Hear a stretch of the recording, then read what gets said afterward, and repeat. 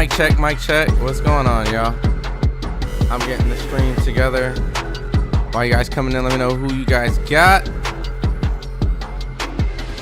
What's up, what's up, what's up? What's up, Larry?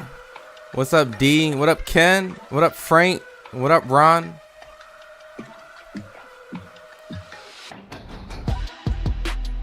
I'm waiting for the stream to cook up a little bit. Wait for you guys to come in.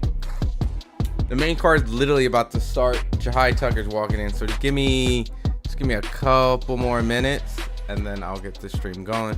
But while you guys coming in, just really quickly, if you can, hit the vote. Let me know who you guys got. I don't think I'm super surprised about today's favorite, right?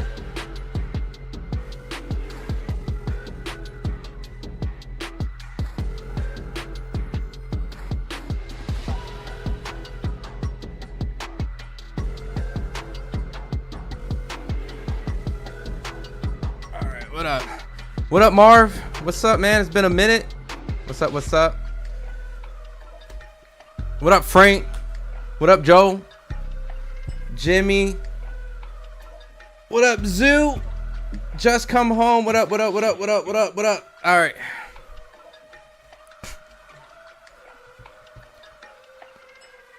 Let me get this going right here. I see Ennis, easy work. I see a lot of Ennis. That's what I see. Zayas is just too young. Don't have anyone in here that has an upset. Boxing full of unknowns. 90% of world thought Bo was going to lose. I don't know about 90%, but I get what you're saying. The Bud and Canelo, I think is... I mean, I understand what you're talking about, Zoo. I'm not even going to go too deep.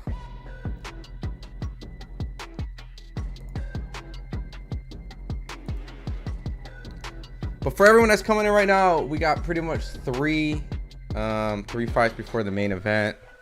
Literally the first fight is about to start pretty soon. I'm just waiting for everybody to get in. I'm probably going to start this in probably 20 more seconds. I'm going to call the card.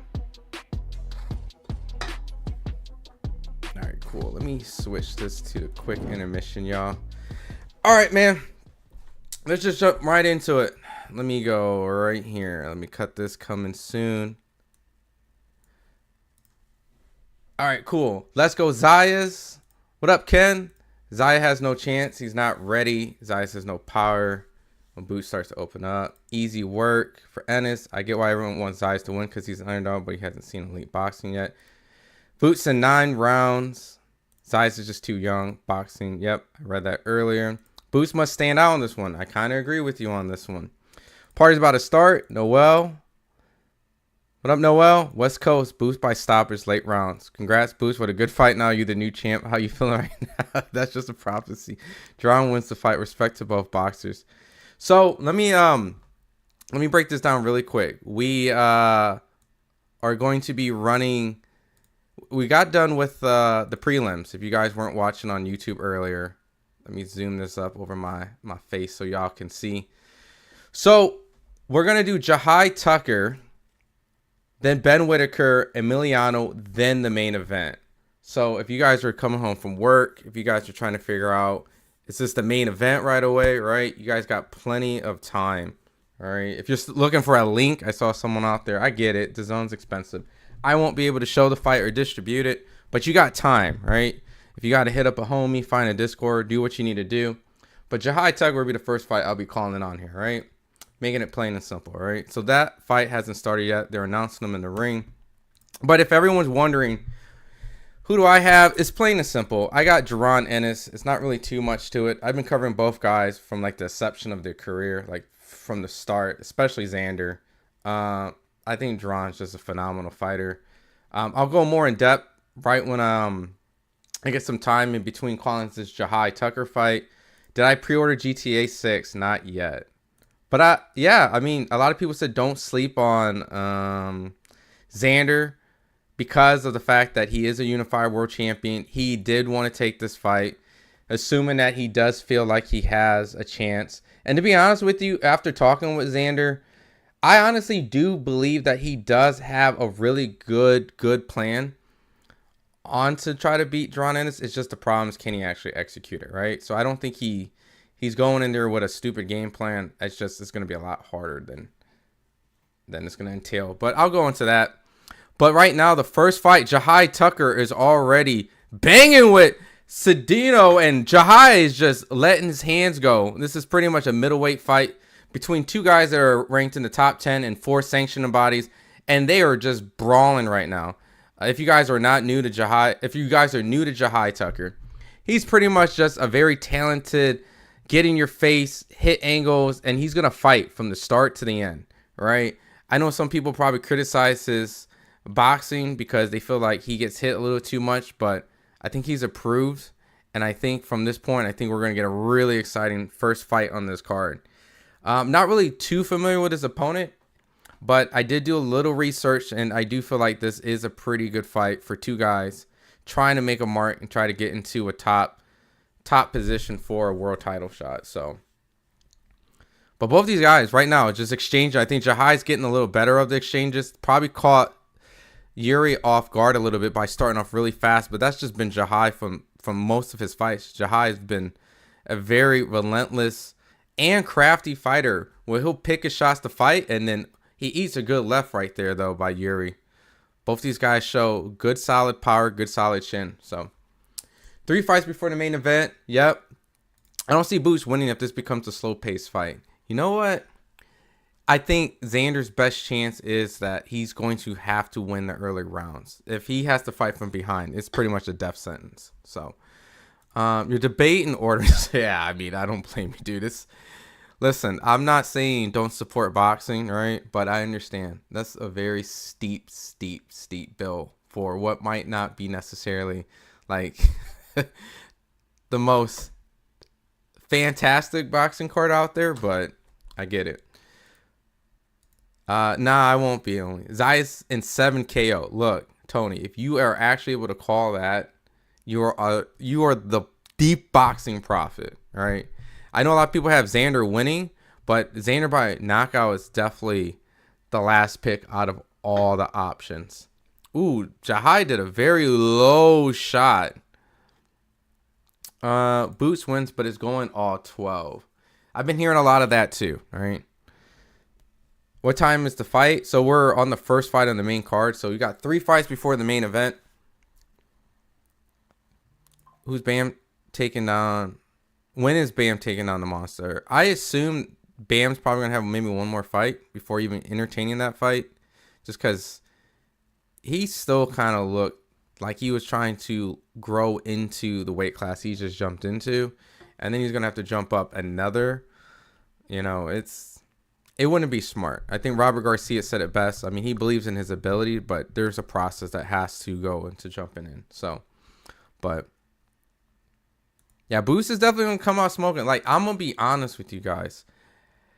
When I talked to Xander, Xander had the confidence to convince anybody that he's able to be that guy to beat Jaron Ennis. But the youth, I know that people are going to say, what do you mean experience, right? Xander could have arguably fought equally amount, maybe better competition when they look at resumes, right? But I think when it comes to a guy like Jaron, he's seasoned well enough where maybe it doesn't show on resume, but by some of the stuff that I've seen him do in the gym, some of the people that he's had an opportunity to work and spar with, I mean, I think overall, he's just been a guy that's been waiting to get an opportunity, right? Like, let's keep it real. I think a lot of guys like myself who's picking Jaron Ennis to win this fight is purely off like the eye, right? The eye test. The kid just looks phenomenal, and the skill sets that he possesses shows that when given an opportunity, he's probably going to win that fight. But we don't know, right? This is definitely going to be Jaron Ennis' arguably probably best win next to Stanionis. Not really saying it's like the top names on the pound for pound list, but you know, it's something that will allow him to slowly stack into that crop of guys, right? So Xander is the best. Yeah, I think Xander's a very talented fighter. Boost by 11 stoppage. I just think, can I just be transparent with you guys? Like, this is just my honest opinion. Yeah, bro, no way Xander stops or KO boots. Xander's chin is questionable if he'll get tested. I think when Top Rank and DAZN made this deal, right? Because they were originally on ESPN.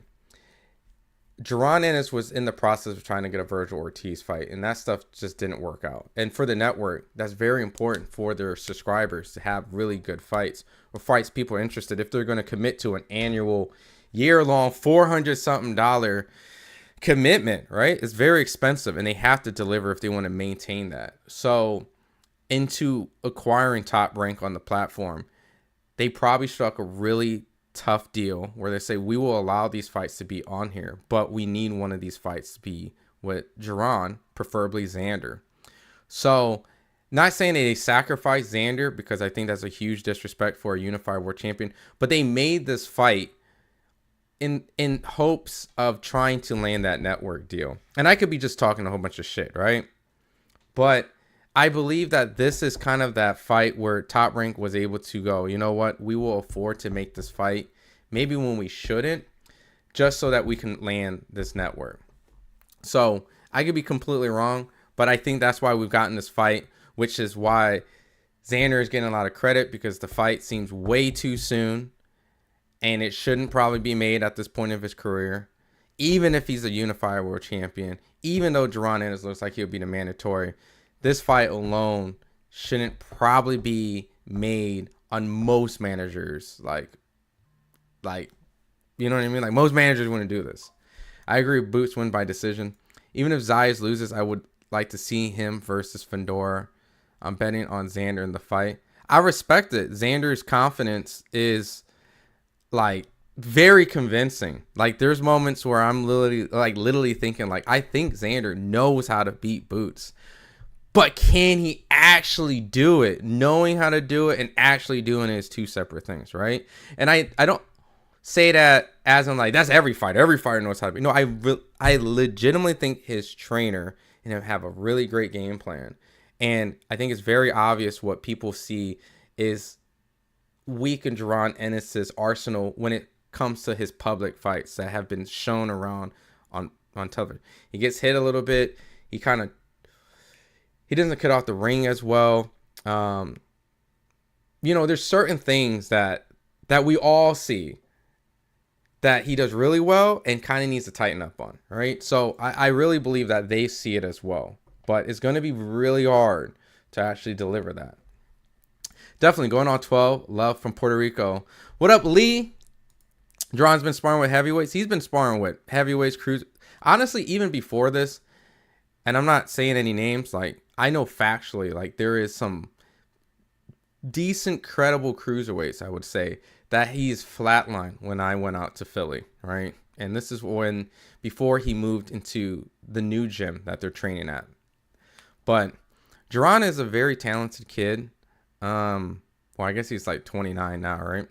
But that kid has always been very explosive, talented, and a hard worker. And so Yuri's landing some good shots on Jahai, and Jahai's firing some shots back. So knockout in 6, Boots wins. Yeah, I know a lot of people say, like, Xander is gonna bring is gonna force Boots to win by decision, but I think Jaron's gonna win, possibly by late stoppage, personally. Fedor is way too good. Zayas would not win that. Yeah, I think Fedor is the final boss for Jaron. What up, Bailey? What's up, man? It's been a minute. How's everything going with you? Fedor is way too... Yeah, dude. Fedor is literally going to be the toughest test for Jaron Ennis, personally. Between Virgil and Fedor... Yeah. 114, 111 Ennis. But Ennis wins the decision. So you think there's going to be moments where Xander is going to really tee off and land some very decisive rounds? Interesting. That Lima bout was wild. Yeah, I can't even take that fight serious, unfortunately. Top Rank should have waited. I think they would want to wait, but they didn't have a network, right? Imagine being in a situation where your network is not giving you the funding that you need to provide for your fighters to make the type of fights that they need to become a superstar or develop as a fighter. Top Rank has let go a lot of fighters. You know, it's one of those kind of tough situations where as much as that they would like to develop their champions. Oh, Jahai just ate a left and a right. And these guys are exchanging just pure leather. This is just a pure brawl at this point. Mid-range just swinging. And Yuri's putting a lot of pressure on Tucker right now. But yeah, dude, I just think that Top Rank was in a tough spot. And so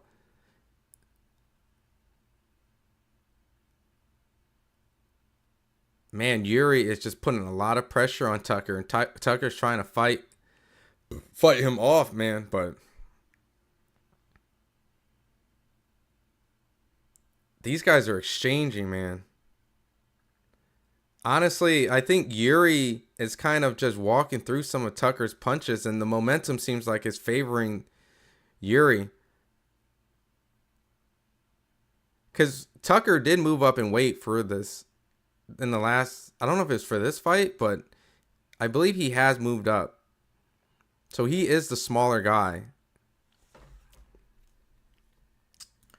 Puerto Rico all the way. Agreed.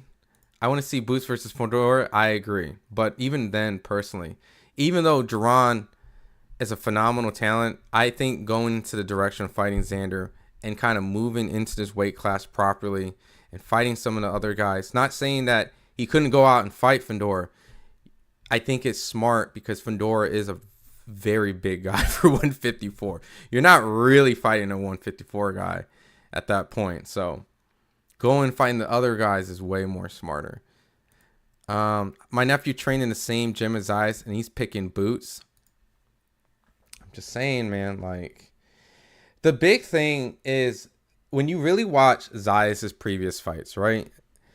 It's not the fact that Zayas didn't win the fights decisively. It's more the fact that the guys didn't have the skill set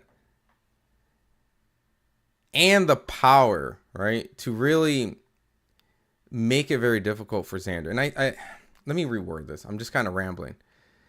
Those guys did not respect Xander's power, right? They kind of just walked through Xander, and Xander had enough skill to kind of just box and kind of move and win those rounds decisively.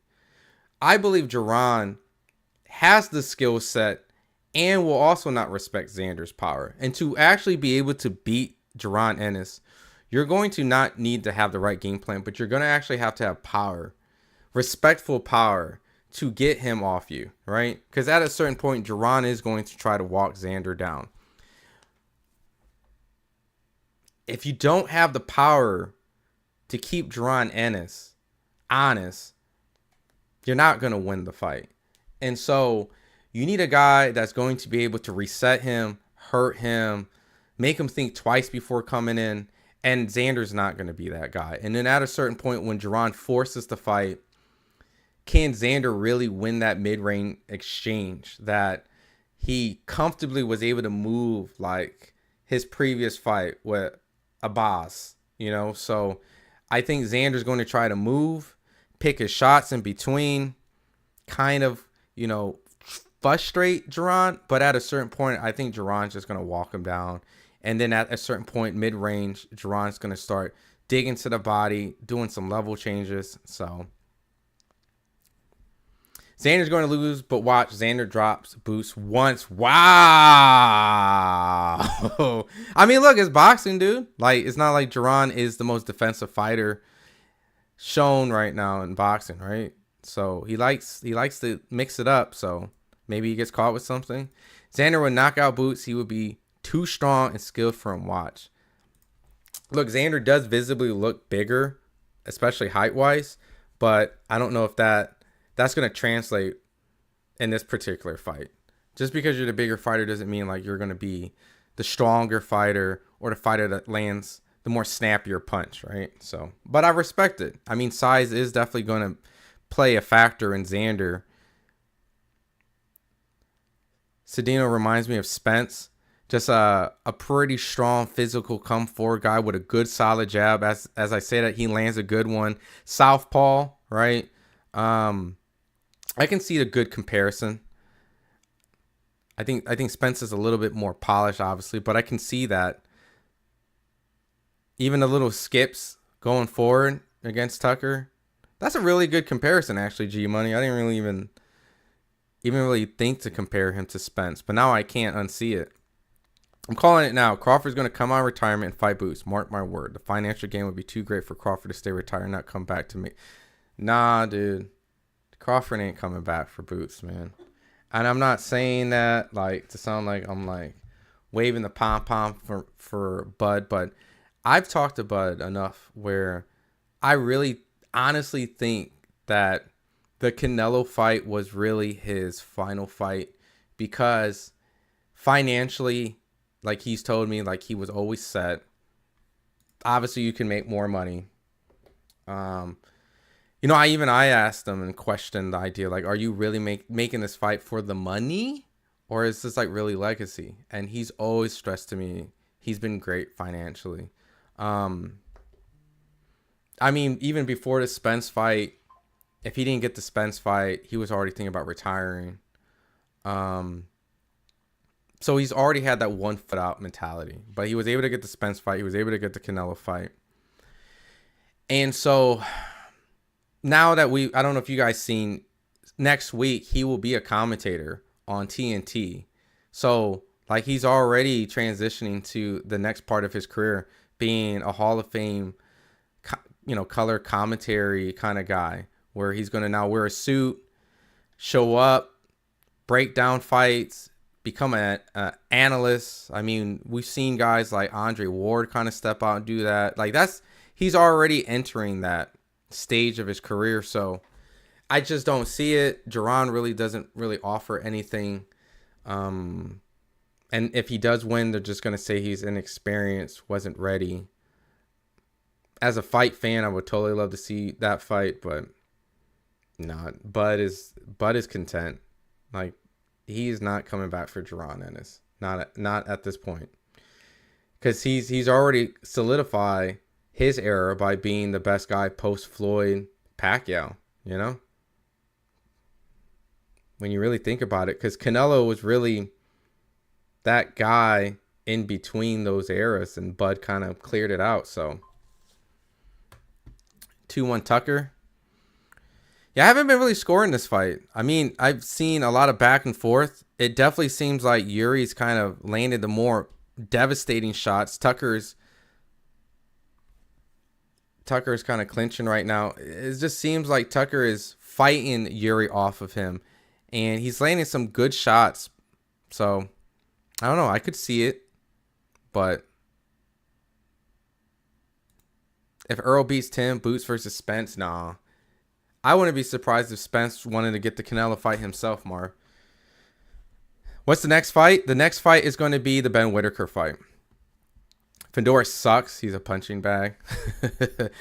I don't think he sucks, bro.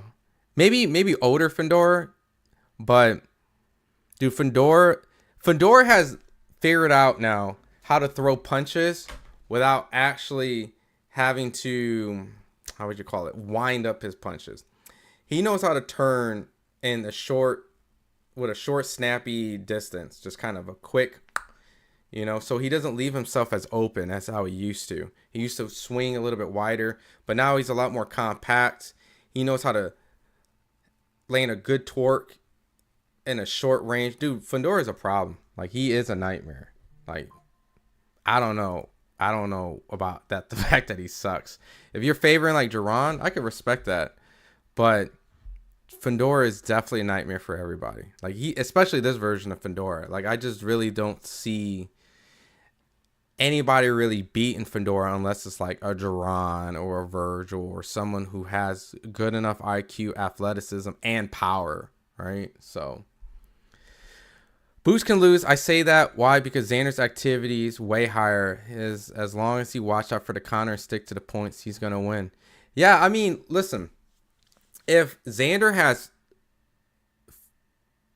comes in this fight with phenomenal footwork, picks good times to exchange, actually frustrates Jaron Ennis, and force Jaron Ennis to cross his feet, which he's shown that he has done, not cut the ring off as well as he should, which he's shown that he's done, and not fight in a very disciplined fight where he digs to the body, tries to slow Xander down, but more try to bully him.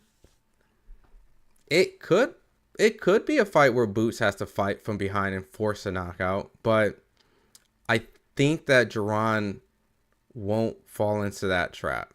Oh, good jab from Yuri and 2 body shots. Man.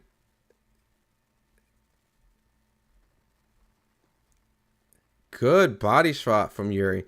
Tucker is definitely landing more shots, and he's been a more active fighter. So I don't have a scorecard for this, so I'm curious what you guys have, if you guys have any. But Tucker is definitely showing a lot of craftiness, but Yuri is a lot of pressure, going to the body, throwing really strong shots. So Xander started fighting at the age of 5 and was 5 times champion by the age of 10. He became a pro and won the championship before he graduated from high school. For sure, Xander is definitely like a phenomenal fighter, borderline phenom, right? And if he's able to pull off a win against Jaron Ennis, I mean, dude, sky's the limit, right? I know that there's been some takes out there that some people feel like Xander might be better for boxing, which I kind of understand if you won the fight because of the backing of Puerto Rico and his age and the upside and things like that. But I don't know, dude. Like, if he's able to beat Jaron Ennis, I mean, it would spark like a really incredible start for a young fighter in this era. So that's why I think like it's not really this easy fight. That, not saying you say it's easy, but you know, a lot of people that come in, it's like Xander's gonna win, like without a doubt. I don't know. Like I'm very hesitant because I really feel like this was a very calculated political move that got Top Rank to get on DAZN, but they had to make this fight. They had to make this fight, you know, to help the betterment of the platform, you know, because Matchroom with Jaron Ennis on this platform for quite some time has really not done anything really to get him to the next level, right? So 2-2. Yuri's slow and telegraphs his punches. Tucker can see everything. I'm noticing that Tucker is slipping, throwing a lot more creative punches. I mean, Yuri is showing some sort of wear and tear on his face. It's definitely the creative fighter. The creative fighter's Tucker. And the bigger, maybe the one that punches harder, who tends to put a lot of pressure, is Yuri. I'm just not really scoring it at this point, unfortunately. So, Boots versus Canelo. They sparred each other. You know what I mean? Y'all shame Loma for coming back. If Crawford comes back, keep that same energy. But he ain't coming back, dude. He doesn't really need to. He doesn't have an incentive. Like, everyone says money, but I've covered Crawford long enough, and I've asked him questions like, he's never cared to beat Mayweather's record of the 50-0. He doesn't want to fight for a long time. He comes from that Andre Ward tutelage. I mean, he's kind of, I think, fought longer than he wanted to be honest with you. He's been a fighter who's been fighting his whole entire life, meaning that he's been prone to injuries, some documented, some undocumented. And really, at the end of the day, like, what more is he going to get besides that he came and beat like a young guy, like a Floyd Canelo moment, right? But, dude, he's 5 division. He's made millions. People compare him as a modern day GOAT, or claim that he's the GOAT, at least in the modern era. You know, they're comparing him with Floyd Mayweather. He's undisputed in 3 divisions. I mean, dude, he's done everything you can name in boxing. He's been a linear champion in many. I mean, he almost did the middleweight, maybe. Like, almost had that opportunity.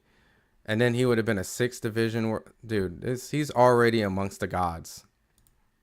I respect your opinion on Bud versus Boots. What do you think about Boots versus one of the Charlo twins? A lot of people slip on Charlos. That's a dangerous fight. I think that's a dangerous fight because Jamel, he's experienced. I think he lost to the Canelo fight because, let's be honest, he moved up probably on short notice because Jamal was really supposed to fight him. So Jamel kind of stepped in. Jamel has been a very dangerous fighter from start to finish his whole entire career. Where we've seen him fight fights where he's losing, knockout. I know that he lost to Tony Harrison, that some people feel like he shouldn't the first time.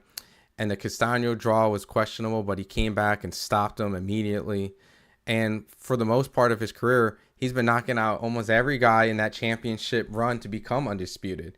So really, if we think about it, Jamel Charlo has never been out of shape, not a threat, never went back and avenged a controversial fight, from Tony Harrison to Castano. So you can arguably say he's literally knocked out all those guys and some.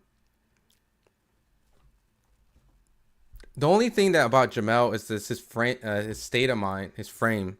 I mean his mental state, right? Of like coming off of a loss, being inactive for quite some time, and then he's probably going to need a tune-up, right? So that alone can be a huge reason why people don't favor him to beat Jaron Ennis. But I think that's a phenomenal fight. I think, like you said, they're both dogs.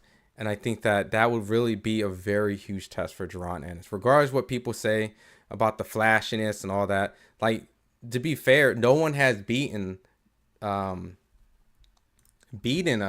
Charlo at 154.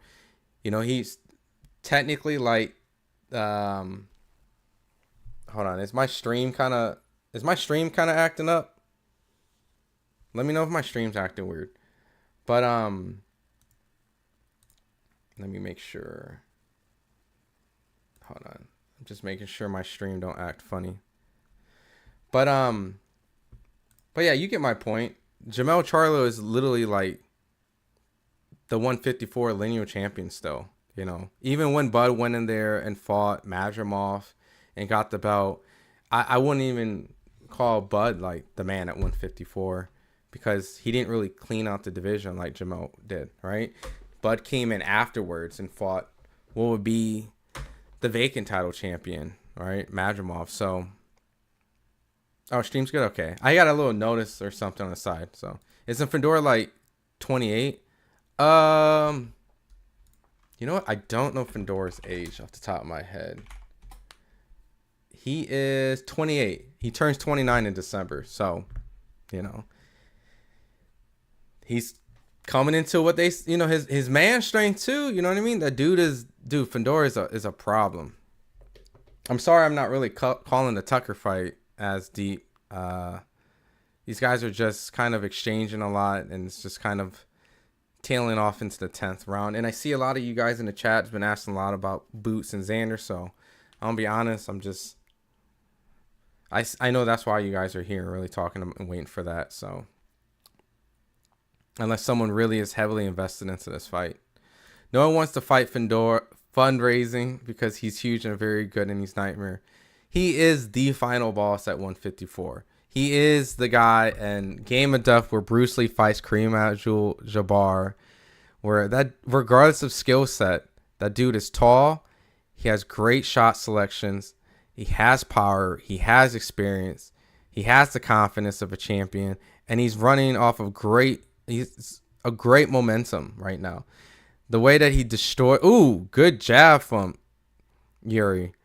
The way that he destroyed Tim. The way that he destroyed Keith Thurman. The way that, dude, Fedora is a problem. He's a cheat code.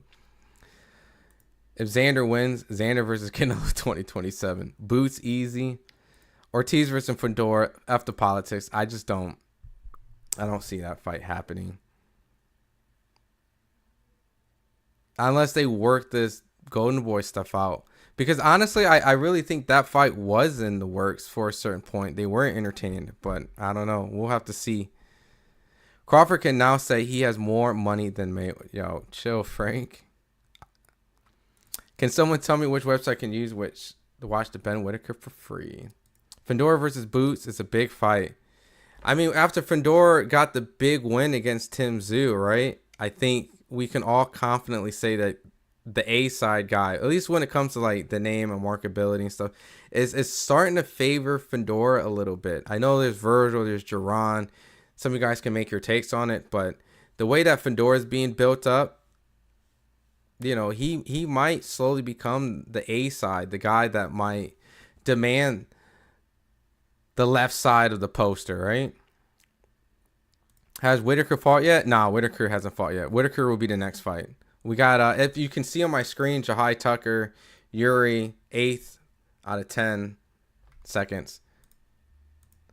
Crawford does not has to prove anything to anyone. Like you just said, he has done everything in our sport. Like Apollo and Rocky just become the best boxing commentator there is in the biz. Yeah, I'm really interested to see, like, I'm going to go out to Cleveland to watch Abdullah Mason face Albert Bell, which is a great fight, right? A very, like, dangerous last-minute replacement, all right?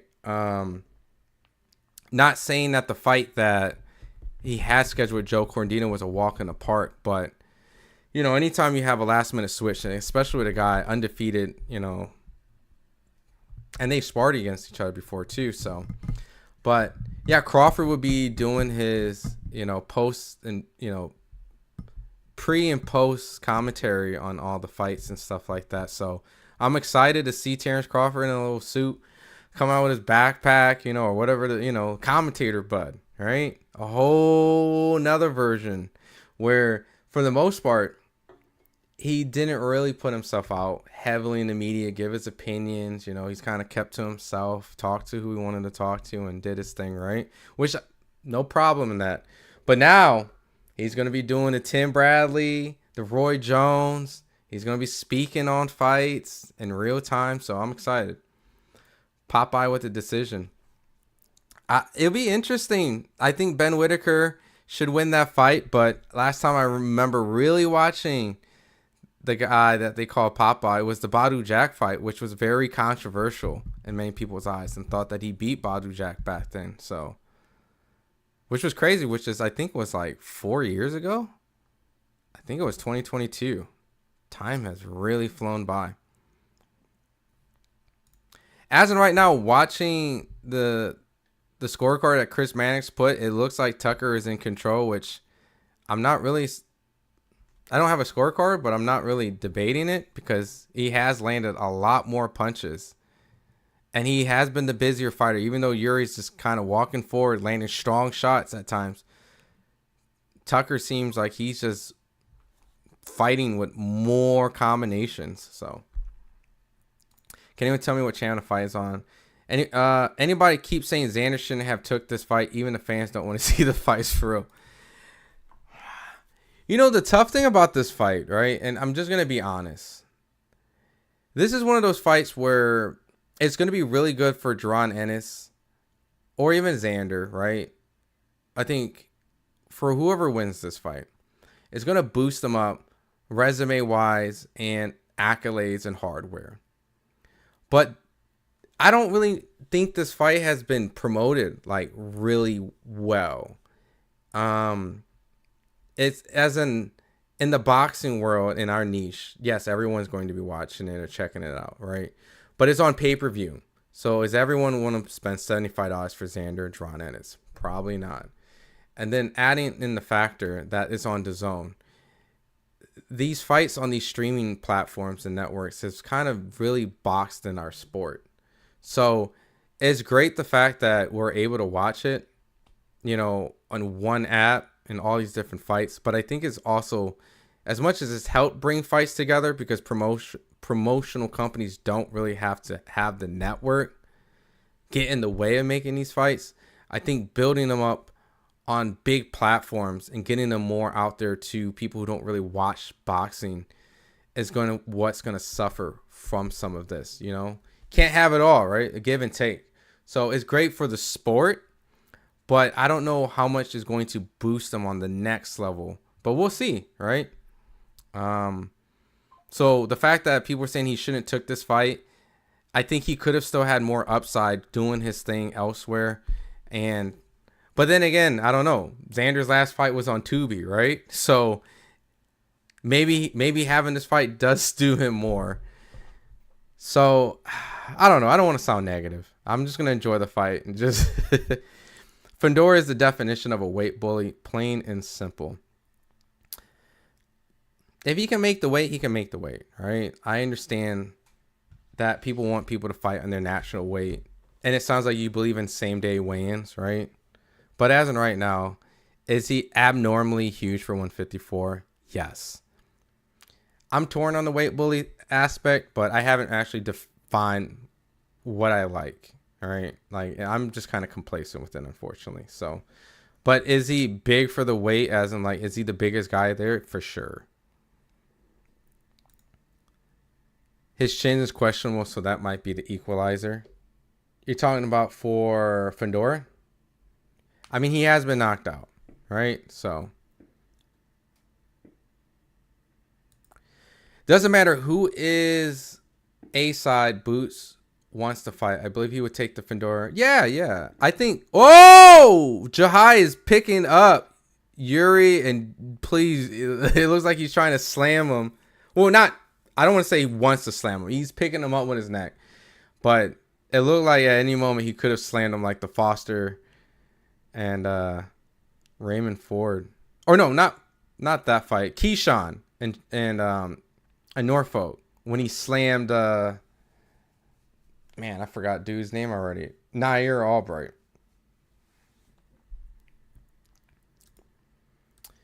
But yeah, going back, dude, I think Jaron would take all these fights. I think it's just a matter of these guys are going to want to give him the fight. You know, I think he'll be okay wanting to be the B side. I don't think he's really pressed on that.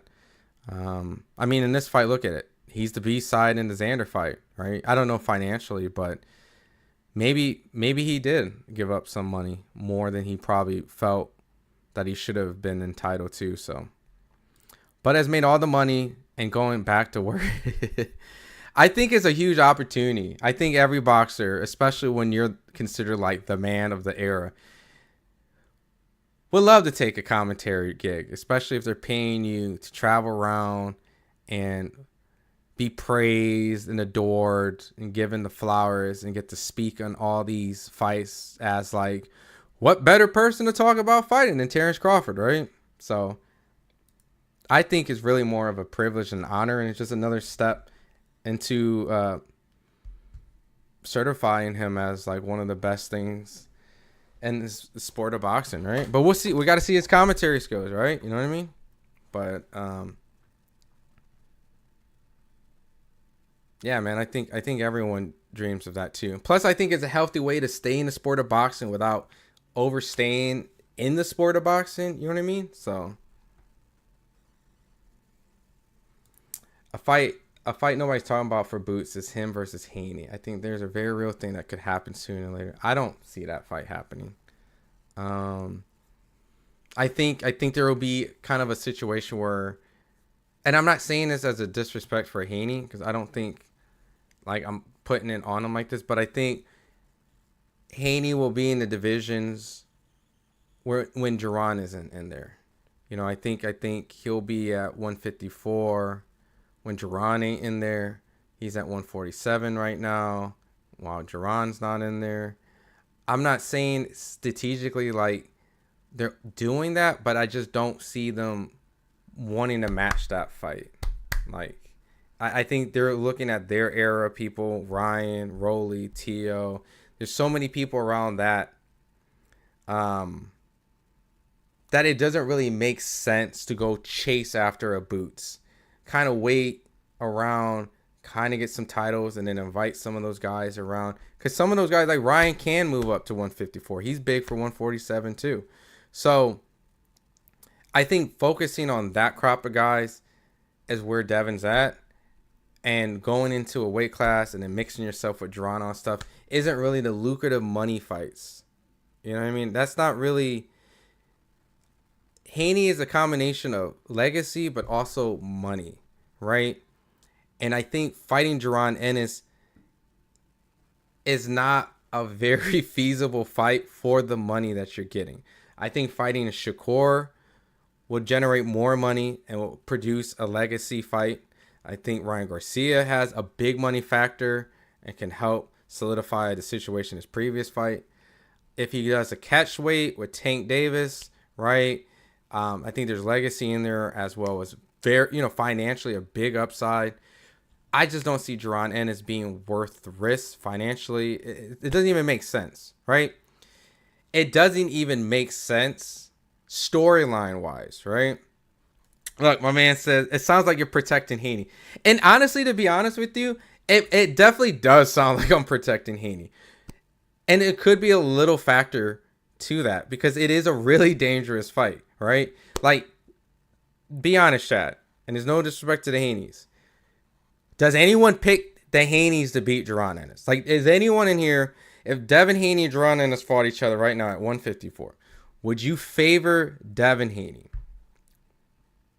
Would you favor Devin Haney, right? So, and I'm not saying like you have like a love or hate or whatever for Devin, but just kind of addressing to that comment. It's almost like if you want the Devin Haney Jaron Ennis fight to happen, you're either like you believe in Devin Haney to another level, or you just want to see Devin Haney just get in a very, very, very, very tough fight. All right. So knowing how the Haneys move, that is just not logical. It's kind of what I'm kind of saying. Right? It's a very low fight as in viewership, right? It's not going to do 2-3 million. It's not going to be a big fight. So let's keep it a buck. He has a lot of fights that can produce big numbers and more favorable fights. I don't think that's a smart fight. I just don't. So call it protecting. And right now, Jahai Tucker has been declared the winner in this Yuri fight, which I think it makes sense. He looked like the busier, more active fighter, throwing more combinations. I'm not really going to go too deep into that fight. So, but the scorecards sound like they were all over the place. So I really can't even tell you if it was a good decision, good scorecards. So, but yeah, like when you said like sound like protecting Haney, I probably am protecting Haney. You know what I mean? I would favor Boots, but got Haney winning by decision. I don't know. Dude, I don't see Haney winning that fight, you know? And then you go into a fight like that where it's tough, dangerous, low viewership, not making a lot of money. It don't make sense. You're better off doing a catch weight with Shakur, a catch weight with Gervonta, a fight Ryan Garcia again, Rolly, like there is so much more upside in all those fights, and you would get praise in winning a Shakur fight, you know, a Gervonta fight.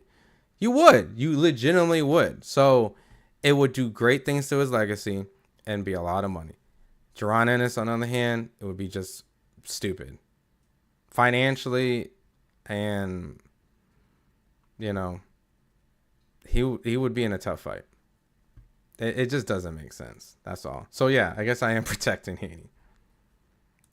They needed a better undercard. Not a lot of fans buy pay-per-view like before.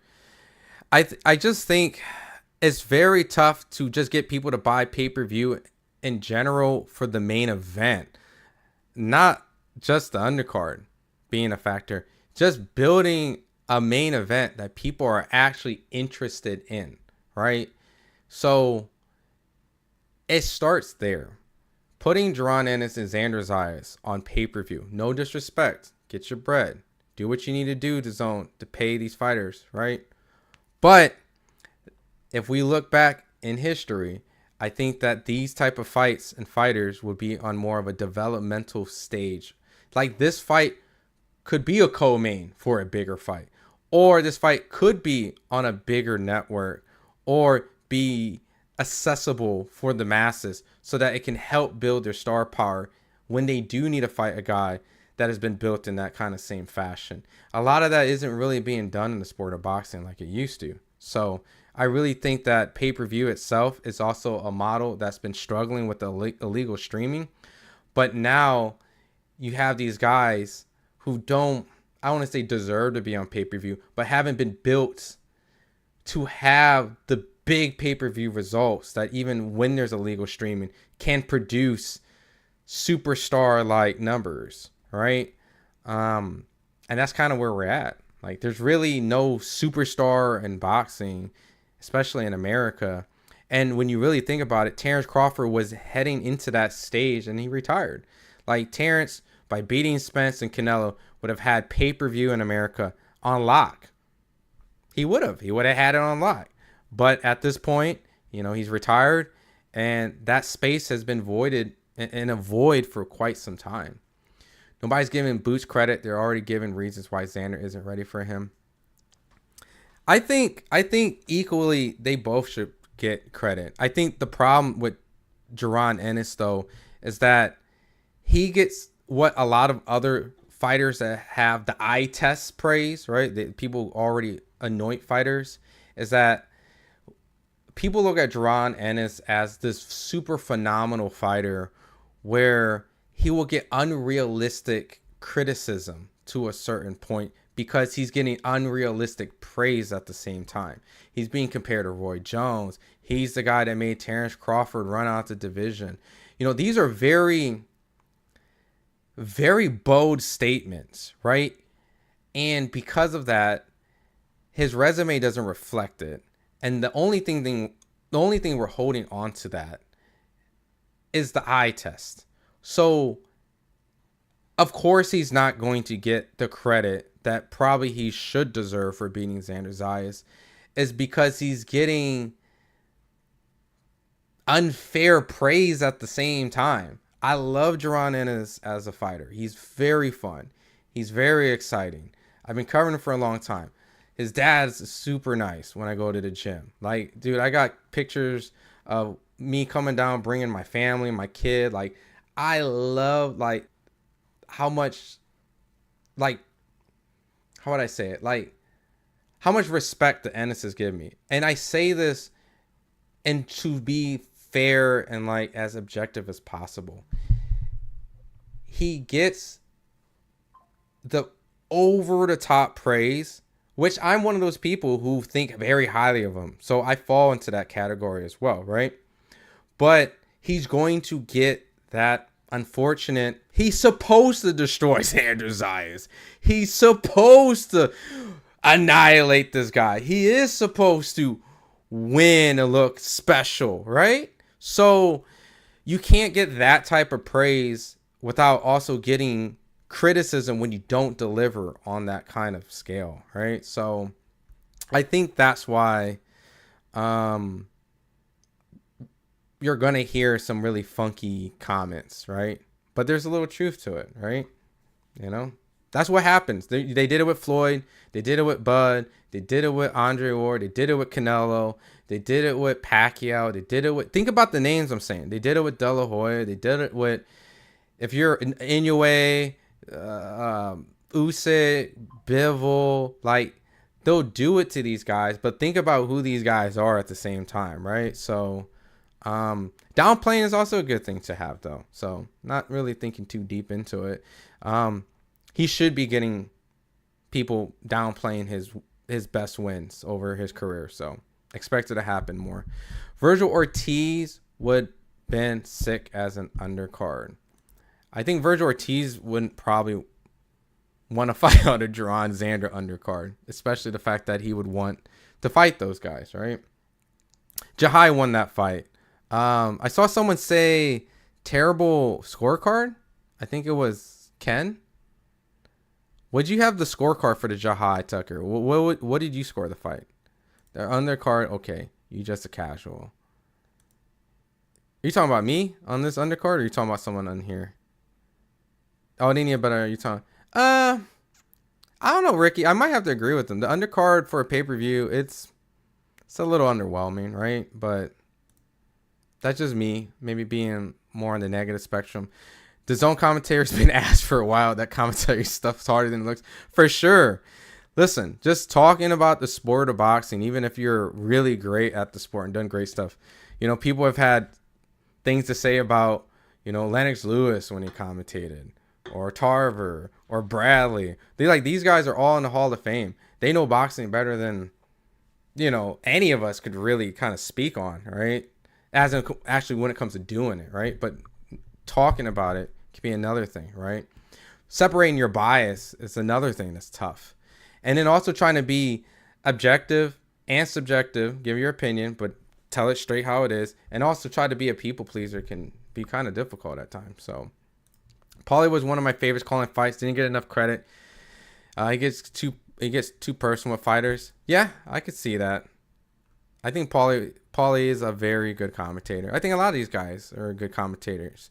I think, you know, I don't want to say this to insult these guys either, but I feel like a lot of the fighters who may not necessarily be like the GOAT of the sport, right? Like the top of the field, are kind of the better commentators, right? Because they've kind of been on both sides, right?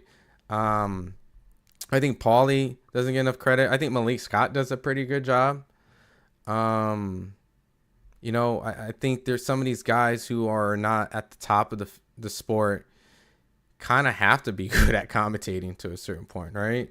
They know what it feels like to lose, be set up as the B side. They know what it feels like to overcome. Or some of these guys, like a world champion, like Paulie's like a great example. Like, he's been on both sides.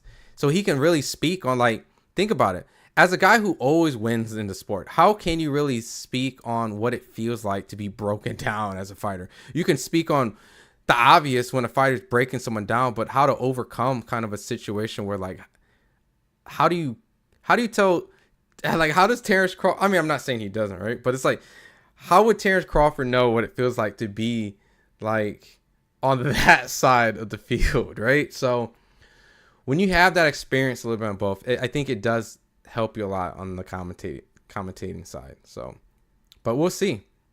Boots winning by decision. I don't think it's smart and fair for a 135-pounder to be fighting Haney either. I mean, I agree. I do feel like there is this weight situation that has been plaguing Devin and the negotiations with Gervonta and the Shakur fights, right? Because I know a lot of people say, well, you know, it's unfair for Devin to hold his weight at 135 and he needs to go up to 140 and yada yada. But it's also kind of unfair on the other side to say these guys who started their careers in the 120s to go up to 140s and stuff like that and give the bigger man the advantage. So it's kind of like a no man negotiation. And so catch weights, it's not ideal, but might be the factor. Rehydration clauses, not ideal, but might be the factor of some of these circumstances. So yeah, Haney's not beating Boots.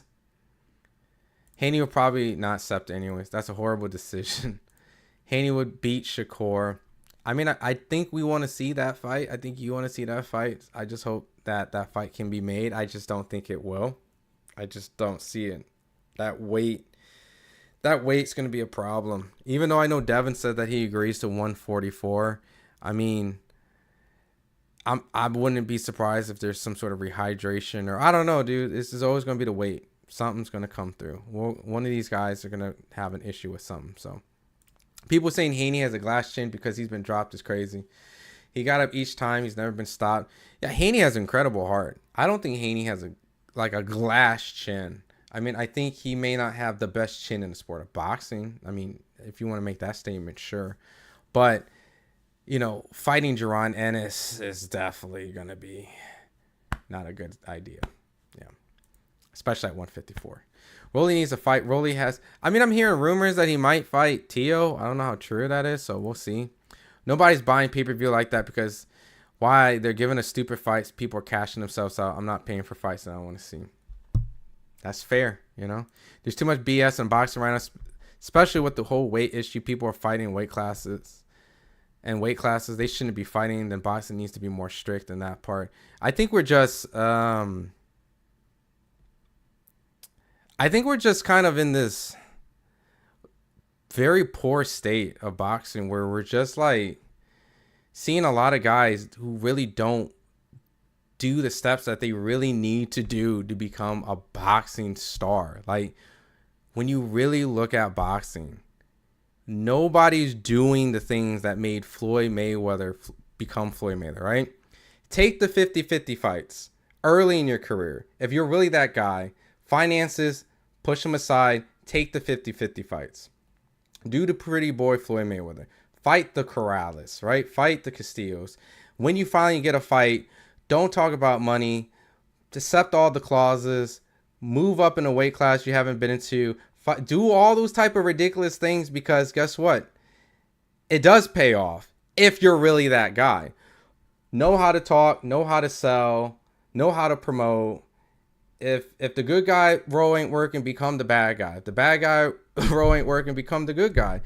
If you're trying to be the A side and it doesn't work, then be the B side to all the A sides. Like, you get what I'm saying? Like, I don't see any of these guys doing that. And so I think just the sport of boxing itself is just not nowhere near like what these fighters back in the day did to put themselves in that position. They didn't have networks just throw ridiculous amount of money, guarantees, and purses that are just so insane. Like, guys don't even promote their fights no more. Like, part of the deal back in the day. What up, Southpaw? What's up, man? Ron is that dude. Nah, man, Southpaw's that dude, man. I've been seeing a lot of your stuff. People have been clipping some of the stuff that you've been doing on Twitter. I've been laughing, man. Philly soft, boots soft. He got dropped, therefore he got a glass jaw. Hey, man.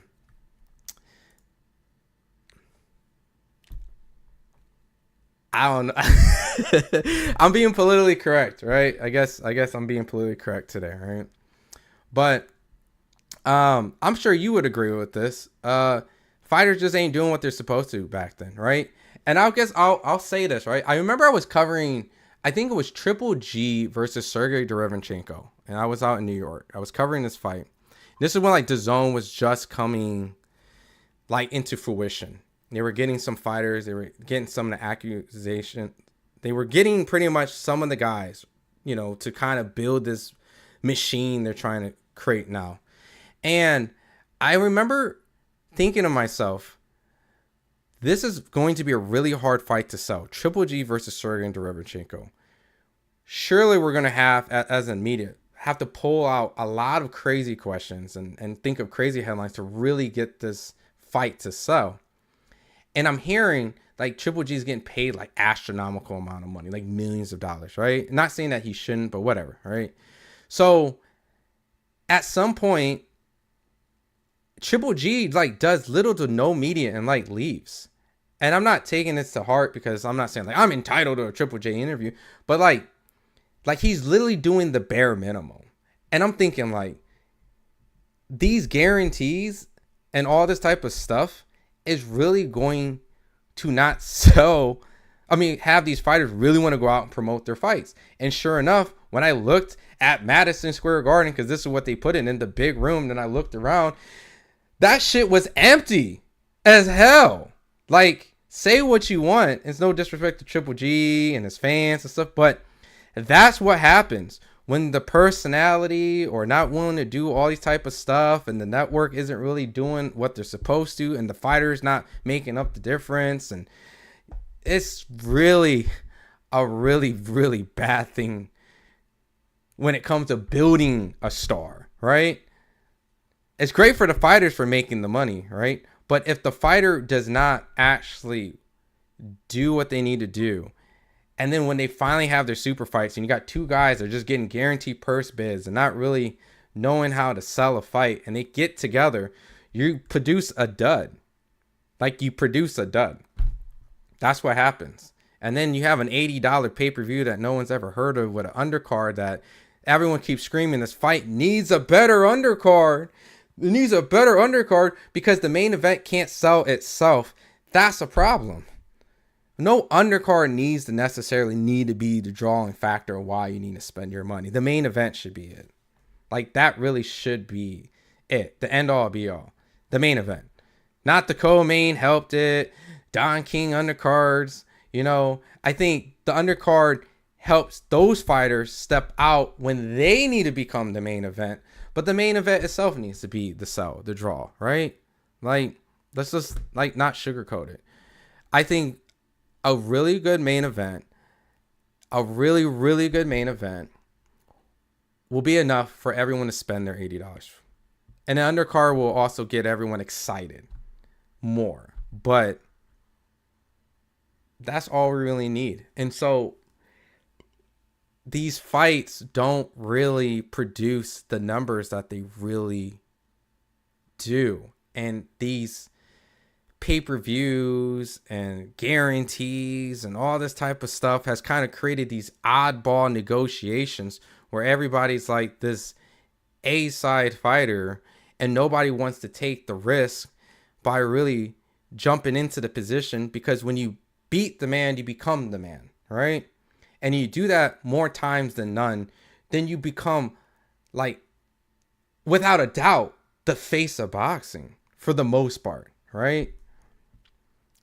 Dude, the pacing of this card is horrendous. Like, I've been talking for so long and Ben Whitaker has still not been in the ring.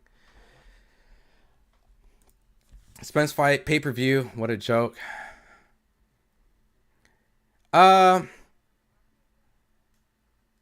I think Spence on pay-per-view is still a better case than this, right?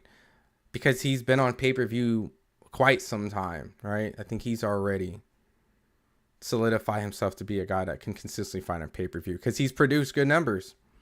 He ain't effing with Bud. His levels. I like Boots though. Yeah, I favor Bud over Boots 10 times out of 10. And there's no disrespect to Boots.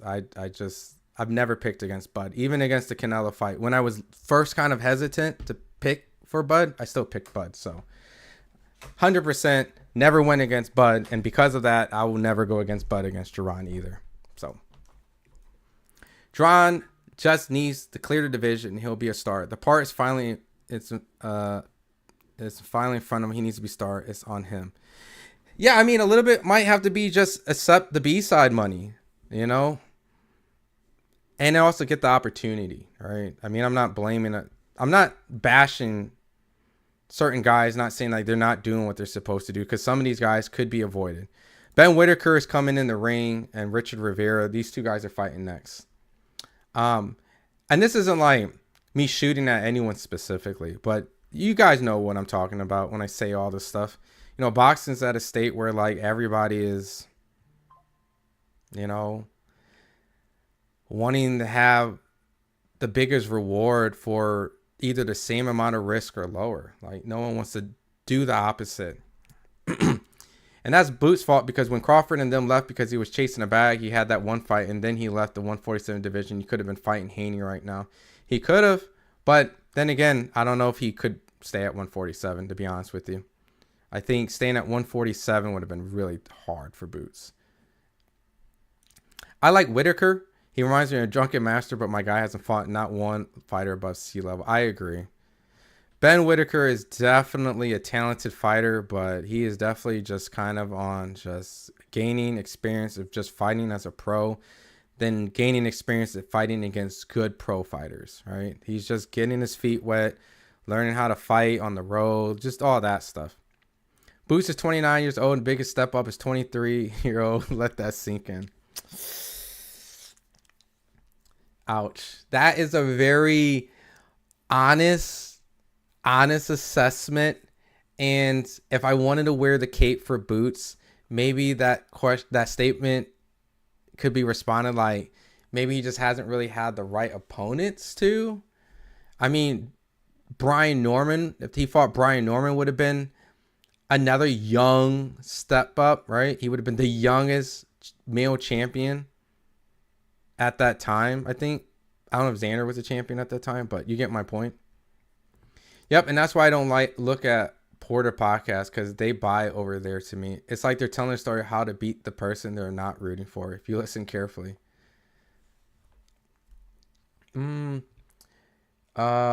It's like they're telling a story how to beat the person they're not rooting for. I don't know. I don't really listen to them too much. I assume maybe that's their way of not being biased by kind of showing like their take on both ends, if that makes sense. I don't know if I'm making sense there, right? Like when you try to be objective, you try to go against like, you try to talk on both ends a little bit. I kind of do that a little bit. But for me, I'll tell you if I'm biased. I'm not even going to lie to you guys. You guys can ask me like, Ron, have you ever been biased? Yes. And then if there's certain fights, like, do you have a rooting interest? And I'm like, yes, I do. Am I going to be honest when I'm wrong or when I'm seeing? Yeah, I'll try my best. But I think everybody is biased. Don't let any reporter listen to this. Don't let any reporter tell you that they have never been biased in a fight. That's cap. Every reporter is invested to a certain point. Now, don't get me wrong. If there's two fighters that I don't care and I don't watch or don't see or whatnot, like there's a genuine like that. But when it comes to like covering the sport for 10 years, 15 years, these guys build relationships. It'll be insane for me to say like I haven't watched a fighter and I was like, damn, I wanted that guy to win. He getting his ass whooped. Or yeah, I wanted this guy to win and he won. I'm happy. So trust me. Don't buy into that whole entire, you know, we are biased. We are biased. It's just, are we, I won't say man enough to admit it, but like, would we stand on it? And 9 times out of 10, I'll stand on it. There's still that one that I might, you know, tuck my tail and not really speak on it because it might be two fighters. You know what I mean? And this is me being honest. This is the truth about this whole boxing thing. We build these relationships. People try to be objective. It's never the case, bro. It's never the case. And it's almost to the point where the more you try to disguise it, the more it shows. Because you start making excuses when you really shouldn't, right? Or you start to make really bad, dumb takes because you're really trying to make it seem like you're not biased, right? So, yeah. But enough of all that. I think you guys can see that through your phones and TVs. It's very obvious. So, but all these new guys won over 5 million a fight. I agree. Like, this is getting absolutely insane. And here's another thing for kind of to tell you guys, like, when I know it's a big fight, you can kind of tell. Like, some of you guys have been in this chat when it's a big fight, and it's like absolutely insane, like the chat. And then everyone's chats are like crazy.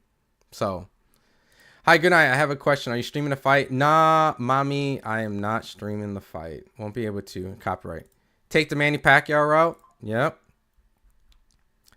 And just so you guys know, the pacing again is atrocious because I've been talking this whole time and we have not even got the second fight started yet on this card. So exactly. I won't say accept all clauses because people are looking for advantage. That's the problem with the whole weight issues because everybody rehydrates to these crazy numbers. Yeah. I mean, I would be very interested to hear what these guys rehydrated tonight between Xander and Jaron. Definitely not 154, right? Many people are not buying into the pay-per-view because in less than an hour, you have it streaming on YouTube. So unless you need to watch it, live or 75, go for it. That's true, too. That's true. People rather spend their time other places and then they can watch the rerun, you know, versus back in the day, right? So it's like these guys have to figure out how to become more of a star, too, right? Maybe some of this stuff goes against them. And I know I'm being hard against them. I know that could Floyd Mayweather be Floyd Mayweather in this era? You know, you never know, right? But I think that he has enough aura about himself and he did the right type of fights at the right times that kind of produced it. So I'm going to read all the chat. So if I haven't got to some of you guys's, it's just, I'm going to be reading it while Ben Whitaker is about to fight. So I'm going to go back and forth a little bit. So having a glass jaw is the inability to withstand the impact of well-placed shots, not beating the count afterwards. I mean, I think part of being a good boxer is also having a good chin. So, I mean, at a certain point, I think that is required to be an elite fighter. So, what's your last prediction? Zayas versus Boots? I got Boots. No shade to Xander. I got a lot of respect for Xander. I don't want to be the guy to give Xander a moral victory because he's a unified champion. So, but, you know, appreciate him giving him the fights that he's supposed to as a unified champion. So Ben Whittaker landed a good lead left hook to the body in Rivera. And we'll see. We'll see if Ben shows good IQ and more body placements to kind of break his guy down. But right now, Rivera is fighting a very poor fight, giving Ben Whittaker mid-range advantage, not really closing the distance, taking away Ben Whittaker's best attributes, which is boxing, mid-range, landing good counter shots, allowing him to set the pace. Already looking like a really bad start for Rivera. Whittaker is establishing the distance, landing good stab jabs to the body. I don't see this fight landing the distance. Good right counter. Ben Whittaker is already in a good flow. Good hand speed. He's already starting to figure Rivera out. His timing, his spacing. Good pull, counter, right hand, landing on Rivera. This is gonna be bad. This is gonna be bad. Oh, lead left hook by Whittaker, man. Good lead jab. I don't know what Rivera needs to do to kind of shake off this early dominated round by Whittaker. He might just need to just go for it. He has his lead hand down.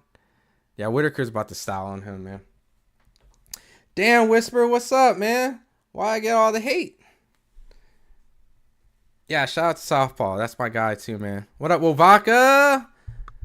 Ron's the new OG, man. Yeah, I'm going to start getting white hair coming soon.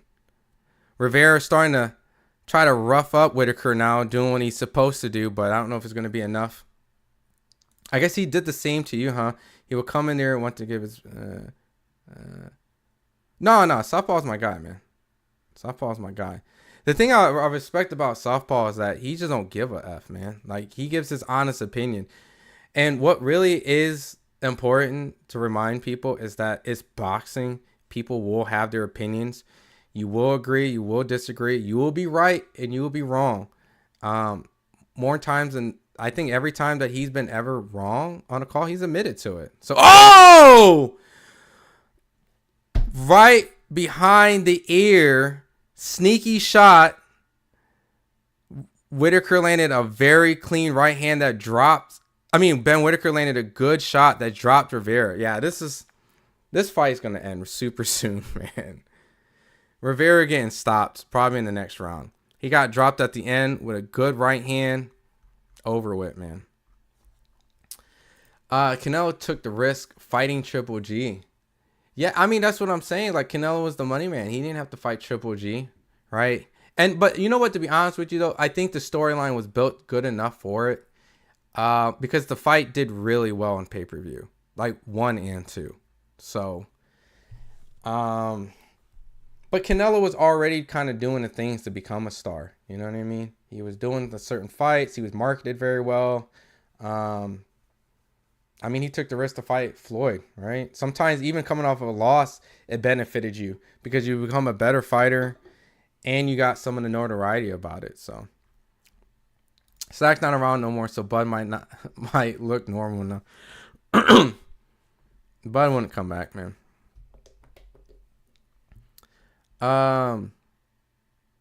Let's see. Yeah, I'm here, man. Appreciate that, man. I'll be one of the first ones to admit, though. Oh shit! I didn't even see what happened. Whittaker dropped Rivera instantly in the beginning of the round again. Yeah, Whittaker about to cook Rivera. They don't stop this fight. All right, the refs stop. The ref good stoppage, man, because Whittaker's about to put him in a stretcher if they allowed it. Now, hear me out. I'm not saying Rivera is like the cream of the crop top of this weight class, right? Whittaker's supposed to do this, and he did what he was supposed to do. So with that, A+ performance, not by the opponent, but delivering a really good highlight performance that will allow him to start to get more people interested in him, watch him who's never heard of him, casual, great performance.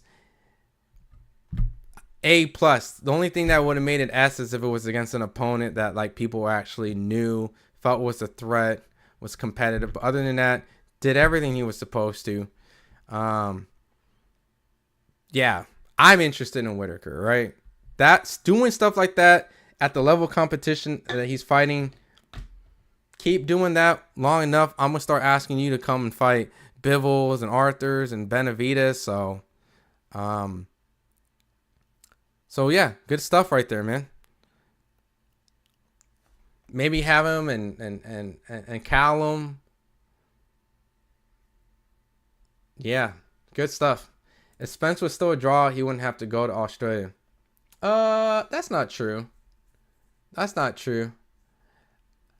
I think whatever fight that he would have had would have produced whatever kind of number that it would have did, because he's not going to fight Fedor. I think he's not going to fight Jamel right out like the gate. Like, he's not going to fight any of those guys. So I think the opponent is suitable for his comeback, and I think to maximize it, going to Australia makes more sense because Tim Tszyu has a good following out there. And maybe it does motivate him a little bit more. So I think for whatever, I know he says he don't do tune-ups. It essentially is like a tune-up because he isn't running straight into the big guys of the division. So yeah, he definitely dropped him. Yeah. So I think it's suitable. I will have to see Spence after the Tim Tszyu fight to see if he still has it, because we don't know if he's looking, or if this new trainer is mentally ready to be back. He's been through a lot. I agree with all of that. And if I'm not mistaken, Earl's worked with Ronnie a little bit. I'm assuming before, or been around him at least because of the Charlo. So I think it was a good fit. And I think Ronnie, a lot of his fighters have really good jabs, right? He trains them to have really strong, calculated, intelligent jabs. That's why I think Spence going there was smart. I think Brian Norman going to him was smart. They have really strong jabs. If you kind of help them place it and organize it a little bit better, you can have way better results. I think with Errol a little bit, when he fought Crawford, he lived by the jab. He died by the jab. And what I already knew going into that fight a little bit, and definitely knowing after, is that their plan was to take away Spence's jab. And that's when Bud was doing the flicking jab to convert it to a power jab. And once they took away Spence's jab, I mean, you saw it. They were beating the living shit out of him. So all the stuff that Spence said outside, Earl never really took away Bud as being the guy like that he would have won.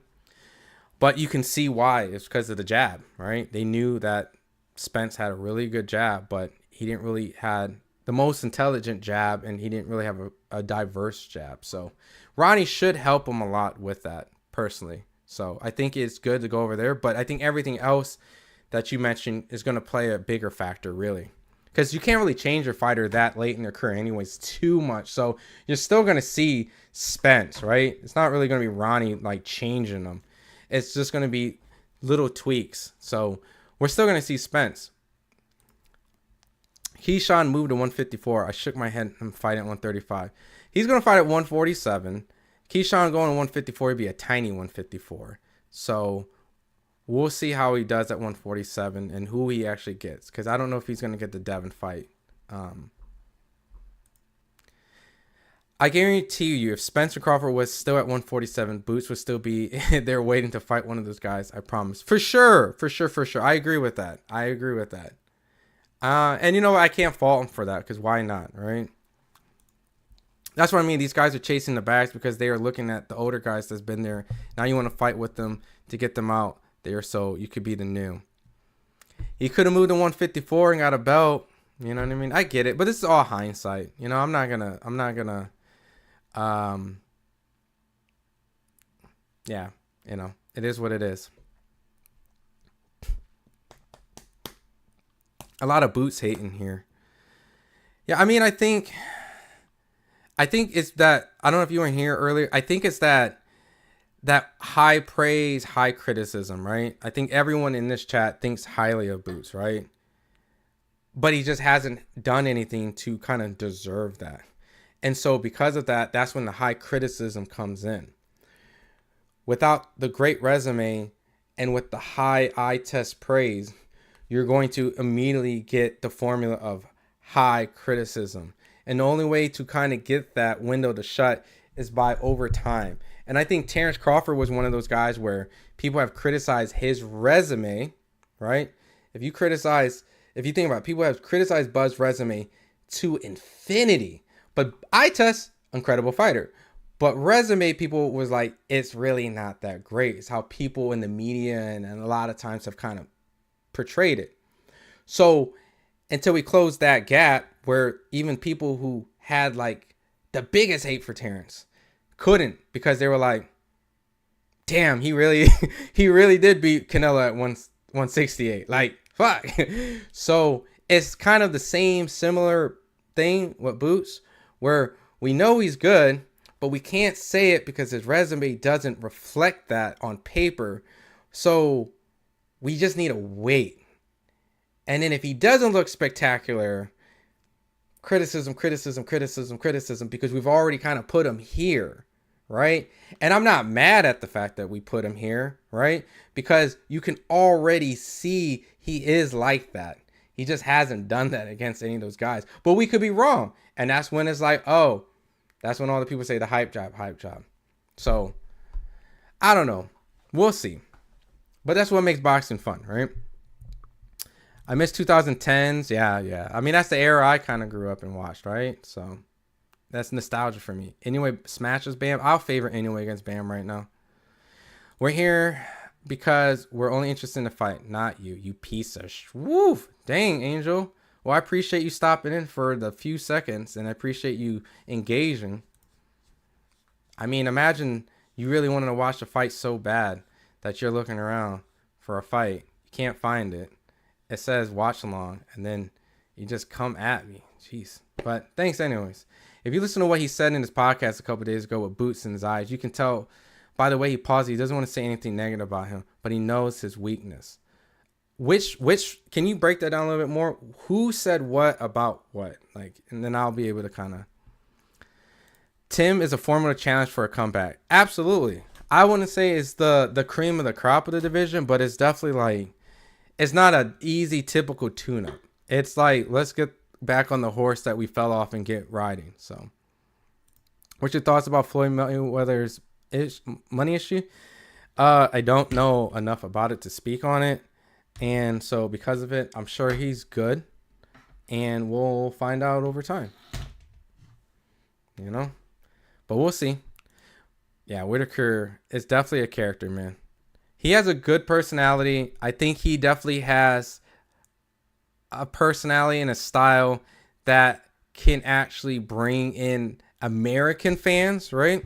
Not just the British fans that he's going to automatically inherit for just being British. But I think he's over time might get some American fans because of his flashiness and his American style. Because he doesn't fight like a typical British fighter. He fights like a very flashy American fighter. And so I think if he continues to have performances like that, I think a lot of us will be fans of him. Ron, you may have already addressed this, but who do you have winning, Boots versus Zayas? I take Boots by stoppage. This is where we agree. I got Boots by stoppage as well. Sometimes we kind of go off a little bit here and there slightly, but we are completely in sync. I got Boots by stoppage. I don't think Xander has the power to keep Boots off of him. I think Xander will fight in spots and try to box, but eventually Boots will just do what Xander's previous fighters did. Ignore his punching power, but have the skill set to close the gap and then deliver some serious punches. But we'll see. Can Xander frustrate Boots and make him look like kind of like a one-dimensional fighter that a lot of us think that he's not? So Spence should have took a lighter touch. He looked terrible hitting the pads, line work.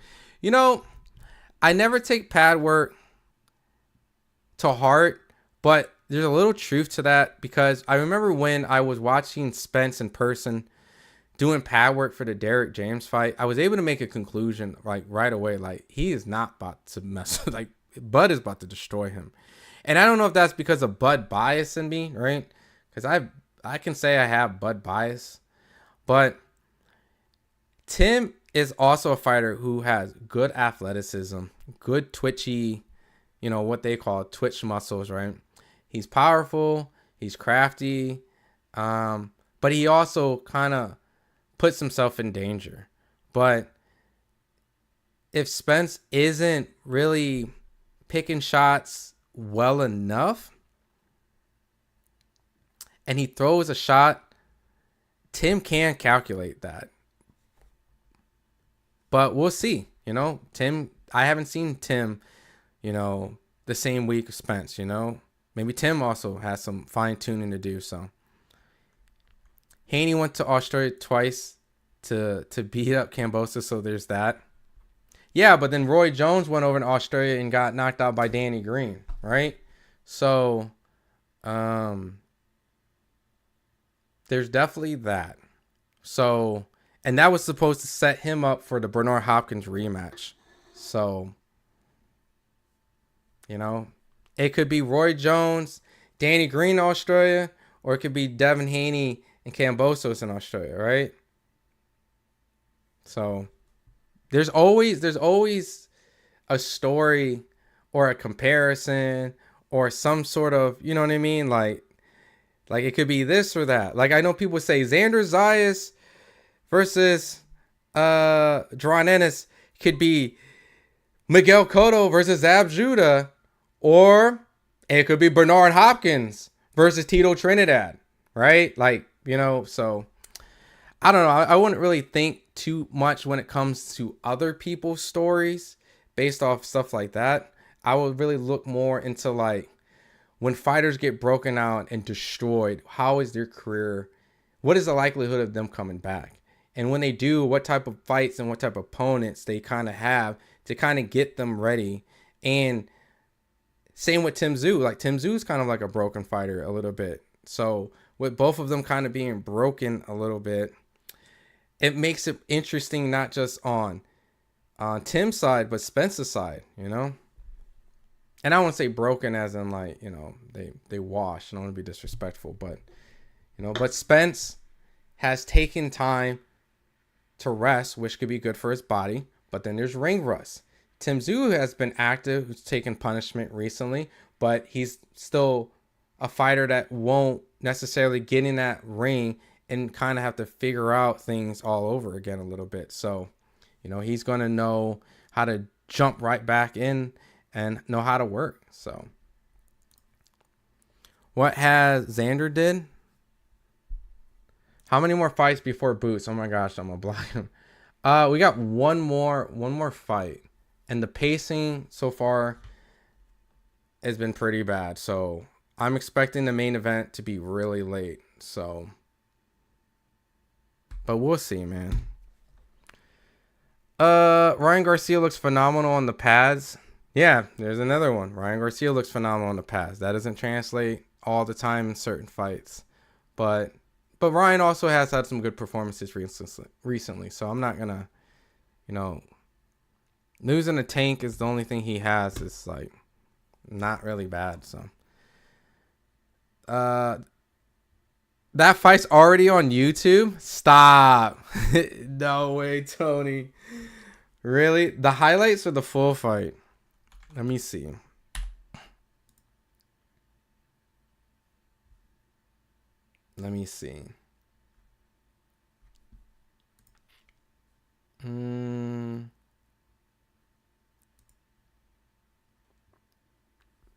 What on? Top rank? Like, what's it on?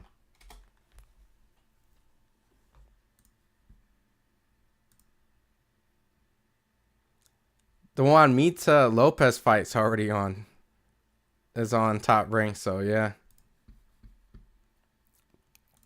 Bud is not overrated, but I respect your opinion.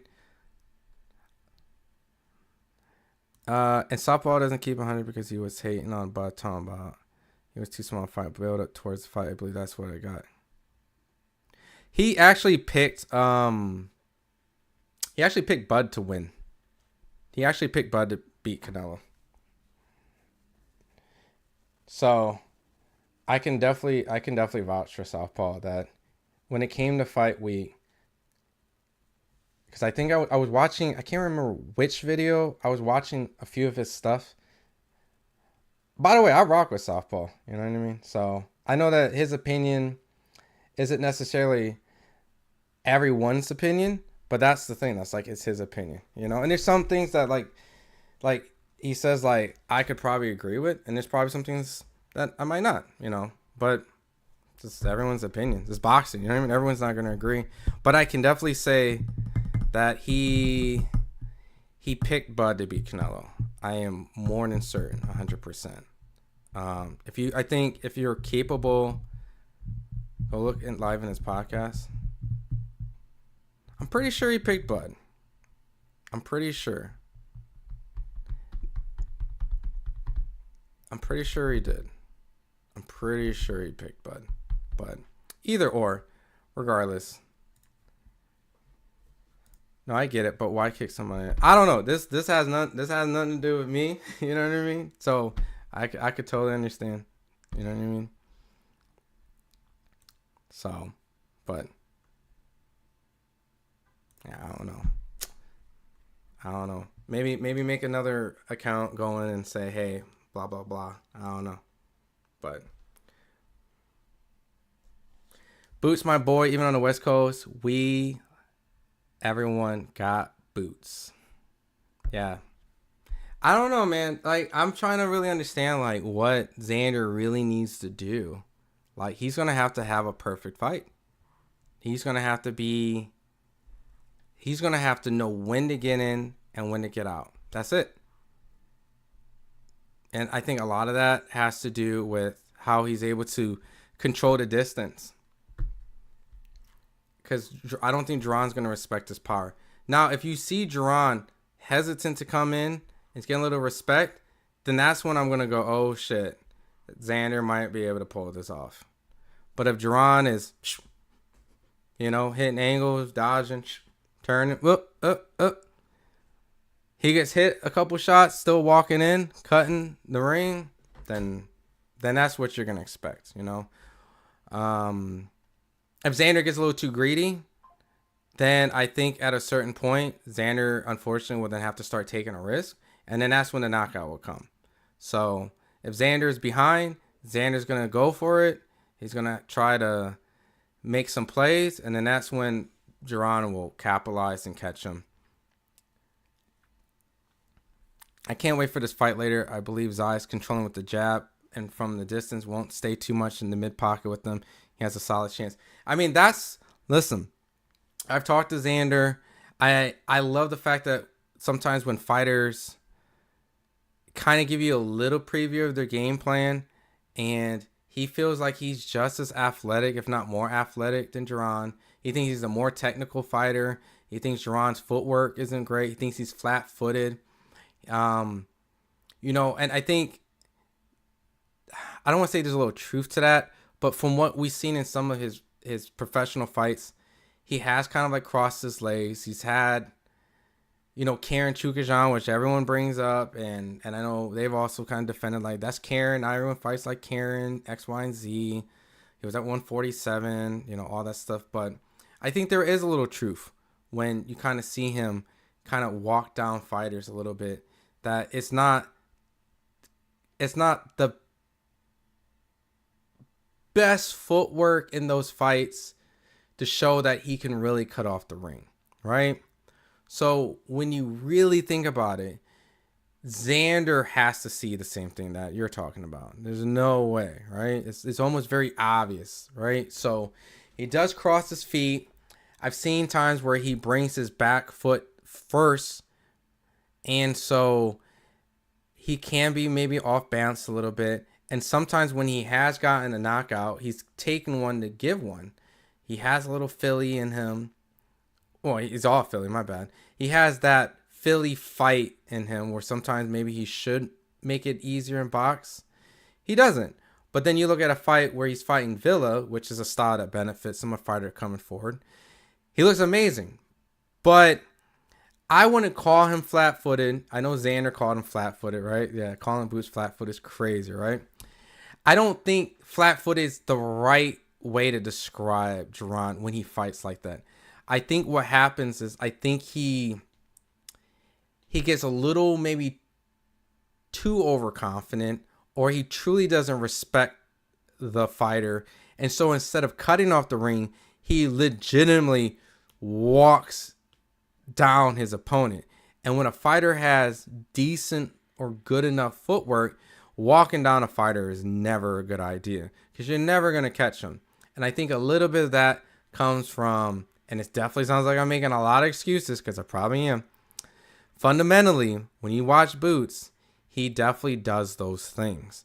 So if he's not fighting Xander with that kind of mindset, and he kind of uses real boxing technical skills that I know he has, he can make this fight look phenomenal. But if he goes back and resort to some of his lazy tendencies, then Xander can have some of those early rounds in the bank. And when Xander goes in the 7th round with maybe 4-2 or 5-1, the fight can get really interesting, right? Bud's best career win was from Spence. When he got over a career-ending car crash, even Spence said he had a terrible camp. I mean, look, at the end of the day, and it's not really to turn this into like a Bud defense campaign, but Spence had every right to talk about what he wanted to talk about. And I think we're so far removed from that fight. In hindsight, seeing that Bud going to 116 fighting Canelo, showing that regardless of this car crash or whatnot, that Bud would have been essentially a humongous problem for Spence, right? And then I think in addition to it, I think that sometimes fighters' resumes get downplayed a little bit because of the fact that they don't have the marquee names that kind of allow people to feel that this fighter is all that in a bag of chips. I think Terrence Bud Crawford's career is one of those guys where when you finally feel like you might start to get the conclusion that you might get, Fred, like what you need, his career ended, right? And if it's like you can't really see the potential of what would have probably been a Jamel Charlo Bud fight, you know, like Bud probably would have been the favorite, probably would have won that fight. If he didn't see his potential of potentially beating, like, you know, having a great chance against Fedor, you know, like if you didn't think he would had like a good chance against Tim Tszyu, like all these guys, right? I think it's just one of those kind of things where, like, I don't know, like you're just never going to give him his props, right? You're just going to, so not really here to like change your opinion or whatnot, but I think when you look at a lot of fighters today and really stack their resume against him, there's only a few that you can really say like can have decent conversation with. Usyk, anyways, Bivol, right? So, and you can dissect all those guys to a good point too. So, Emiliano Vargas is going to be the next fight, but I don't know, dude. The pacing is atrocious. Like me talking all this time is really just waiting for the next fight.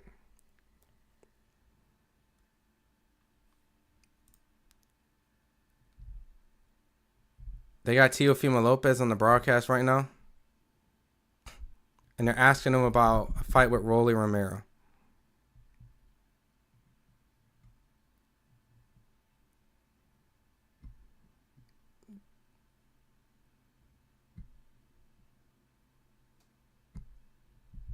Teo's addressing about the Rolly Romero fight.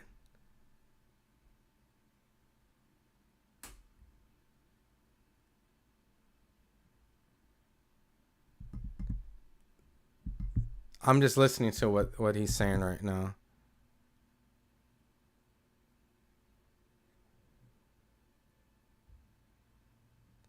So it sounds like he's interested. He can't really confirm. He's talking in circles a little bit, kind of denying it, kind of not.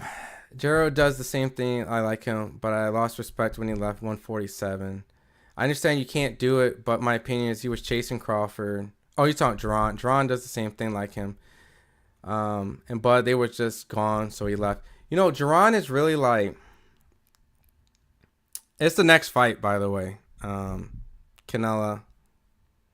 We're just waiting. Jaron is like really like Keith Thurman, right? But Keith Thurman was able to get Manny Pacquiao later in his career. But when Pacquiao and Floyd was kind of like at the end, or what seemed to be the end of Pacquiao's career soon, like he was kind of left like in a division where he had to start over, and he had to fight like the Shawn Porters and the Danny Garcias. And so really at the end of the day, with Crawford and Spence probably not being in Jaron's picture, he's going to have to find his Keith Thurmans and his Danny Garcia. And Xander might be like his Danny Garcia. His Keith Thurman, his Shawn Porter. Actually, I don't want to be disrespectful. Actually, no, maybe Danny is like his, Xander might be his Danny Garcia. I don't know what his Shawn Porter, maybe Jamel Charlo might be his Shawn Porter. I don't know. These are bad comparisons. Ignore me. But he's going to need people he needs to fight so that he can kind of separate his own legacy. You know? Rolly's going to beat him. I mean, look, Rolly is hard as hell, dude. He's awkward. Hey, man, don't sleep on Rolly, man. Yeah, calling him Boost flat-footed is crazy. That's what Xander called him. He is flat foot a little bit. I think he got nice combos when he's sitting in the pocket and he's able to sit on his punches. Other than that, on the move, his power's not there, and we've seen that with him. You know what's interesting? I think Xander kind of also told me that too. Like, I'm not about to stand right in front of him. He fights really good in the inside. That's where he does his best work. I believe he's even said that. So he's kind of like thrown a little bit of game plan out there. So I agree. Like, from what we've seen professionally, Boost does better when the opponents come to him. And when he has to go after him, he hasn't had the same type of success or wow factor that some of his other fights have been. So Villa, Stanionis, Lipinets. So, but we'll see. My brother and I are very divided in the fight. I watched Zayas in Florida and he watched Boost in Philly. He swears Boost is a very smart and observant fighter in the ring. I think Boost is very observant, personally. I think it's just more of like, will he be disciplined? That's just really what it just comes down to. Oh, you're fine. Listen, you ain't got to... Listen, my tip, Buck, and please don't type when you're driving. Just hit the mic. They'll automatically type for you. And if that's what you're doing, then that's perfectly fine. Don't even worry about it. If that's what it auto-corrected, that's perfectly fine. But Mills is coming in right now. Next. So I remember I interviewed Bryce Mills. He's coming in the ring right now. He seems like a very nice guy. You know, he came from kickboxing, so he has combat experience. He's has 16 wins in a row after coming off his first loss. Doesn't really have like a big flashy promoter that kind of pushed him into like a position where he can have easy fights. He's kind of took some kind of fights, and then for his first step up fight, he lost against a guy that was like 8-7. Emiliano made a comment at the press conference that he's kind of been a dirty fighter and landing the elbow that knocked out his opponent. If you actually watch that fight with a Ponte, I think he personally landed a clear shot on his head. From the angles, it looked like an elbow, but it would look like a shot on top of the head. So I wouldn't say Bryce is a dirty fighter. Now, Top Rank definitely has a lot of interest into Emiliano Vargas because he is literally like their kind of Ryan Garcia, golden boy kind of guy. He's the son of Fernando Vargas. If you've been living underneath a rock, I mean, that's one of the most like beloved Mexican-American fighters over the last few years in boxing. Emiliano had a good amateur background, decent enough, and this is going to be a step-up fight for him where Personally, I think if I was Bryce Mills, I would try to bring this fight into the later rounds because it seemed like Emiliano has kind of struggled to look great in his last couple fights that went into the later rounds. Could be a little bit of lack of experience going the distance. But other than that, I think if Mills drags this fight out a little bit later, we can see a little bit more holes in Emiliano's game, and Bryce can exploit that. But we shall see. I think Emiliano is here to deliver, look spectacular, try to get a knockout against a guy. I believe he's like 22-1, so that'll be a great win on his resume. And I think Bryce can also give him a test if it doesn't go that well. So my man brought up Najee Lopez. Time to defeat Whitaker to Najee Lopez. Yo, that's an exciting fight. Stylistically, woo! Najee Lopez versus Ben Whitaker. I don't know. I don't know if I could say Lopez destroys Whitaker. I mean, Lopez is gritty, right? He's gritty. He's tough. That's something that I think Whitaker would definitely have a problem with. But Whitaker is also a guy who seems like he can get in a rhythm pretty fast. He's slick. He lands good sneaky shots. And if Lopez isn't careful, he can get caught. But that's a great fight. And honestly, if I saw those two guys on paper lined up to fight, as a boxing fan, that's an amazing fight. Who wins between Jaron Ennis and Xander? Dan, I'm going Jaron Ennis. The kid just seems special, right? And I know, what do you mean seems special? Xander, he's unified, world champion, Jaron's resume. It's just an eye test thing. I think Jaron just has something that has yet to be seen in a professional fight of his. I think over time, it will start to slowly roll out. And I think personally, if Xander fights a perfect fight, then I think he can make it a very competitive fight. But other than that, I think Jaron is just going to walk through Xander's punching power and take some chances to get Xander in an uncomfortable position to fight, which really that's where I think Jaron shines at. And if I think Xander takes the bait or gets countered in the process of exchanging, it's night. So Xander's going to have to be very disciplined. He's going to have to move around. I mean, you guys know boxing. I mean, I think everyone who picks Xander is expecting to do that, right?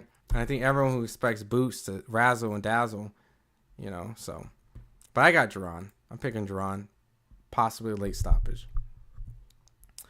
And I know a lot of people say, well, Xander, even though Jaron wins, it's not going to be by KO because Xander's going to provide a lot of movement and Jaron's not really going to be positioned to do it. I think Jaron will get it. So, Najee by TKO, but the fight will never happen. Boxing don't make the best fights. Woo, that's two Najees. Woo! Yo, I love the Najee Lopez Ben Whitaker fight. So, the fight's happening about right now. They're in the ring. So, the ref is talking to him. So,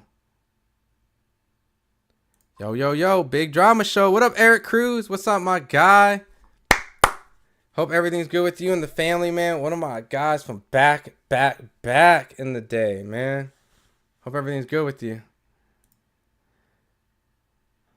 So, yeah, we're about to see, man. This Bryce Mills, Emiliano Vargas fight is definitely interesting to me. Because I do feel like, even though Bryce Mills doesn't have, like, world-class champions on his resume or been a former champion, it's definitely a step-up fight for Emiliano. So we'll see. And if Emiliano can get like a very devastating knockout early, I think it'll be kind of impressive. Not like, oh my God, he's ready for a world champion instantly, but it's a good step in that direction. As of right now, Emiliano looks very fast. He's doing a couple good stab jabs to the body. Throwing some level chains.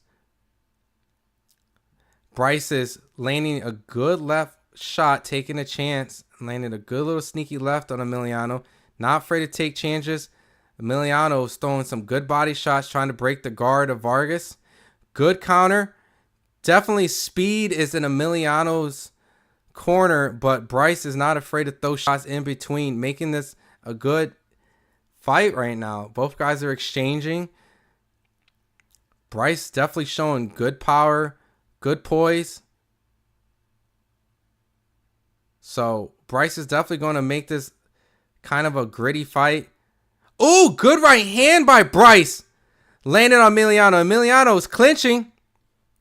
Yeah, Bryce is a beast. Listen, this is definitely a huge step-up fight for Emiliano. But like I said, we'll see.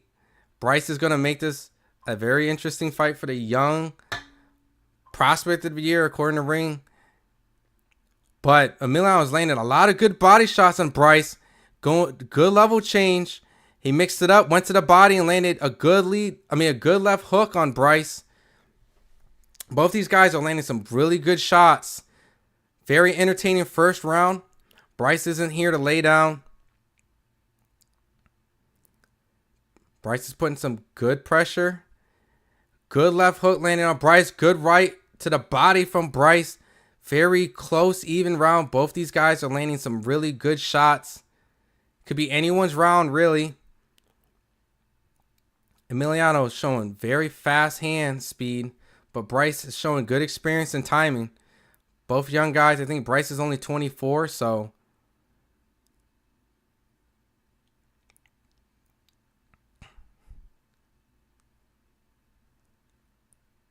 Bryce is hawking Emiliano down right now. Has Emiliano on his back foot. Both these guys are landing some good shots. Bryce is landing some good shots. I know Bryce personally. He's a great guy. That's what's up. I've interviewed Bryce before. He is a very nice guy. Not a trash talker. Very respectful. Good. Solid left. Oh, 3 lefts from Emiliano. Catches Bryce. Maybe might have been able to sway the judges to give him that round since he is the favorite and stuff like that. When it's a close round and you're kind of on the fence, Emiliano landed some 3 good shots that might have swayed the judges. So I might maybe personally give Emiliano that round just because that's the last thing that I remember. So it's, you need something to kind of break the tie, and that could have done it.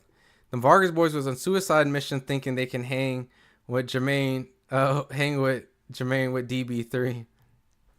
Oh, yeah, you're talking about if they did the DB3, the Keon? Nah. I think Keyshawn and Keon would be... even Calvin, Vargas versus DB3. Yeah, I would probably favor DB3.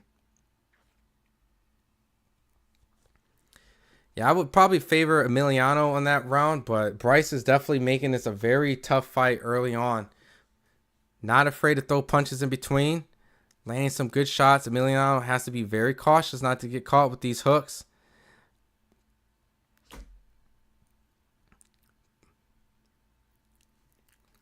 Bryce tries to throw some sneaky hooks. Emiliano blocked them.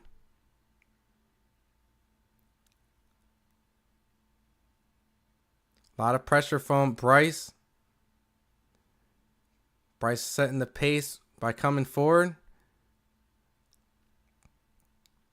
Emiliano's starting to get his rhythm a little bit better than Mills right now. He's made an adjustment.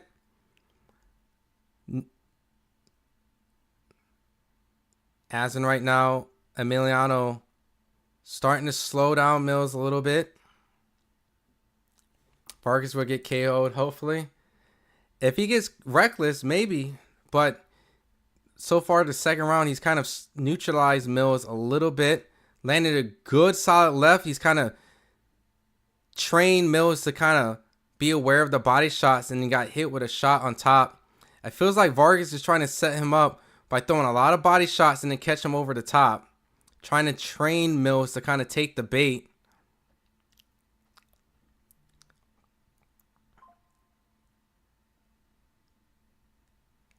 Right now, Mills is not having any real success, just like he did in the first round.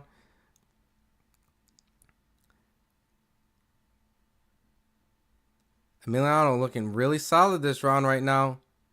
Showing good head movement, good defense, using that jab very well in the southpaw stance. Landed a jab on Mills right now.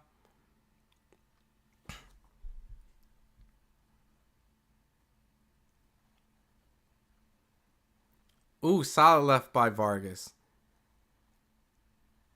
Ooh, good right hand from Mills landed on Vargas. Vargas ate that. Ooh, Mills landed a sneaky left on Vargas right now in between. Oh, and a good right. And oh, Mills is teeing off on Vargas right now. Vargas got to be careful. He built a lot of confidence early in this round, and he landed a good solid straight left. Caught Mills coming in and caught him with a good jab. Mills now has to be careful not to get overzealous and landed a sneaky little left. Oof. A sneaky left caught Vargas. Vargas needs to be careful of that lead left. These guys are exchanging. Vargas going to the body. They're exchanging. Both these guys are exchanging right now. Mills is starting to come back a little bit in this round. Probably still give it to Emiliano just because of the early success. But Mills is definitely closing the round really well. Keon the Juice Davis is up. He's just got to get more active. Yo, honestly, I think Keon is a really solid up-and-coming fighter. And learning a little bit more about him after watching some of his fights up close and even talking to him. You know, he actually fought Kid Austin in amateurs and he beat him twice. And from what he told me, he actually don't even remember fighting Kid Austin until later when he turned pro and found out later. He apparently fought him twice in amateurs. He beat him. And he says that he fights the same that he did back then. So maybe it was a style matchup. But I remember when Keon was training with Bo Mack, right? And this is before Keon turned pro. I believe I was in camp with, I think Shakur was fighting De Los Santos. And Keyshawn was in there. I think Keyshawn was on the card too. But they were all like training. But I remember Bo Mack was telling me, like, yo, he was like, yo. And it might have been Red too. He was like, yo, that boy Keon's nice. So, ever since then, I kept my eye on him. And that kid is definitely had really solid performances. I know, I guess, with lower competition, but he's looked good. I agree. Ooh, man. Vargas is landing some good shots in the beginning of the third round. Kind of a repeat of the second round. A lot of good movement. Vargas is showing good footwork, moving around.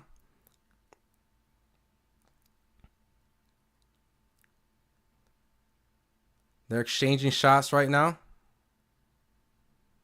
Good body shot from Vargas.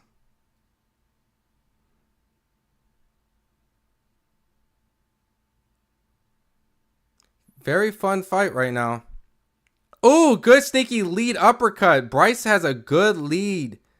Good jabs. Good lead uppercut. Good lead left.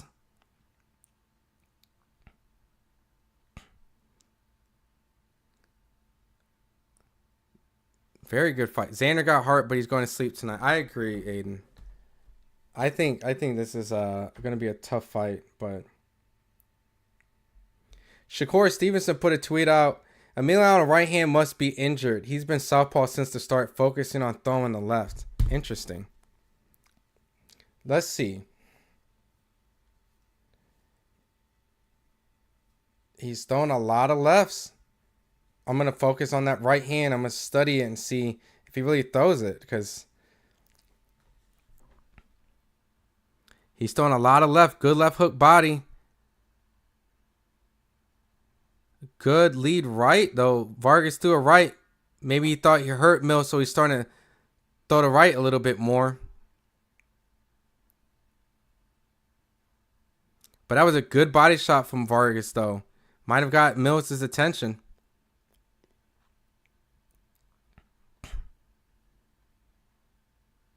And like I said earlier, I believe Vargas is going to try to condition Mills to kind of worry about the body and then come over on top as he lands a good right on Mills. So we'll see. You know, it's kind of like playing like rock, paper, scissors, and you keep throwing. Oh! And he caught him with a good right and dropped Mills. Mills is kind of looking upset, kind of like, oh man, like I'm good. Like, but it was a little quick check hook that dropped Mills. And Mills doesn't look visibly hurt, but more frustrated than anything.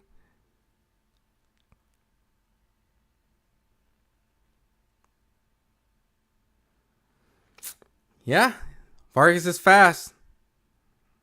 Mills is a little discouraged, knowing that going into the 4th round, that knockdown is definitely going to be something that's going to be kind of hard to kind of redeem, especially when you're the B-side fighter. I give Vargas all 3 rounds, especially the 3rd one, with the fact that Mills went down by check hook. So this is definitely going to be a fight where Mills is going to slowly but surely enter or needs a knockout, if this is the rate that it goes. So, but good setup. You know, he landed a little check hook that kind of dropped Mills. Maybe not something that landed clean and flush, but enough where if you're coming in on a straightforward line and that shot knocked you off balance while you're going down, it's a knockdown. But we'll see. You know, I wouldn't say it was like a knockdown, like he hurt him, but it was a punch and he went down. So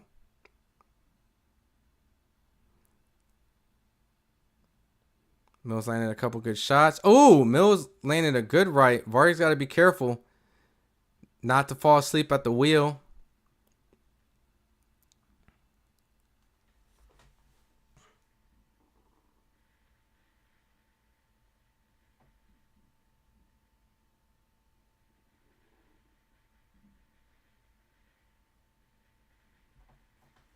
A lot of switch stancing from Vargas right now, but mostly in the southpaw. Oh, and a straight left drops Mills. Mills is hurt. That one for sure, Mills is hurt. He got up. He said he's good, but he's a little wobbly. He got up very quick. He has to be very careful. And right now, Vargas is walking him straight down, landing some good shots. Mills is trying to fight. Oh, and a right. Mills is fighting, but ref comes in and tries to stop it, and he does. Mills is frustrated. Had a feeling he was going to land a shot on top to hurt him. You know, when you're worrying so much, like I was trying to say earlier, rock, paper, scissors. If you go rock, scissors, and that's kind of what Vargas was doing. He was kind of setting that shot up all night. So, but solid shot, man. Good performance right there. Solid win. Top Rank did a great job setting him up with Bryce Mills. He's a really solid opponent. A good test. Passed with flying colors. Stepping up very well. And then, you know, before you know it, we might be looking at him looking for a world championship at some point. So, very solid performance.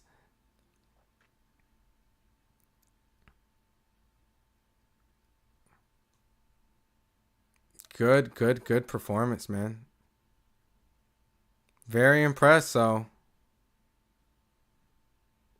hey, man, I see a super fight later. If Abdullah keeps doing what he's supposed to do, and Emiliano keeps doing what he's supposed to do,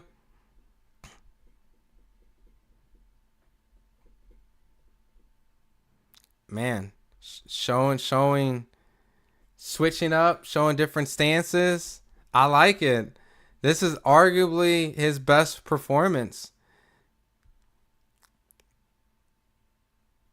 So, you know, he fought through the fire a little bit, showed calm, poise, fast hands.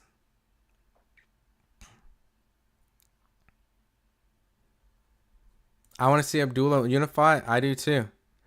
You know? I mean, dude, honestly, I'm going to be straightforward. If Abdullah was able to unify with Raymond Muay Thai and actually beat him decisively or hurt him, knock him out, I don't see anyone then, like, of the new class beating Abdullah then. Because, dude, Raymond is a problem. Raymond Muay Thai is a problem. And if he happens to unify with Raymond and beat Raymond, woo. But, yeah, I do want to see Abdullah unify. It's going to be very interesting seeing him this fight with Albert Bell. It's like bittersweet because I did want to see him fight Joe Cordina, but then I also am excited to see him fight Albert Bell. So them other two Vargas brothers be hating on little brother. Do they? Why you say that, Bing? I feel like they've been, every time I've been around them, they've always been supportive, you know? That's little bro. They big bro, man. Yeah, that'd be definitely a good one against Raymond. And honestly, like, I personally think that if Abdullah fought Raymond Muay Thai, I really don't know who the bookies would make the favorite. Like, I have to Google that.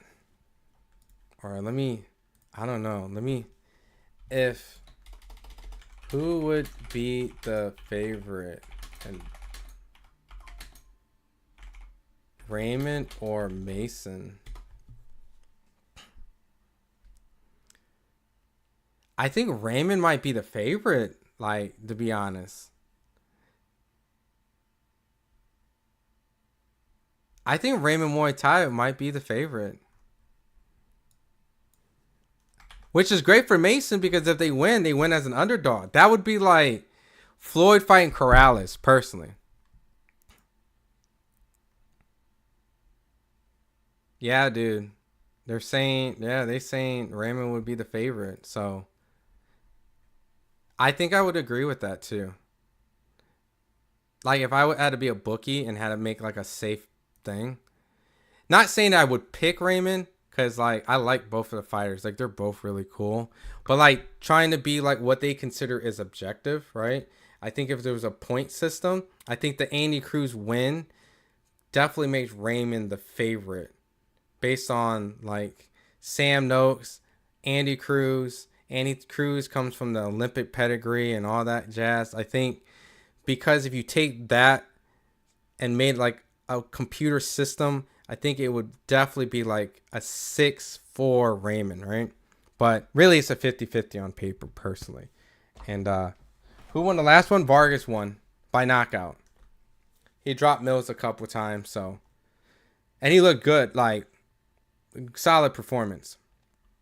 Yeah, Emiliano just ended, so we'll be getting ready to go to the main event. So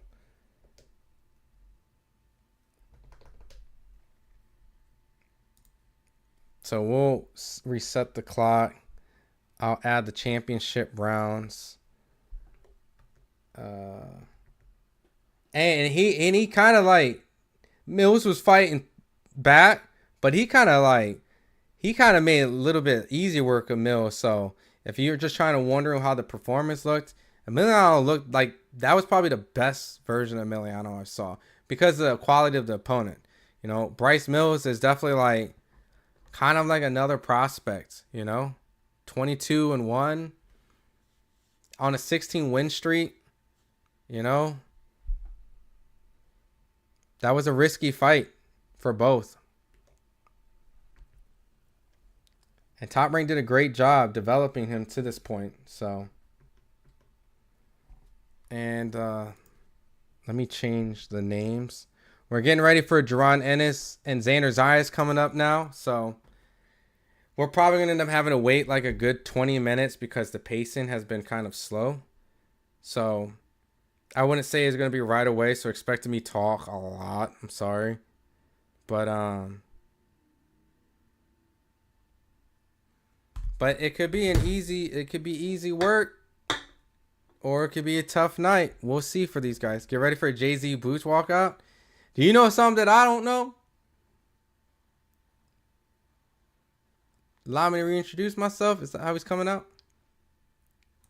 Yeah, that'll be a great test, man. Raymond Muay Thai and Mason. Woof.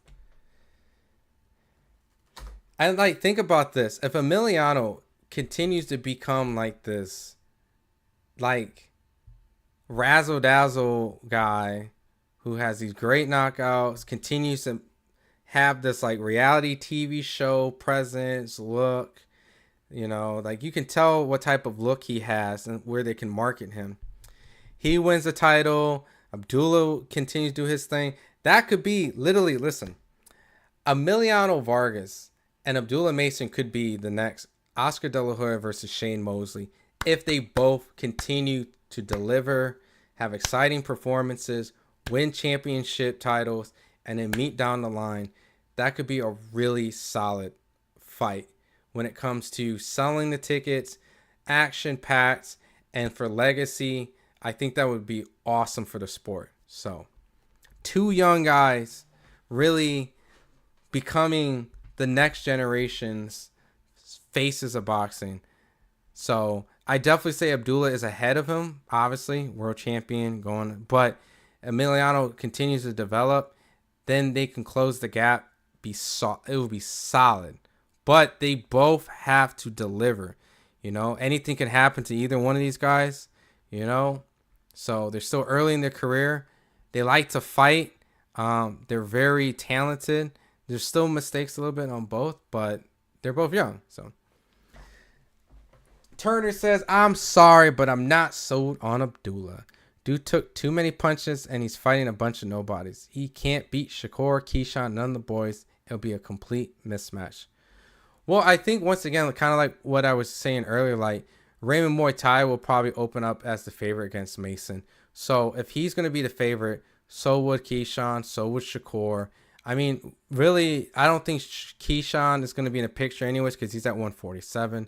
Shakur is entertaining 144, and they're both managed by Jay Prince. So I don't know if that fight would even... Actually, all three of them, Keyshawn, Shakur, and Mason. So I don't see Jay Prince putting any of those guys together fighting each other just because it's just the business of boxing. What manager is going to do that? So with that, I guess bringing Abdullah's name would be something like with Emiliano, Raymond Muay Thai, guys around this, Cormel Moten, Kid Austin, right? So think more of that. Think more of like that, not Shakur, not Keyshawn. So if you're saying you're not sold on Abdullah and you're comparing to those fights, then think of Abdullah and those type of fighters I'm thinking. Because really, Kid Austin and Abdullah, Emiliano Abdullah, like think more of that. And if that's where your head's at, then make that assessment there, right? And if you still feel that way, that's perfectly fine. But being realistic in the sport of boxing, I don't see Abdullah fighting those guys. So there is a big age gap difference between them. And those guys are looking for Devins and the Tanks and stuff like that. So I don't really necessarily see Abdullah in their eyes. So main event. LOL, that's what I'm saying. Eddie's always working with Hove. I hear Jay-Z playing right now. It would be like Trinidad. Oh, you think it would be like Trinidad and De La Hoya is what you think? Love your channel, by the way, brother. Hey, I'm just one of the people that contributes to FightHype, so I appreciate you, Turner. I appreciate you supporting. The channel's owned by Ben Thompson, so when you say it's not mine, but I'm the lead managing editor, so either or. I appreciate you supporting the channel in general. So much love to you, man. Boots wins by knockout. Hey, I have the same. And I'm not a betting man. But if I was to bet, I would put a little bit on Boots for knockout. I think it's appropriate. Now it's up to Xander to show everybody we don't know anything what we're talking about. All right. It's a really good opportunity for him, even if he loses. I think I heard a lot of that because a lot of people don't expect him to win. I think a lot of people feel like the fight's premature, even though he's a unified 154 champion. I think if he has a good showing, I think a lot of people will give him a big moral victory. Unfortunately, I don't think that would be the case for Jaron. I feel like if Xander looks good in the fight, that kind of takes away a little bit of Jaron because I think Jaron still has that Superman high expectation. So, unfortunately, I think if Jaron wins a very close fight, it's good for him, but I think it changes his aura a little bit, and it kind of tones it down. If he blitzes him and knocks him out and makes it look easy or spectacular, I think it maintains that momentum that people feel about him, the general public. If you're one of those people who feel like we shouldn't give him that because he hasn't earned or deserve it, that's kind of the case of boxing for the most part. A lot of these guys get praised until they actually deserve it. So we'll just kind of continue to wait from that point on. But I do feel like Boots will win, and I think Xander will fight with a lot of heart to try to get into the fight, the late rounds if he's behind. And I think, yeah, I think Boots will take advantage of it if Xander comes forward. So, but we'll see, man. We could see Xander have an excellent boxing performance out in New York at the Barclays Center. So, but we'll see. Now we just gotta wait. Man.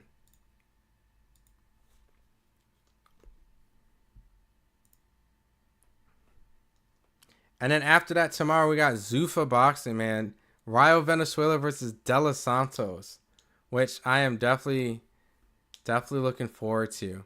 That first fight was a banger. I remember I was watching that fight. My girl was right next to me. She was doing, whatever she was doing, and I was screaming like, "Oh!" So, if the second fight lives up to even like 70% of what the first fight was, expect fireworks. So it should be an amazing action-packed fight, which is kind of what Zuffa's motto has been. Just put on really good fights to enjoy and watch. So I think they saw that first fight. They had Rayo sign, so they knew they had to sign De Los Santos for that. And then it made sense that they made that fight right away. So, De Los Santos is coming off of a knockout win too, not too long ago. So he got some of that ring rust off. I think it was only like a first round, so not too much. But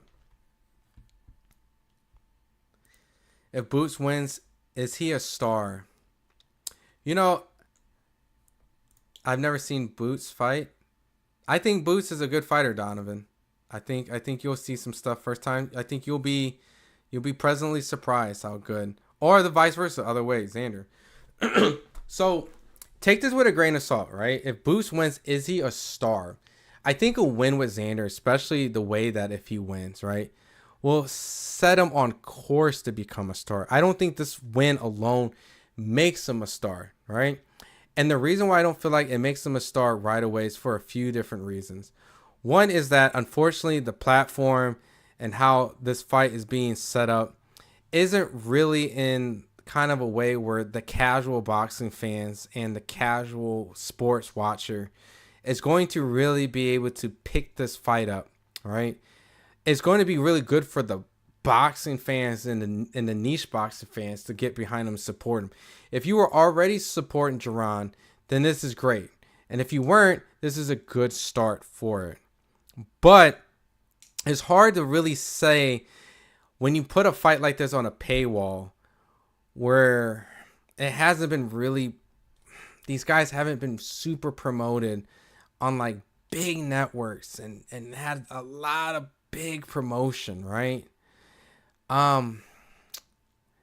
It just won't make him a star, but it will get the boxing world to get behind him more. A couple people who probably has heard about him and never seen him will be like, I like this guy. I want to keep watching him, right? It's a good start, right? If it's cold outside and you have the automatic starter, right? It's not going to say like you can get in your car and just drive instantly. It's not one of those things. Like he could just plow through the snow. But it got the car started. The snow is starting to melt. Like all that stuff is starting to go. It's getting ready to set him up for the fights to get him to become a star, right? I know it's a very terrible analogy, long-winded, but I'm trying to explain it in a way where it's doing everything it needs him to do to get him into position to start to have those type of fights. And those are the type of fights that will make him a star. Him fighting Fedora will slowly make him a star. Him fighting Virgil Ortiz will kind of put him into more of that.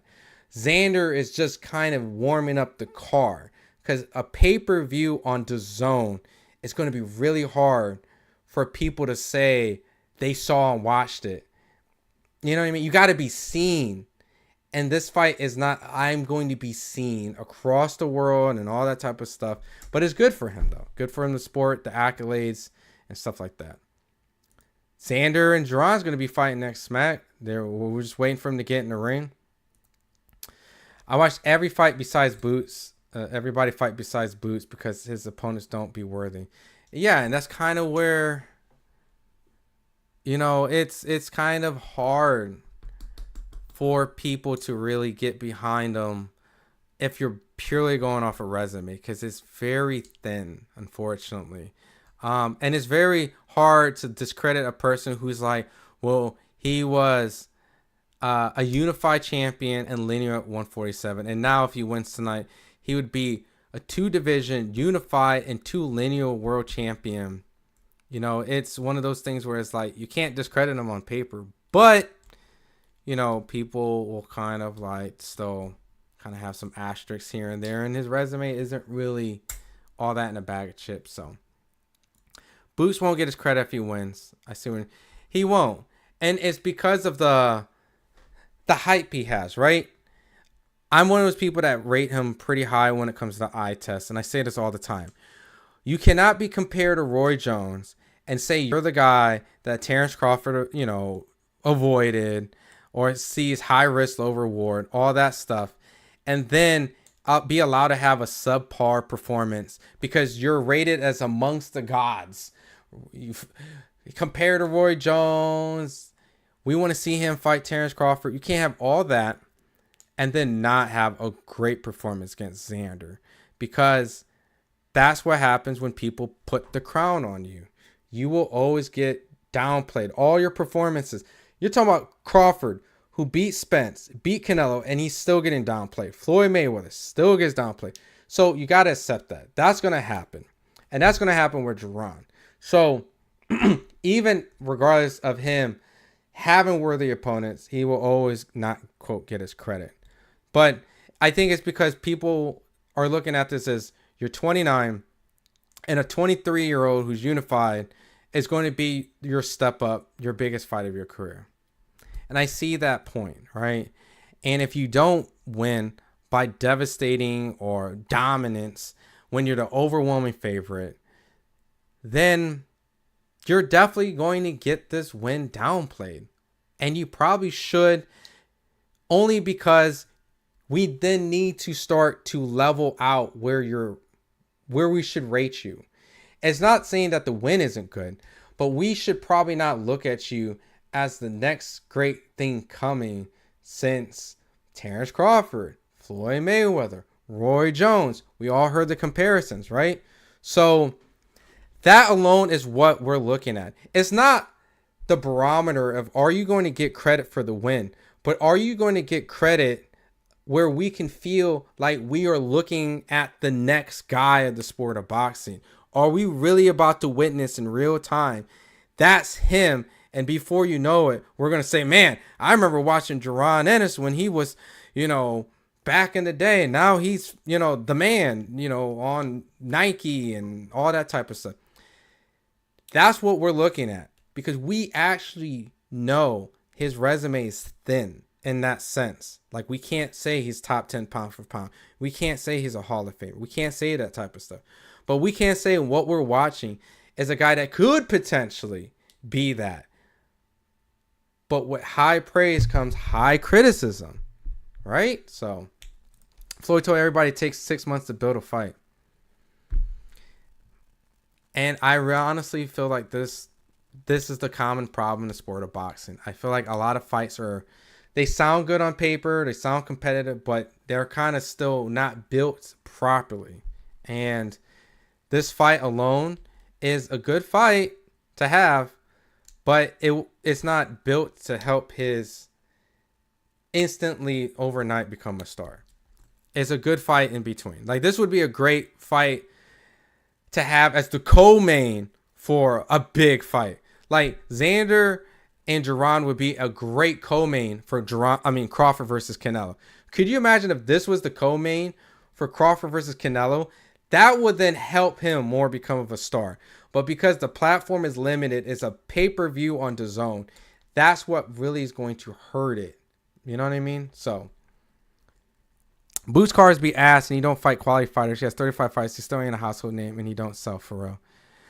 I'm watching this because Zayas is known. Well, Zayas has been on ESPN. You know, I think the other thing that hurts Jaron in this fight is that Zayas is coming off of his unification fight that was on Tubi, that other people chose to watch fights like Shakur Stevenson versus Teofimo Lopez. So it was kind of like tucked away on the side. So your opponent's last fight wasn't really seen amongst the masses. So that also is going to hurt his ability to get the credit because his opponent really just wasn't on a big platform either. So what up, Squid Ink? Likewise, man, I'm doing good. Just kind of came back. Some of these fights, I almost came live for Raymond Ford and Oshaki Foster. I know this doesn't really help because I wasn't live, but I did pick Oshaki to win the fight. But you know, I was interested in seeing that fight, but I just didn't want to go live. So I've been kind of just chilling. Next week I'll be out in Cleveland for the Abdullah Mason, the Shoo Tiger Johnson card. I'll be at the first TNT boxing on TNT, so I'm interested on that. Terrence Crawford will be doing commentary. Bradley, be pretty cool to see how that all plays out. And then obviously Abdullah's fighting Albert Bell. So, but I had to go live for this one. It's either I go to the fight or I go live. So I'm going live. He sold 10,000 tickets, 4 fights in a row. He's obviously a household name. I mean, 10,000 tickets in what? In his hometown? A household name? Are you talking about Boots?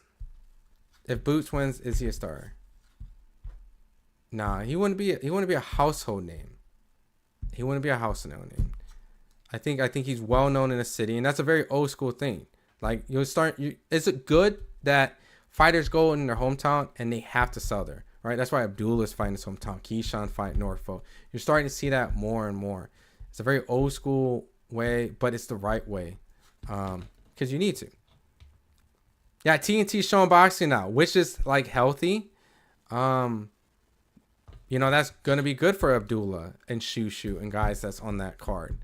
You know, Terrence Crawford is gonna be commentating on it. That's good. You know, stuff like that's healthy for the sport. But we got to see what you know if people buy into it now. So if Boots doesn't KO Zayas, this fight would be downplayed for sure. I agree. And probably people will, you know, because I think people look at Xander as not the guy to dethrone Jaron. So Zayas going to win here easy. Iron Man, 12K in Philly twice, 10K in Atlantic City, 12 in Brooklyn is a good ass run. Listen, I'm not saying it's not a good run. You specifically said he's obviously a household name. That's what I'm disputing, right? To become a household name, right? Think about the people that are household names in boxing, right? And that's something that we shouldn't just throw around lightly. Mike Tyson's a household name. Manny Pacquiao is a household name. Muhammad Ali, Floyd Mayweather, Oscar De La Hoya. You know, Terrence Crawford is probably on the cusp of like, you know, is he not? I would probably say, you know, he's entered household name, but there might be some households that don't know Terrence Crawford, right? And think about what he was on. He was on Netflix and all that stuff. So I would say Terrence is a household name, but like think about what household name is really, right? Like stuff like that. I would say the average boxer today is not a household name. Canelo is probably a household name. So who are household names in the U.S.? Probably Canelo. Probably Crawford. I wouldn't even really say Tank's a household name, but he's like a very well-known boxer amongst like the community of like hip hop and boxing and stuff like that.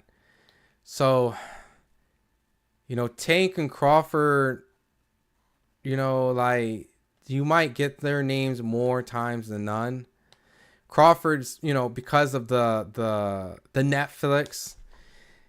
You know, Ryan Garcia and Tank might get it more because of like the social media, so the kids in the households might know, right?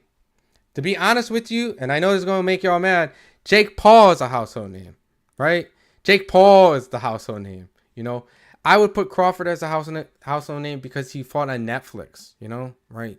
You know what I mean? So it's like, and he fought Canelo on Netflix. So I think that's fair to say like Crawford is a household name. But like on like old school standards, like Mike Tyson, Floyd, you know what I mean? Like stuff like that. So going back to it, Jaron Ennis would a win against Xander Zayas would not make him a household name. No. At all. Not at all. And this is to say it with the most respect to Ennis. And I know the Ennises wouldn't take offense to this, right? They want to be household names. And they know that a win like this wouldn't make them a household name. But I think they just want their credit with the win, right? So I think that's what they're striving for. I like Benavidez, Haney, Keyshawn, Gary, Antoine. Yeah, all those guys are great fighters and fun to watch. I think Boots should have took less pay when you had a chance to fight certain people. And that goes back to the whole Floyd Mayweather took less of everything when he fought De La Hoya. And I don't know how much of you guys really know about like back in the day, but when Floyd Mayweather fought Arturo Gatti, that was Floyd Mayweather's first pay-per-view. Arturo Gatti was considered the A side in that. So it said Gotti versus Mayweather. It wasn't Mayweather versus Gotti. Even though people felt virtually like Mayweather was the better fighter and he was going to dominate Gotti, arguably the pound for pound fighter at the time, he was still like kind of the B side to Gotti because Gotti had more cachet. And at a point, Floyd had like a court case situation and he was asking Gotti and them like, look, can we move the date, please? Because I want to, handle this. And Gotti kind of told him like, look, we're not moving. You either take or you don't, or we move on to different opponents. And I think Floyd took on a no contest. He took a no contest, kind of like effed himself a little bit in his kind of situation so that he can secure the date, which I think was why he was a little mad at Gotti. And I think that's why he really was beating the shit out of him. Because of the circumstances he had to do to make sure he got the fight. But that's what I'm saying. Like, he secured the fight. He did whatever he could do. And then that led him later to get the De La Hoya fight, which he was never a 154 pounder, never fought there, jumped up in that weight class to fight him. Then afterwards had to do everything De La Hoya did and beat him on his terms, right? So fighters don't do that enough, in my personal opinion. And I think that's where, if you're saying like if Boots kind of did that, I mean, he could have had maybe a chance of greatness and maybe things could have changed a little bit. But, neither here or there. Sometimes you make mistakes and you learn from it. But, like I remember a lot of times people said Buzz should have signed the PBC. If not, he'll never get the Spence fight or this fight. But by whatever his business deal did, like whatever he did that people question, in hindsight, he got the Canelo, he got all the money, he fought Spence, so it worked out for him. So hold on, let me put these little bots in timeout. All right, Spence, my man. Also, when does the fight? We're waiting for him to get in the ring. So I got Boots beating Fedora. That's a very tough fight for Boots. I think so. You got Virgil beating Boots and Boots beating Fedora. Wow, interesting. He will get more fans with a great performance. Tank and Ryan, I don't want to say.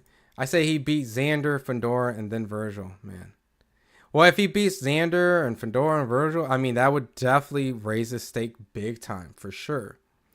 McGregor is a household name. I agree. Well, you're from Baltimore, and I might be. Well, Tank is like a very big deal in boxing. So you're not wrong by that. But I do feel like there is I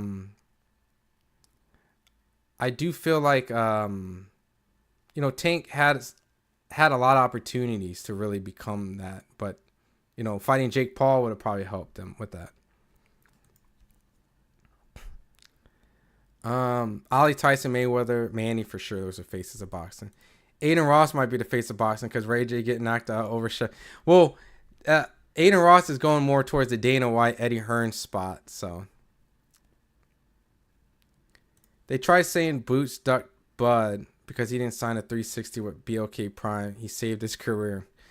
Honestly, I think when fighters do what's best for them, you know, duck is such a fine line, man. Because it's like sometimes you also have to draw a line when you have to bet on yourself and when you kind of have to like, no, I won't do it. And, you know, I just don't even see that. That's a sore subject for many people. So I'll just leave it at that. You know, I'm not knocking Boots, but at the same time, like, I never expected Boots and Bud to ever fight each other anyway. So it is what it is.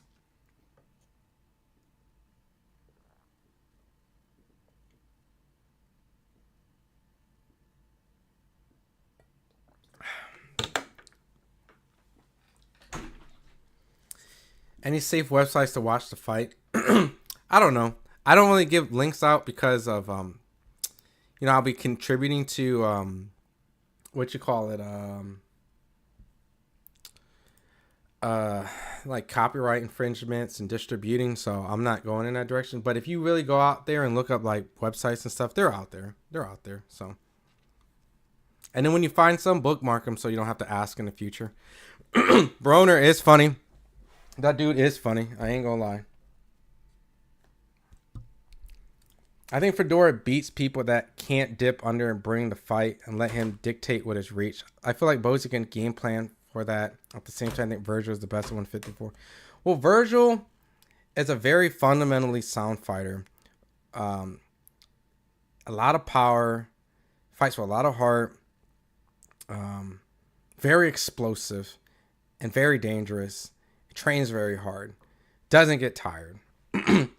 Fundora, he's getting better every time he fights. He uses his range better. And the big thing about Fundora, right?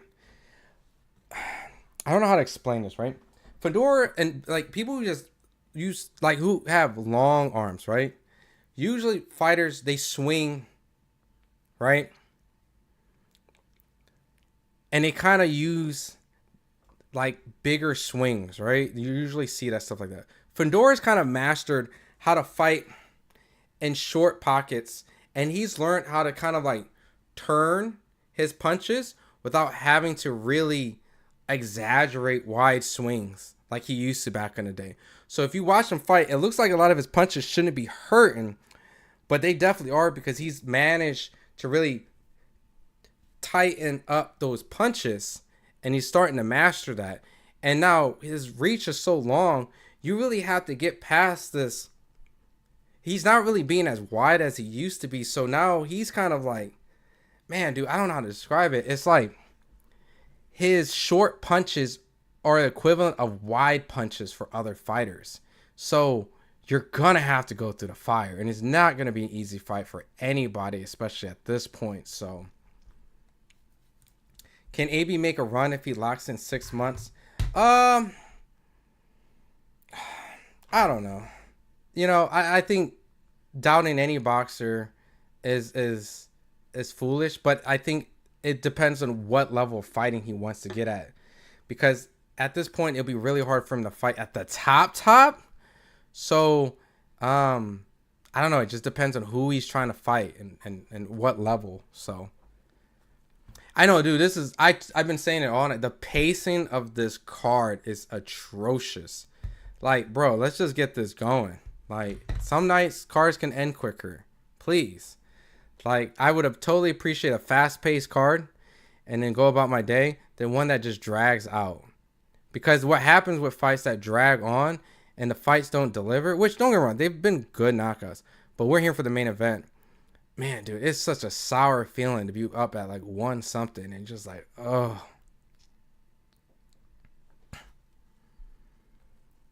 One kidney or one liver shot would KO. Ooh, chill. Virgil was very explosive, man. Yes. And his boxing is underrated. I was surprised when he beat Madrimov. I actually thought Madrimov was going to win the fight, so I was wrong on that fight. So, Broner's happy to be a streamer now. He's happy to getting paid.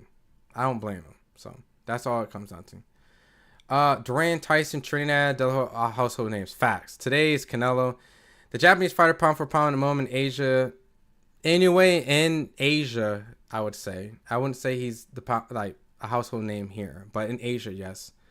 It's just a different time, man. Like, it's just, that's what I'm saying. Like, it's, AB's done. He's about to knock out his own son because his son was begging him to stop drinking. I haven't been watching all his Kick stuff, man. I just see clips that pop up on Kick here and there, so.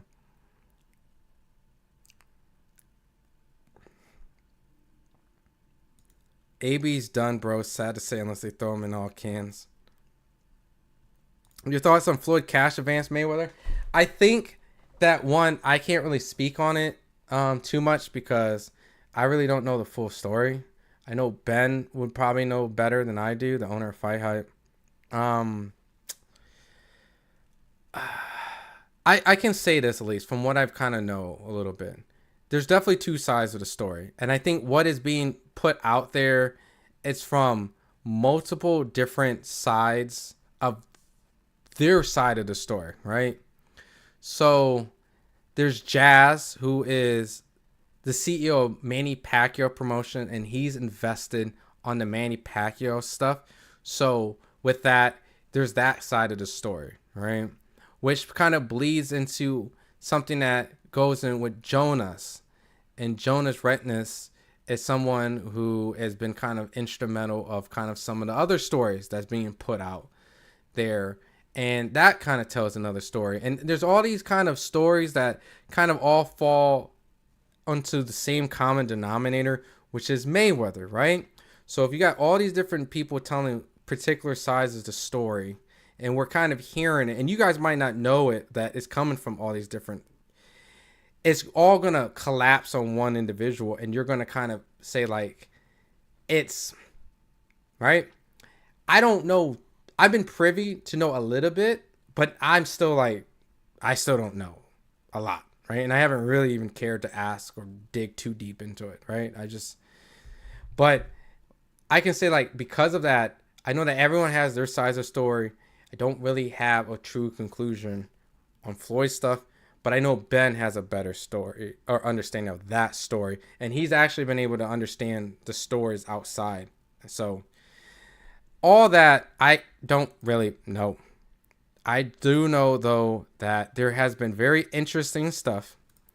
I remember when I interviewed Jazz, which I appreciate Jazz giving me a lot of time, when I was interviewing him on here on FightHype. There's still stuff like I'm still confused about that don't make sense from him, all right? And there's certain things that don't get highlighted about, like, if the Floyd and Pacquiao fight is in limbo, Pacquiao had a fight with Ruslan bear with me. As a boxing guy, I should know how to say his last name. I'm struggling right now. Ruslan, the one that fought Chris Algieri, right? That fight was supposed to happen, and it never did. It never materialized. It never went through. And so why ain't no one asking, like, what happened with that fight, right? So I think we all just need to just kind of wait till everything comes out. Once we kind of get more of it and more of the court case stuff and all this stuff and the Al Haym, all this stuff is crazy, then it becomes hindsight. We wouldn't know. But for right now, I really can't really speak on it too much. So, and he just said on the broadcast that Usyk's going to fight Wilder in his retirement fight. Well, he's going to try to clear out that era, and then that's fair. So good luck, Wilder. He might have actually a chance after that kickboxer was kicking Usyk's ass for most of that fight. You put 1,000 on Zayas to win. Do you think he has a chance? Every fighter has a chance. I hate to say it like that. But would I put 1,000 straight on Zayas to win? No, I wouldn't. I would have probably edged my bet, personally. Because Boots is probably for sure going to win. Everybody worried about their they think that defines them as a fighter. It doesn't. I think if you fight the fights and make the fights that people want to see, then that really actually helps you. Because, like, look at Ryan. If Ryan has lost the Tank, had the weird, craziest thing ever with Devin Haney. I don't know what to call it, right? Win, loss, cheated, got set up, whatever that was. Lost to Rolly. And then now he's a champion after beating Mario Barras, and he's like set up to maybe like to be in another big fight with Conor Benn and whatnot. I think Ryan is blessed more than any fighter right now. So, but at the same time, when you kind of make certain fights and you make them more often, then it's kind of good. It's kind of good for the sport, and it's kind of good for you. But you kind of have to be a little lucky too, because sometimes when you lose, you don't get those opportunities either. So that's why people are scared, because then you have to work your way back up. And it's a very tough road, you know, because they got to go through the fire again. And sometimes that breaks you as a fighter when you finally get back at the top. Like, look at Lubin, right? Erickson Lubin's the prime example. When it's like everybody's worried about their O. Well, he wasn't worried about his O. He went to fight Jamel Charlo very young, got knocked off, had to work his way back up, took a lot of damage, fought Fedor, got knocked off, worked his way already back up, fought Virgil Ortiz. Like, look at this dude. And he got 3 brutal stoppages from Jamel, Virgil, and Fedor. So that's a case where, like, you know what? Everybody's worried about their, oh, well, I kind of see why. Erickson Lubin's career didn't pan out very well. Like, that's pretty bad how that career kind of panned out. You know, when it comes to, like, legacy, right? I mean, he has nothing to be ashamed of, and I hope he got paid handsomely. But, you know, unfortunately, that's how his career panned out. And, you know, matchmaking and positioning is also very important. It's a balance of both, you know. Pac-Man can fight Liam. Who's going to win? Liam who? Boots might knock Zayas out cold, Sally.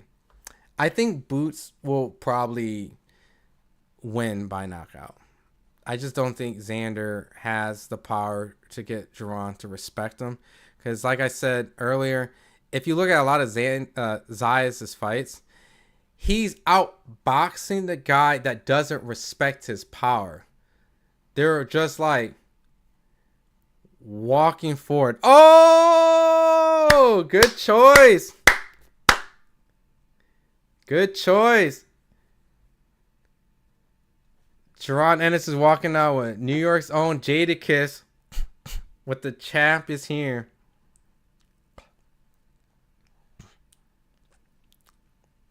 Good ring walk choice, man. With Jadakiss, man. I like that choice. You think PFC is going to exist by the end of 2027? I have no idea what any of these promoters are going to be at. You know, to be transparent, I think it's a very scary spot for a lot of these promoters. You know, with the whole Turkey support line, networks not being interested. You know, a lot of fighters aren't being the household name fighters. Like, I think PBC right now is doing good for probably what their standards is, but I don't know what that is, right? But it's tough, man. Like, I don't see them like knocking out the park like when Floyd was, you know what I mean? I think the state of boxing is different, so. Right? Bailey, the pace in boxing has to get better, man. And I don't know if it's just because we're older, you know what I mean? Like, we've been watching boxing for so long. But, man, dude. So now Zayas is getting ready to walk in the ring. If he comes in there with, like, Bad Bunny or some shit. See, this is where it's like, Zayas has Bad Bunny. Like, Zayas might have the opportunity to become a household name star easier than Jaron because of the kind of things he has.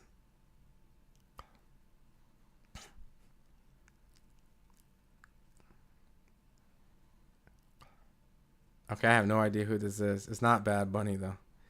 Because I know, like, Zayas is signed to, like, a Bad Bunny firm.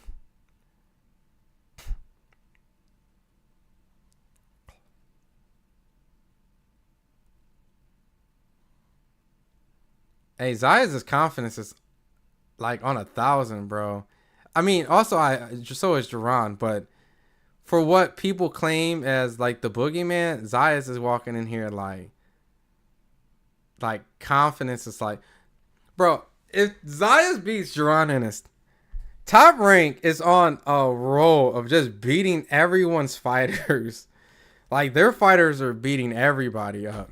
But I don't think that's going to happen tonight. But if Xander does that, bro, Top Rank is like the most goated matchmakers, and or they pick the best talent, or I don't know what it is, dude. So we'll see. We'll see. But Zayas is in the ring, y'all. Jaron Ennis is in the ring. We're officially about to get this going very soon. Ring announcer's gonna announce them, get them to talk to the ref, and then we'll get this fight going. So they're officially here.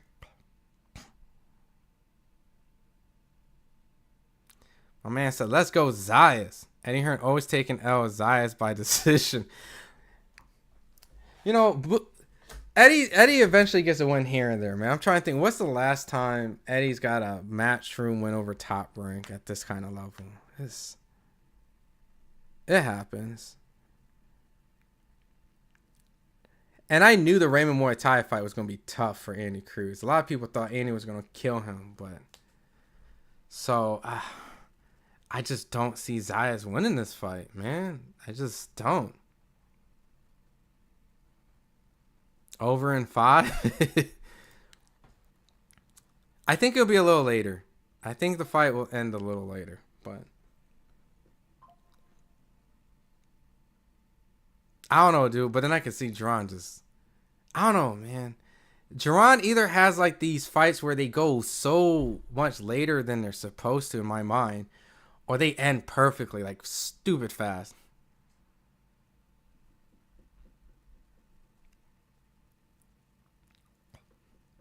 I'll tell you guys this, though. Zayas' trainer is not no idiot. Javier Centeno is a very smart trainer.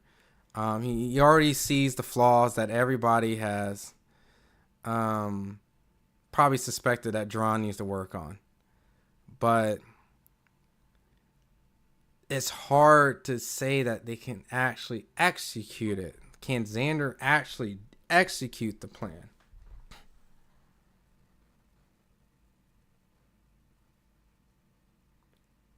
So we will see.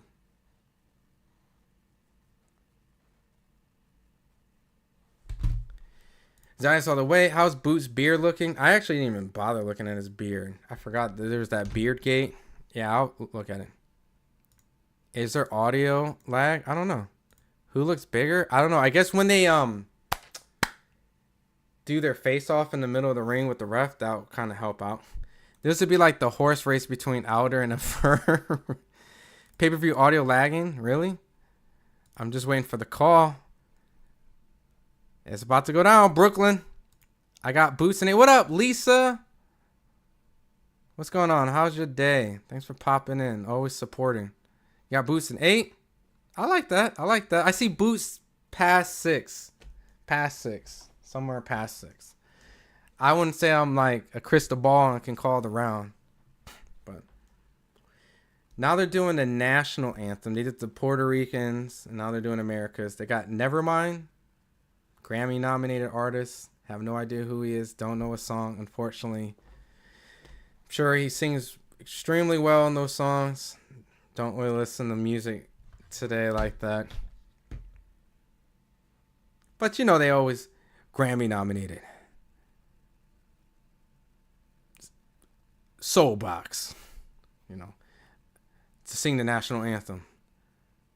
Soulbox, Grammy nominated, 2-time platinum selling artist. I'm just ready for the fight going, man. I get it. Boxing's a spectacle. Let's get all the showmanship. I'm just like getting old, man. Can we get this fight going?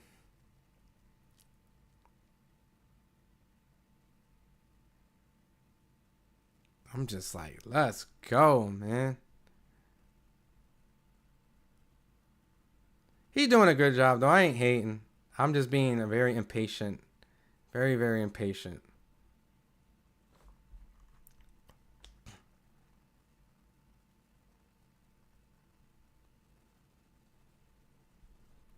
Oh, yeah, that's never mind. Zayas didn't look bigger than Boots to me. That's what Robert says. This is going to be like the 50s call on radio when there was limited TV. Ladies and gentlemen, in the blue corner. Nah, I ain't going to talk like that. And I would be terrible at imitating that. But yeah, back in the day, just like that stuff, man. I'm going to be honest in my call, too. If like Zayas is beating the shit out of him, I'm going to call it. I ain't going to make no excuses. I picked Boots to win. And that's just what it is. You win some, you lose some. So, but...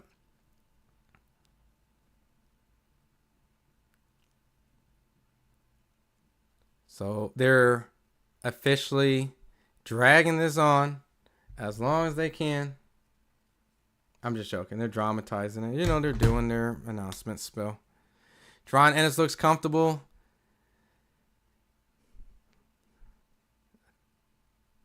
And I'm trying to be the body language expert that we all try to be. Does Zayas look nervous?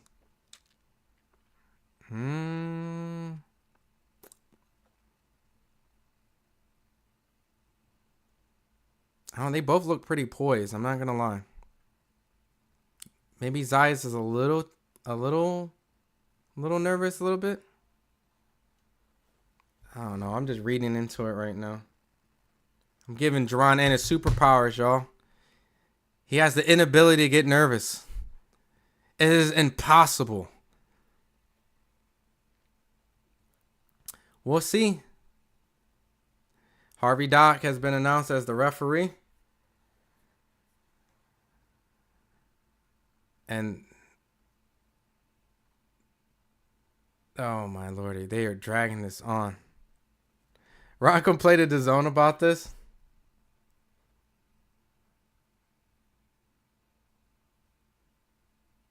Oh my God, they are dragging this announcement on.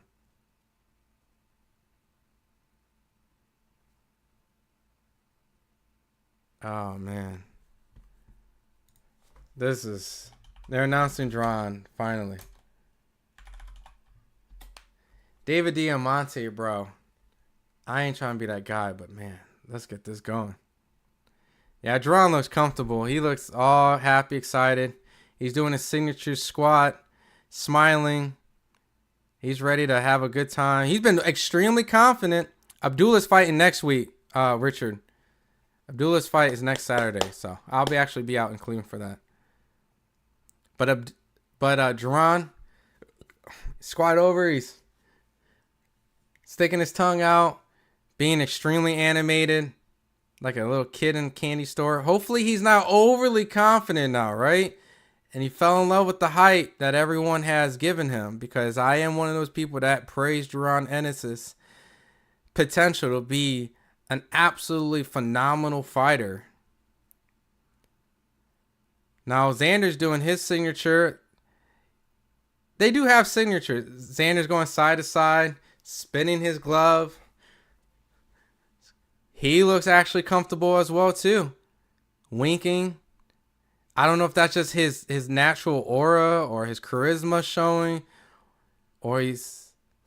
But he seems confident, too. Both these guys seem extremely confident. And like I said, I didn't talk to Boots going into this fight, but I did talk to Xander, and Xander he's convinced me that they have a beautiful plan. And so, yeah, both these guys are ready, man. Both of them excited. And I like that. I like that in both these guys. David Diamante is saying every word in the Puerto Rican dictionary. We are still in the first round, Manny. Oh, boy. Woo, I'm ready to call a fight. About time.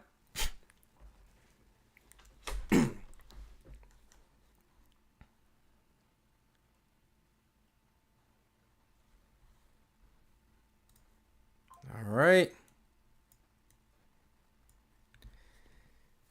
Let's see, man. Is it too much too soon? Is what they're saying. Is Jaron Ennis worthy of that title to be called is the guy that's too much too soon for Xander. The Floyd Mayweather to Canelo is what was brought up on the broadcast as a comparison. What a crazy comparison. My God. Did they just do that? All right, let's go. All right. Already, first jab, Jaron Ennis landed on Zayas. All right. Both right now mid-range. Mid-range boxing already. Xander is trying to throw a lead left. A couple jabs already. Seem to disrupt Xander's rhythm. Xander looks a little slower than Boots' hand speed, but lands a good lead left hook to the body. Xander looks bigger than Boots, personally. Just by glance. I don't know if it's because Jaron is doing level changes, going up and down a little bit. But both of these guys right now exchanging a lot of jabs, trying to get a lot of respect. Xander lands a good jab to the body on Jaron. Both these guys throwing a lot of jabs, trying to establish the distance and range.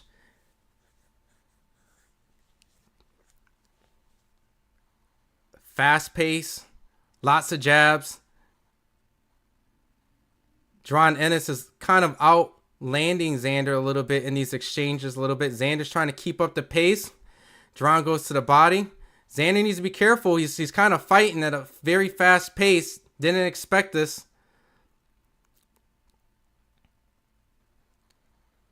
But Xander's kind of on the front foot a little bit, putting a little pressure, trying to fight Jaron a little bit. And Jaron is capitalizing a little bit by landing a couple of the counters, being a little bit faster. Xander still kind of looks like he's still trying to get in good rhythm, but Jaron styled and landed 2-3 punches on Xander, and Xander's down! He ate a good combination, and he ate the canvas.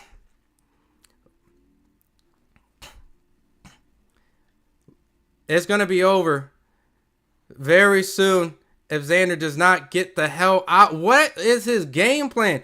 Xander was pressuring Jaron and wanted to fight him mid-range. And then and Jaron landed a good lead right. Xander's starting to fight. And he's trying to punch with Boots, which is not smart. Jaron Ennis looks extremely comfortable, landing clean counters, making Xander. Boots is just styling on Xander. Xander's definitely trying to force respect on Jaron Ennis, and because of that, Jaron landed a good left on Xander. And he landed another left and a right. Xander's going to go. Xander will not make it past 3. I was wrong. I said it was after 6. It's going to be before 6. This is before 6. This is going to be over with. We waited an eternity to watch a fight last 2 rounds. And here comes the Undertaker music playing in the background. It's cooked. It's cooked for Xander. Let's go, Zayas. Beat him. It's not. Xander's folded, man. You know what's crazy?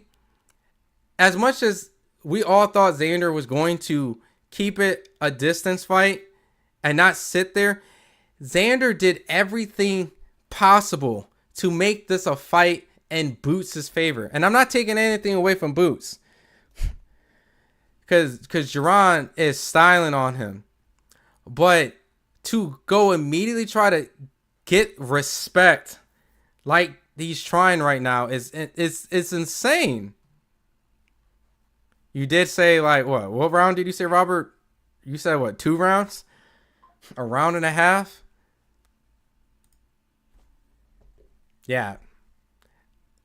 Zayas tried to get a lot of respect early on, and it wasn't smart. So we'll see. Boots is insane. Wow. Listen, Boots is exactly what we think. An extremely offensive monster who tends to fight a little bit more than probably he should, but he probably feels that he can. Very slick and elusive. Gets hit a little bit more than we want, but in certain fights, he shows certain different levels. But Xander caught Boots with a good left hook. So right now, Boots has to be careful not to exchange too much. Maybe he doesn't respect Xander's power, but, you know, we'll see.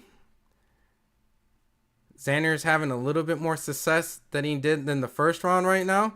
Oh, good sneaky lead uppercut. He's landing some good shots on Jaron, but Jaron is firing back. And he's getting some of that get back. But Boots' speed, combinations, punching in between. He's just kind of outperforming Xander right now. But Xander's still throwing some good shots. Jaron clinches right now.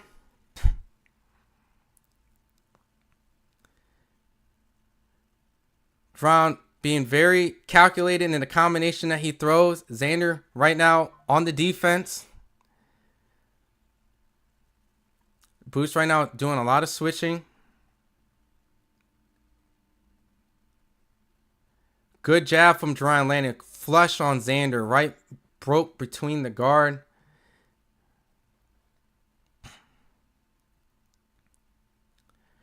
Oof. Both these guys missed their shots. Jaron missed a big overhand right. Oh, Xander lands a good right on Boots. Solid right hand from Xander. Good shot.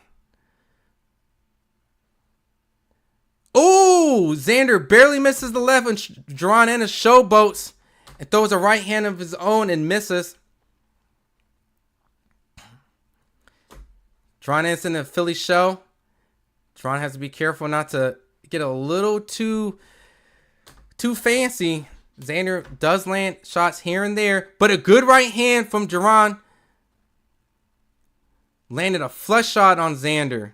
Xander tends to get hit with right hands pretty often in his previous fight, so no surprise that Jaron was able to land a flush right like that. Xander pushes Jaron on the ropes. Actually a competitive round. Probably favored Jaron Ennis in that, but Xander has some success in there. So Xander had to make it rough. Only chance to be outclassed. Let's go. It's Boots time, baby. Bro, I even told him not to do that on his Twitter. We're officially going into the third round. First round, Jaron drops Xander. So it's 10-8 Boots that round. And then I give Jaron the second round. More competitive. But 2 rounds to Jaron. But 1 round was a knockdown. So Boots should be comfortably up right now. Boots always fighting dudes he should beat easily. I mean, hopefully, I don't know. We'll see. I don't know how to comment that. I guess you can't really knock a person fighting a unified champion, right? In a division you moved up, so.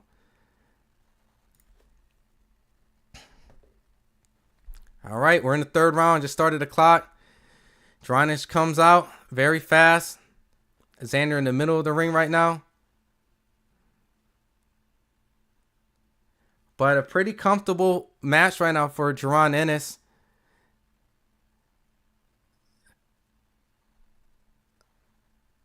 Man, these guys are exchanging some good body shots right now. I think Jaron landed a good body shot on Xander.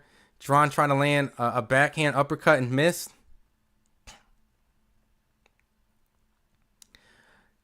Xander lands a good lead left and landed a good right on Jaron Ennis right now.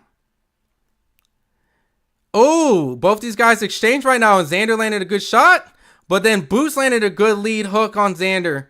Kind of almost like calm down. That wasn't nothing, and he landed a good shot on his own, and he landed a good side straight left from the southpaw on Xander. Xander has a couple good shots here and there, but Boots definitely returned with some good shots of his own, but Xander's having some good success. He landed a couple good shots right there. He's landing some good shots. He landed a good jab, a good 1-2 on Boots. I can't say he didn't. Another good jab on Jaron. Jaron fires back with a jab of his own and lands. Both guys exchange, and Xander kind of caught Boots. Boots is hurt? I would assume because he immediately clinched right after. Boots is on his back foot a little bit. He shook his head like no, but then Boots has initiated a clinch. I think Boots is hurt a little bit, or at least Buzz. Oh, they exchanging. Oh, Xander landed a right. Oh, Boots is Buzz. He has to be Buzz. He's fighting in it, but he's Buzz. Oh, Boots is about to get hurt. He's about to go down. Oh my God, he's getting tagged. They're exchanging. Xander's fighting him, and he's hurting Boots. Boots is definitely dazed. Oh, Xander is hurting Boots. Oh, Boots is definitely getting rocked. Oh, he got hurt. I don't care what nobody says. Boots was in trouble, and is he still in trouble? Oh, and Xander lands a lead left. Oh, snap. Can Boots fight his way out this round? Oh, good defense, but he's getting hit a little bit. He's fighting Xander a little bit. Oh, snap. Boots is going straight to the body now. They're duking it out. Jaron landed a good left, and he's throwing left. These are fighting it out. They're exchanging this. Oh, my God. Oh, my God. They are banging. Yo, Xander round.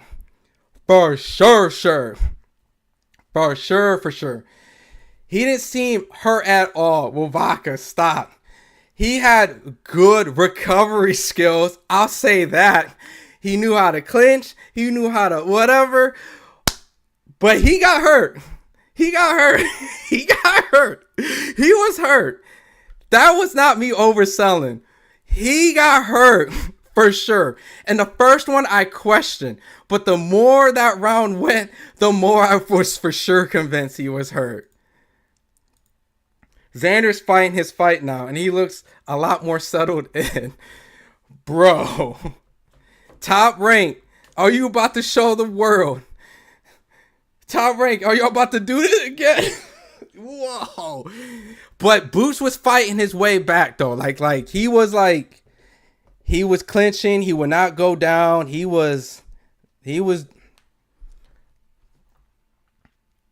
But you know what? Xander is in this fight because Xander earned that round. Oh, but Boots came out flying in the beginning of the round and landed a good shot. Solid, clean shot. Xander absorbing the shots well. Whew. And he's punching with Boots, man. And he is, I guess, exploiting the idea that, oh, good shoe shot from Jaron Ennis. Jaron Ennis goes for a shoe shot, lands some good shots. They clinch up. Oh, good lead left hook by... I ain't gonna lie, y'all. I don't want to be that guy, but... Oh, my God! They're exchanging. Xander's landing flush hooks on Boots, turning his head. Boots is landing good flush uppercuts on Xander. Oh, good body shot by Boots.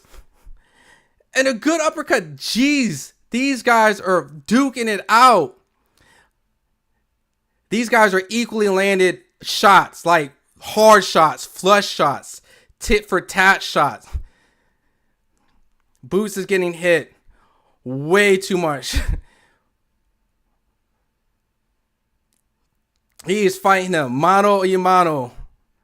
Just like the commentator says. And Xander lands a good right. Flush on Boots. Poorly doing the Philly shell roll.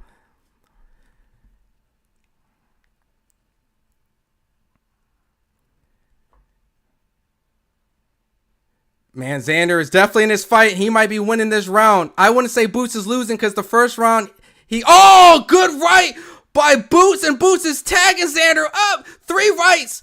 And then Xander fires back. These guys are exchanging. Boots is getting the better of the exchange. He landed so many flush right hands, but Xander landed a couple good body shots.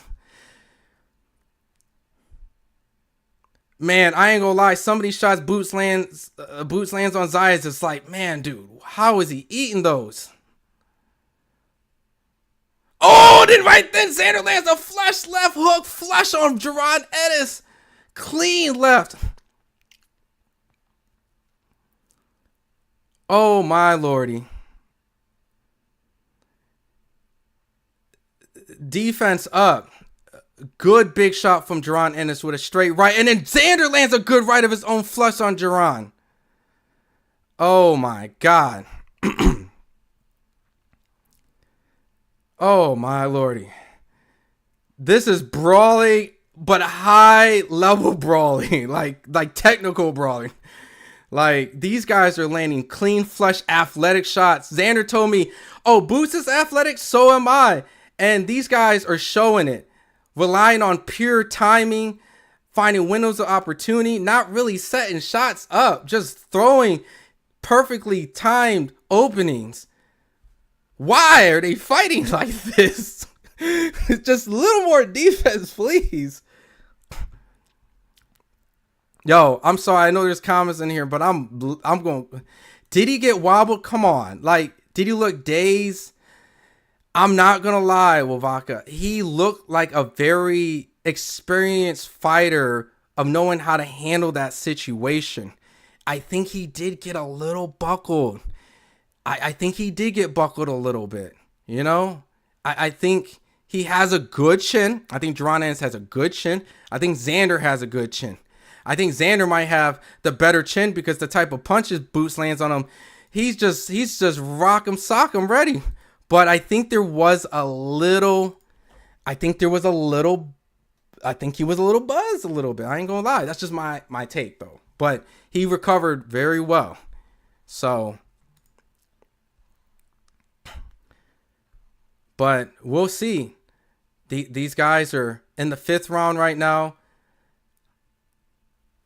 Right back at it. Jaron is throwing some serious haymaker shots.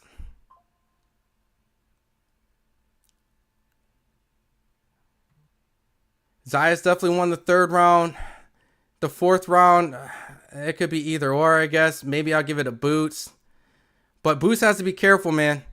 Same with Xander. Both these guys are landing some really good flush shots. Clear on each other. I'll be amazed that these guys go 12. If they do, then hats off, man. Every punch that they are throwing is with bad intentions.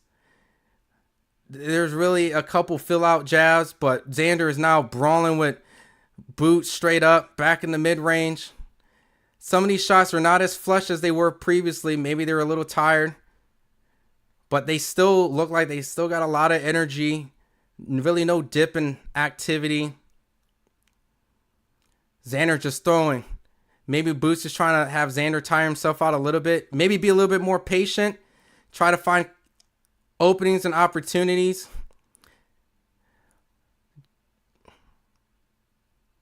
Xander landed a good right. They both exchanged hooks. They are literally exchanged. Oh! And Jaron landed a good right uppercut on Xander like I predicted.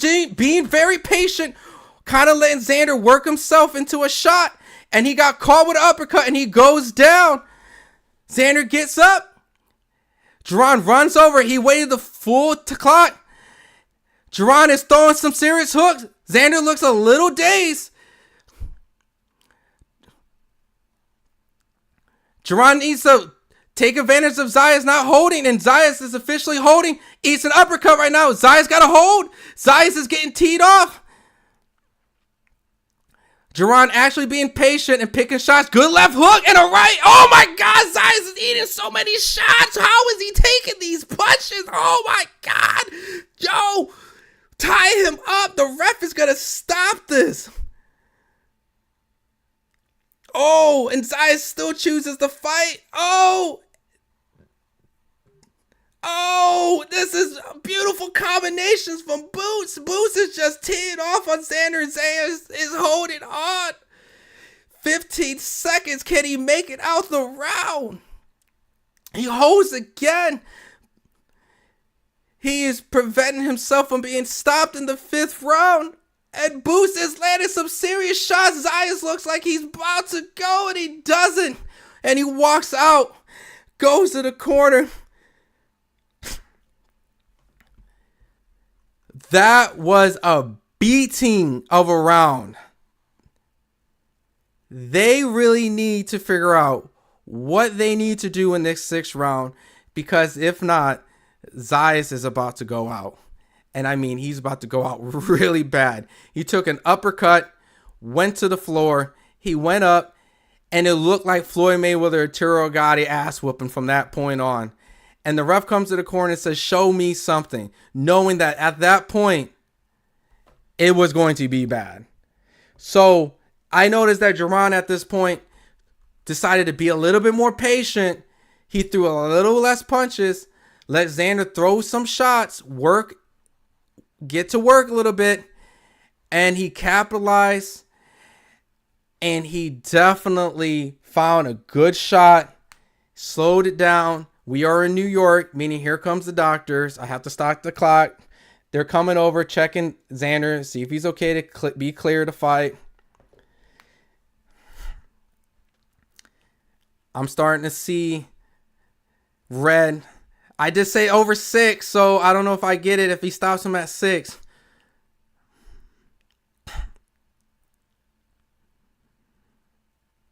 Ooh, good straight left landed on Xander. Jaron is hawking after Xander. Harvey Doc is watching Xander very closely. Xander isn't showing any type of real, like he's not fighting the same. He's on his back foot. He's trying to recover a little bit. Xander's now boxing and moving now a little bit, making an adjustment, not trying to get into a fight with Boots, but landed a good left on Boots. Boots is now teeing off, trying to finish what he started in the end of the 5th round. Don't get sloppy now, Boots. Boots is definitely rushing for the knockout, putting a lot of pressure on Xander. Xander's on his back foot now, back on the ropes.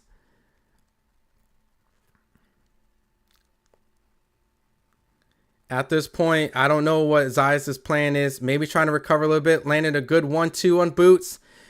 He's starting to move a little bit, trying to do some boxing now. Slowly got out of the fighting range, and now he's in the boxing range. Boots is now entertaining a little bit. Xander is clinching, holding on. If I was a betting man, I would be like, hold on, man. Get out of 6. Because I just say after. Oh, Jaron lands a sneaky sweeping hook with Xander trying to escape off the ropes. Man, Zayas is disengaged from everything in those last 5 rounds. He is on his back foot, on his bike. He is moving, trying to survive. He's definitely trying to get himself right. Boots is now being patient. Easy round, just kind of hawk him down a little bit. But don't let him recover too much now, Jaron. Jaron kind of letting him recover a little bit. Jaron isn't. Ooh, Xander landed a good 1-2 a little bit. I don't know. Maybe Jaron just trying to be patient. Like was set up in the 5th round again. Trying to find Xander throwing some poor shots and capitalizing on it.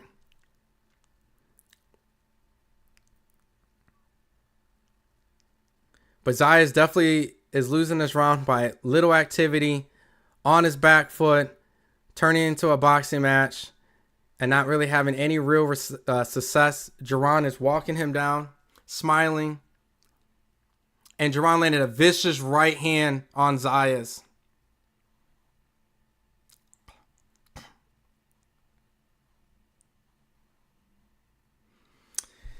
Boots walking through Xander. He's not worried about Xander's so-called power. Nope.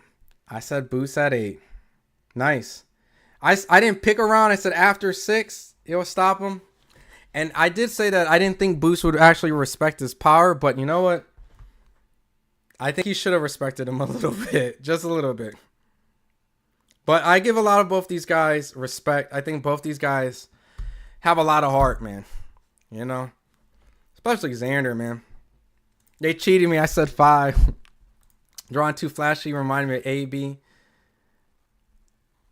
Boots shook Xander at the end of the round. Only chance Xander had is to make it rough. Nah, Boots wasn't losing, but he had that pretty bad 3rd round. That 3rd round, he for sure lost that round. But other than that, man, Boots is in control. He dropped Xander twice to make up the difference of whatever that 1 round was. Xander's showing his IQ. I mean, making smart adjustments, you know. He was in the fire maybe a little too long. Boots definitely had him hurt really bad in that 5th. So, but maybe Boots does respect him. You got to understand, like, just because at this point, like, Boots had him hurt in the 5th and he kind of took a little, I want to say a break on the 6th, but I don't. Oh, but Boots is starting to style off on Xander again. Xander is on his back foot. Xander landed a good left and oh, they're exchanging. They're exchanging, but Boots is starting to tee off on Xander. Oh, sweat flying all over Xander's head. Oh, more sweat flying off of Xander's head. Man, dude, Xander's taking some punishment right now.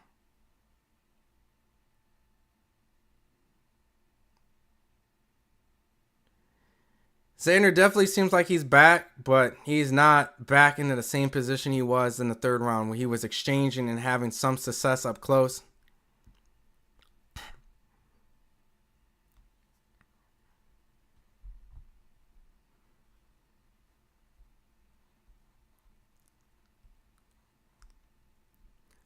Jaron landed a good straight and another good straight on Zayas. Zayas clinches up.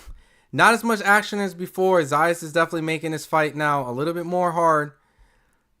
Oh, but man, honestly, this is definitely like Floyd Gotti a little bit. I want to... Oh. And Zayas is down again.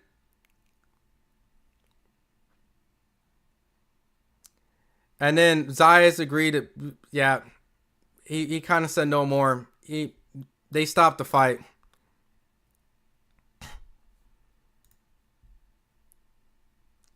I figured Boots will win easily. Stop giving mediocre guys belts so Boots will have a fight good fighters and send him. Well, we'll see where it goes from here now, but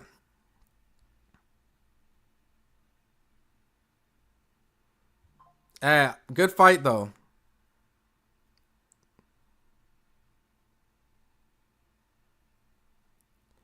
Good fight though. Yeah, he ready to quit. He quit. I'm not even gonna lie, dude. He was taking a lot of punishment. And I don't like bringing up Floyd Gotti as... I wouldn't say that was a Floyd Gotti-esque performance because those are like perfect from top to finish. I don't think Boots was perfect top to finish. But when the combinations started kicking through, they started becoming Floyd Gotti combinations, if that makes sense. Where he was just landing like 3, 4, 5 punch combinations, sweat flying all over the place. And what allowed Floyd to get those type of combinations, because some fighters, they take 2 punches, they go. But Gotti was tough, so he can endure the punishment, which allowed those type of combinations to get off. With that being said, Zayas' toughness allowed Jaron to have those type of combination to get off. Tough ass dude, man. Zayas is a tough ass dude. So, stylistically, I think you said it. Like, Zayas is too easy to hit. There wasn't a lot of defense. There wasn't a lot of finesse, elusiveness. And so because of that, there is still holes in Jaron Ennis's game plan. Very offensive minded, not as defensive responsible. If there was someone who was a little bit more receptive on capitalizing on those mistakes, then I could see potentially someone giving Jaron a lot of problems. But at the end of the day, not taking anything away from Jaron, he did everything he said he would do. He did almost everything that we thought he would do, except if you predicted before 6 or after 6, right? After 6 is what I got. Someone says Zayas is a classic Boots opponent. Bro, Xander couldn't stop Boots straight left. No. Yeah, Boots not trying to be tired down the stretch. He's being patient. And he did. Well, Vodka, you're right. Because somewhere along the line, I think it was the 5th round, it almost felt like, yo, is he resting or is he being patient or both? Regardless, I give him props because he made an adjustment which practically gave him that knockdown. So Boots can't win. He was dominant, and now guys are saying Zayas was mediocre. Black fighters can't win. I don't know about the whole race thing. We don't have to do that. I think it was a very dominant performance, but at the same time, you can still see like where he can kind of improve on a little bit, you know? Like, I think Zayas gets a lot of credit. I think Boots gets a lot of credit. But I still think like there's stuff in this fight where Boots could have made it easier. And I think that's, if anyone understands, like when Boots quotes gets criticism, it's not the fact that they think he's not going to get credit or he's particularly mediocre. I think it's because you can see the abilities that he has that at times he chooses not to use it. It's like he has a toolbox with hammers and screwdrivers, and you know he has the hammer, but he decides to beat the nail in with the back of the screwdriver because he can, and it's fancy and it's flashy, and look what I can do. So I'm just waiting for him to pull the hammer out, and sometimes he does it, and sometimes he just chooses to beat the nail in with the screwdriver, if that makes sense. So he gets the praise. He gets the praise because you have to give him that, because he just beat a unified, 154 champion. And Xander seems tough, right? But at the end of the day, my only thing is like, I feel like there's times where he can pull out the proper tools and he just chooses not to. He's just an old school, gritty, I'm going to get it the way I want to get it. So I don't think Bud would beat Boots. I don't know, dude. First, I don't want to get too deep into the whole, because I don't think the fight ever happens. But the biggest thing that I would say is that Boots got punched a lot in between punches, right? Boots' biggest, I guess, flaw is when he's very offensive minded. And he probably wouldn't fight Bud like this way. So I'll give Boots this, right? He's fighting Xander this way because he feels he can. I don't think he'll fight Bud that way if he fought. However, Bud's best specialty, it's just, he can move and box and all this stuff. He's a very great offensive counterpuncher. Meaning, when Boots was getting hit a lot is when Xander decided to punch with Boots. What does Bud do really good? He punches when someone punches. He's a great offensive puncher, right? Like Marquez, right? Marquez caught Pacquiao coming in. Great offensive counterpuncher. That alone is why I would still favor Bud, because the IQ of the offensive counterpunching, he will take advantage of that better than Xander would, right? But that's experience. You're talking about a guy that's just so much further in his career. Like, that's what made Money May able to beat younger guys because of his experience. So with that all being said, I'm not going too deep into it. I still got Bud, but I'm going to let Boots be Boots, Boots did great as an entertainment, excitement.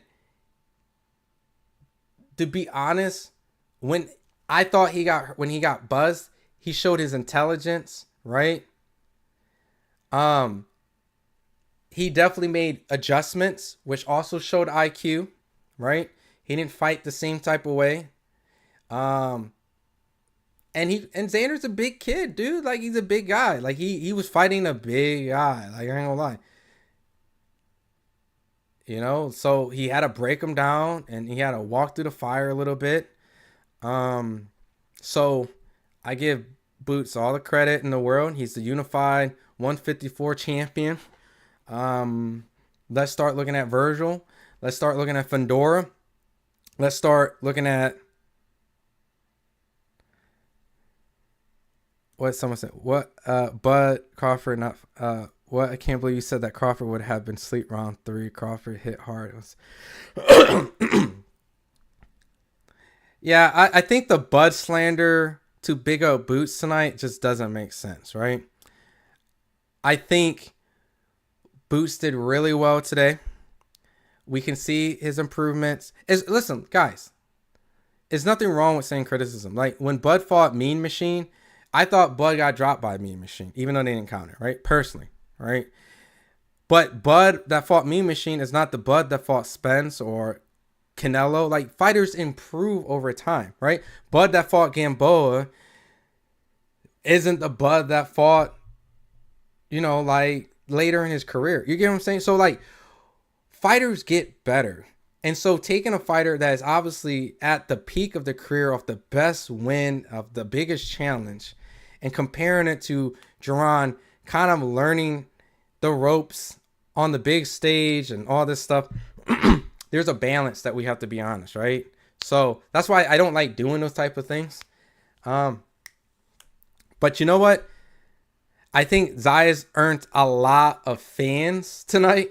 I hate to be that guy because normally moral victory shouldn't really be that easy. But I think everyone here will watch the Zayas fight because of the fact he took this fight. He believed in himself. Made it competitive a little bit early on. Might have got Boots a little rocked. And then toughed it out. And I will want to see Zayas, you know what I mean, fight some more. But at the end of the day, I give Boots all the credit. Let's leave the Bud stuff alone. I think at the end of the day, Boots deserves the fights with Vergil Ortiz. He deserves the fights with Ventura. He deserves the fights with everyone around his weight class. And really, at the end of the day, I think no one really has an excuse not to fight him. I think everyone should be asking everyone to fight Boots. And really, at the end of the day, as much as we can critique here and there, when you're a fighter that everyone holds high expectations for, you're going to get high criticism. So enjoy the praise and enjoy the criticism, because that just means people believe that you have the capabilities to do these type of things, right? Because I think he can. It's just I didn't like the way certain rounds he chose to fight the certain way he did. So that's it, all right? Good call. Thanks, my guy. Fedor's licking his chops. I mean, listen, Fedor, don't do that with Fedor. Don't do that. Don't be doing what you did with Xander with Fedor. Fedor likes that stuff, right? Boots is good sometimes. He's too good for his own good. It's like, I understand what you mean by that. Yep. Let's be honest. This Boots' first fight at 154. Considering his last one lasted like 10 seconds with the lima beans, yeah. But, yeah, people hate on Bud for no reason. I don't even understand. A guy that you wanted to see Bud fight Spence, he does. You're mad at it. You want to see it. You're like, he's crazy to fight Canelo. You say you'll get all the praise if he does beat Canelo. He's crazy. He does. And then now you want to merge Boots and Bud together. And like I don't want to downplay Boots tonight because of Bud. And I don't want to downplay like Bud because of Boots or all that. It's stupid. They're not going to fight each other. Let them be coexist. Like, can they coexist and be great together in their own instance, and let Crawford ride off in the sunset and watch Jaron? Because you know what? Jaron has a lot of great fighters that can be in front of him. That's not Bud. That can get him Bud praise. Fundora. Vergil Ortiz. What are we talking about? He can go to 160. He can go to 168. You know what I mean? Like, he got his own course of good fighters. Fundora and Vergil is already enough that we should be talking about. So, Boots abandoning the game plan, still beat Zayas in a brawl. And that's the only thing, right?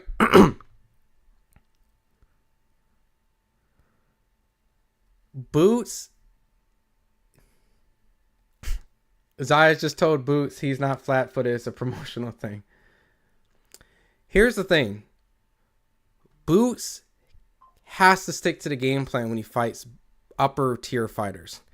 And when he fights with the game plan in mind, I think he has all the abilities to beat all these guys. But I feel like he gets into his own kind of rhythm. And then with that, he starts to do his own thing. And as great as a fighter that he is, you can see that sticking to the game plan sometimes, it's not a bad thing. It really is the necessity for success in a lot of these people's fights. You can't just freestyle it. And even if you can win in this kind of fashion, great.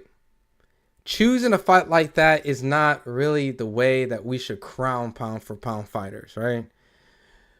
Winning your fights and not winning the way you should be a criteria, right? You have to grow as a fighter, which I think Jaron is. And I think by the time that he fights Virgil and Fedor, hopefully he can. And by that time, I'll probably favor Jaron in both those fights. But he has to make sure he shows me that he can actually stick to the game plan, not abandon it. And if that's the case, then we could be looking into the Jaron Ennis era. But until then, if I keep hearing, well, you know, I should have did this and I didn't and all that stuff, that's still showing there needs to be growth. And Jaron is still growing as a fighter. He just turned 29. I'm not making an excuse. You know what I mean? So let this man grow. Let's not bring in Bud. Let's not do all this stuff. It's like Virgil Ortiz too. I remember Virgil Ortiz. Virgil Ortiz looked kind of, you know, didn't stick with the game plan. When he fought Boyacek, dear God, he didn't stick to the game plan in that fight. But when he fought Madrimov, he looked amazing. When he fought Lubin, he looked phenomenal. So Jaron also has room to grow, just like Virgil does, and just like Fedor. And we're watching him grow into a great fighter. All these guys are great fighters. But I'll tell you this. Xander is not Virgil. Xander is not Fedor. Those fights, Jaron needs to make sure that he does not fight off script. Because those guys will put his lights out. Because we cannot sit here and say Xander did not get Boots a little rock. You know what I mean? Like, he was looking a little shaky in that third. I might oversell fights. I've been told that, right? I've been told I've oversold fights, right? Respect Zayas. I want to see the young guns like Boots first. But be honest, chat. Can you set me up? Please. I need this for my own self-reflecting, right? Because I don't want to be in my own twisted mind. When Jaron got hit with those shots in the third round by Xander, did it look like Boots was visibly hurt or buckled or shook up a little bit, right? Boots overcame a lot of adversity in the third, right? So please let me know. Am I tripping? Did Boots look like he got rocked, hurt, buckled? Not like he was about to go to sleep, but like, I just want to make sure. I just want to be in check. And tell me I'm wrong too. Like, you could be like, no, I'm wrong because my boy Wovaka was in here. You know, Boots was gone if Xander pressured. Like, let me know, because Wovaka said, you know, he wasn't. I don't want to be, you know, in my own twisted mind. Boots' legs seem solid. It seems solid. Okay. Like, it seemed like he kind of a little bit. Boots stepped on him. Yeah, Boots' legs was gone, so he was definitely hurt. And I don't want to be, like, biased, right? I want to make sure I'm, like, I want you guys check me if I'm wrong. He didn't have his legs? Okay, so you're kind of saying, Bobby's, be honest, it seemed like it was a little shaky, but he knew what to do, right? Like, he kind of knew how to get himself back together. Like, he knew how to reset. Like, when Floyd was hurt by Shane, Floyd knew what to do, right? So Boots knew what to do. It's what I want to gather from that when I speak on this later. I thought he was about to go to sleep. He needs to tighten that defense. Okay, all of that. Boots maybe gassed a little bit first time at that weight, but Boots didn't respect bro power at all. Okay. Now Boots was almost out of there. Okay. Before he got rocked, Boots was looking at the corner in shock at times, truthfully. His head was snapping from jabs. He was hurt. Okay. Okay. He was stung, but he has a good chin. Okay. So we're all on the same page. All right. I don't want to be thinking something and I start talking and everyone looks at me crazy as hell, right?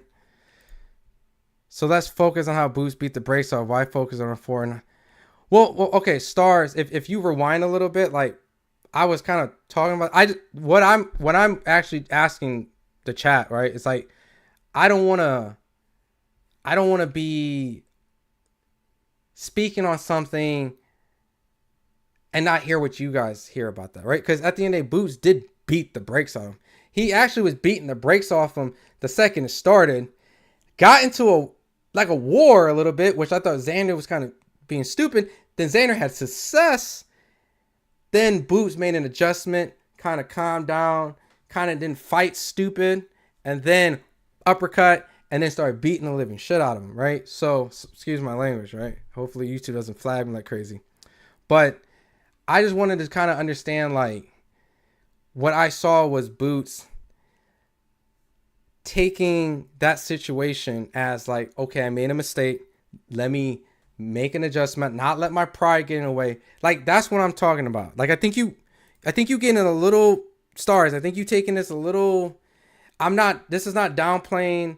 And we can talk about, okay, like, we can talk about Boots beat the living shit out of Zayas. Like, what I'm trying to do is I'm trying to figure out what this good fighter can make him great. Because there's still things fundamentally, like, I'm seeing Boots doing that I didn't feel like he needed to do. It's kind of what I'm saying. Like, what he did after he got hurt, he could have did before he got hurt. You get what I'm saying, Stars? Like, that's what I'm bringing it up. Because if he really got hurt, I'm understanding he's self-reflecting. Some fighters don't do that. Bro, can we stop with the race thing? Like, can I set this? Can I tell y'all this? Like, I'm black. Like, I'm a black guy. Like, I'm half black. I'm half Korean. Like, my family tree is black. So I want to throw this out here because I don't want to go to this whole black thing, because it's like, it's not constructive to the point of the technical stuff that I'm trying to talk about. Because I think if I talk to Boots, I'm pretty sure Boots could say, yeah, I didn't stick to the game plan. I got a little lazy, and then I got my shit together and I whooped his ass, right? So, yeah, because I am Asian. I'm half black and I'm half Korean, right? So I'm not downplaying. If anything, most of my, if not all my favorite fighters are black. I understand the rhetoric of black, like, fighters from Jack Johnson and Black Murderers Row. Like, there's always this thing that, like, doesn't need to be talked about right now, right? Bro, you're Asian, gang. I'm black. No one in my family's half Asian, bro. Okay, whatever. Welcome to the family. So I only say that, and I say that, and it's not to dismiss your points, Stars, but it's like, it's not that he gets held to a standard because he's black. He's held to a standard because he's actually really phenomenally good. But sometimes when he fights, right, he fights when he should be great, but he chooses to fight like he's good. So I'm actually holding to a standard that everybody wants him to be at. The next pound for pound best fighter, right? So every fighter does get rocked. And I'm praising him, the fact that he got rocked, that he uses intelligence, right? So I wanted to make sure first, before I go into that segment, is that, okay, we all agree that he got hurt. All right. Because some people could say he didn't get hurt. And a lot of people could say, oh, no, you're tripping, Ron. And I'm like, okay, well, then I might have to reassess my perspective. So, and I only wanted to address that because I've seen that a couple of times. And Stars, I'm not really attacking you. And I understand you're coming from, because online, people are going to criticize him and not give him praise. I understand. The point is, like, because if you honestly, to be frank with you, Stars, if you look on FightHype, I was the first person to ever go in Jaron Ennis' gym years ago. Like, the very first person to take a trip out to Philly, invest in Jaron Ennis, ask everybody about Jaron Ennis when nobody was asking about him. Like, you can ask Jamil Wynson Sports, right? You can ask him. That's my guy. Like, you can ask, like, who was some of the people that was it? So I'm a huge supporter of Jaron Ennis. Like, at the end of the day, I recently went up there with my family. Like, I love Bose. I love Jaron. I love all those guys, right? But I also want to just be truthful in certain stuff. And I could definitely tell this to them because I think we should, right? Jaron Ennis fights at times where he should be fighting a little bit more, I don't know, like, in a way to make that even more spectacular, right? You know what I mean? Like, his skill set is so much above Zayas that he makes fights harder than for himself. You know what I mean? So we know the talent this kid has. We know that, all right? See, I think you're missing the whole point. The whole knockdown and all this stuff. Like, it's completely went over your head at this point, Stars. I don't even think you even, like, it's, you talked about Bose. Yeah, listen, like my Facebook picture is like me and Bose's gym and all stuff. Like, dude, you're missing the point. I think when it comes to Lomachenko and Boots, right? Here's the difference between Lomachenko and Boots, in my personal opinion, right? Lomachenko fought like Lomachenko, and Lomachenko got knocked down by fighting like Lomachenko. I think Boots at times doesn't fight like Boots, if that makes sense. And when Boots decides to fight like Boots, he wouldn't look like Lomachenko. That's my personal opinion. I think Boots himself fights like that because he wants to fight like that. And he knows that's not the best way. But, you get what I'm saying?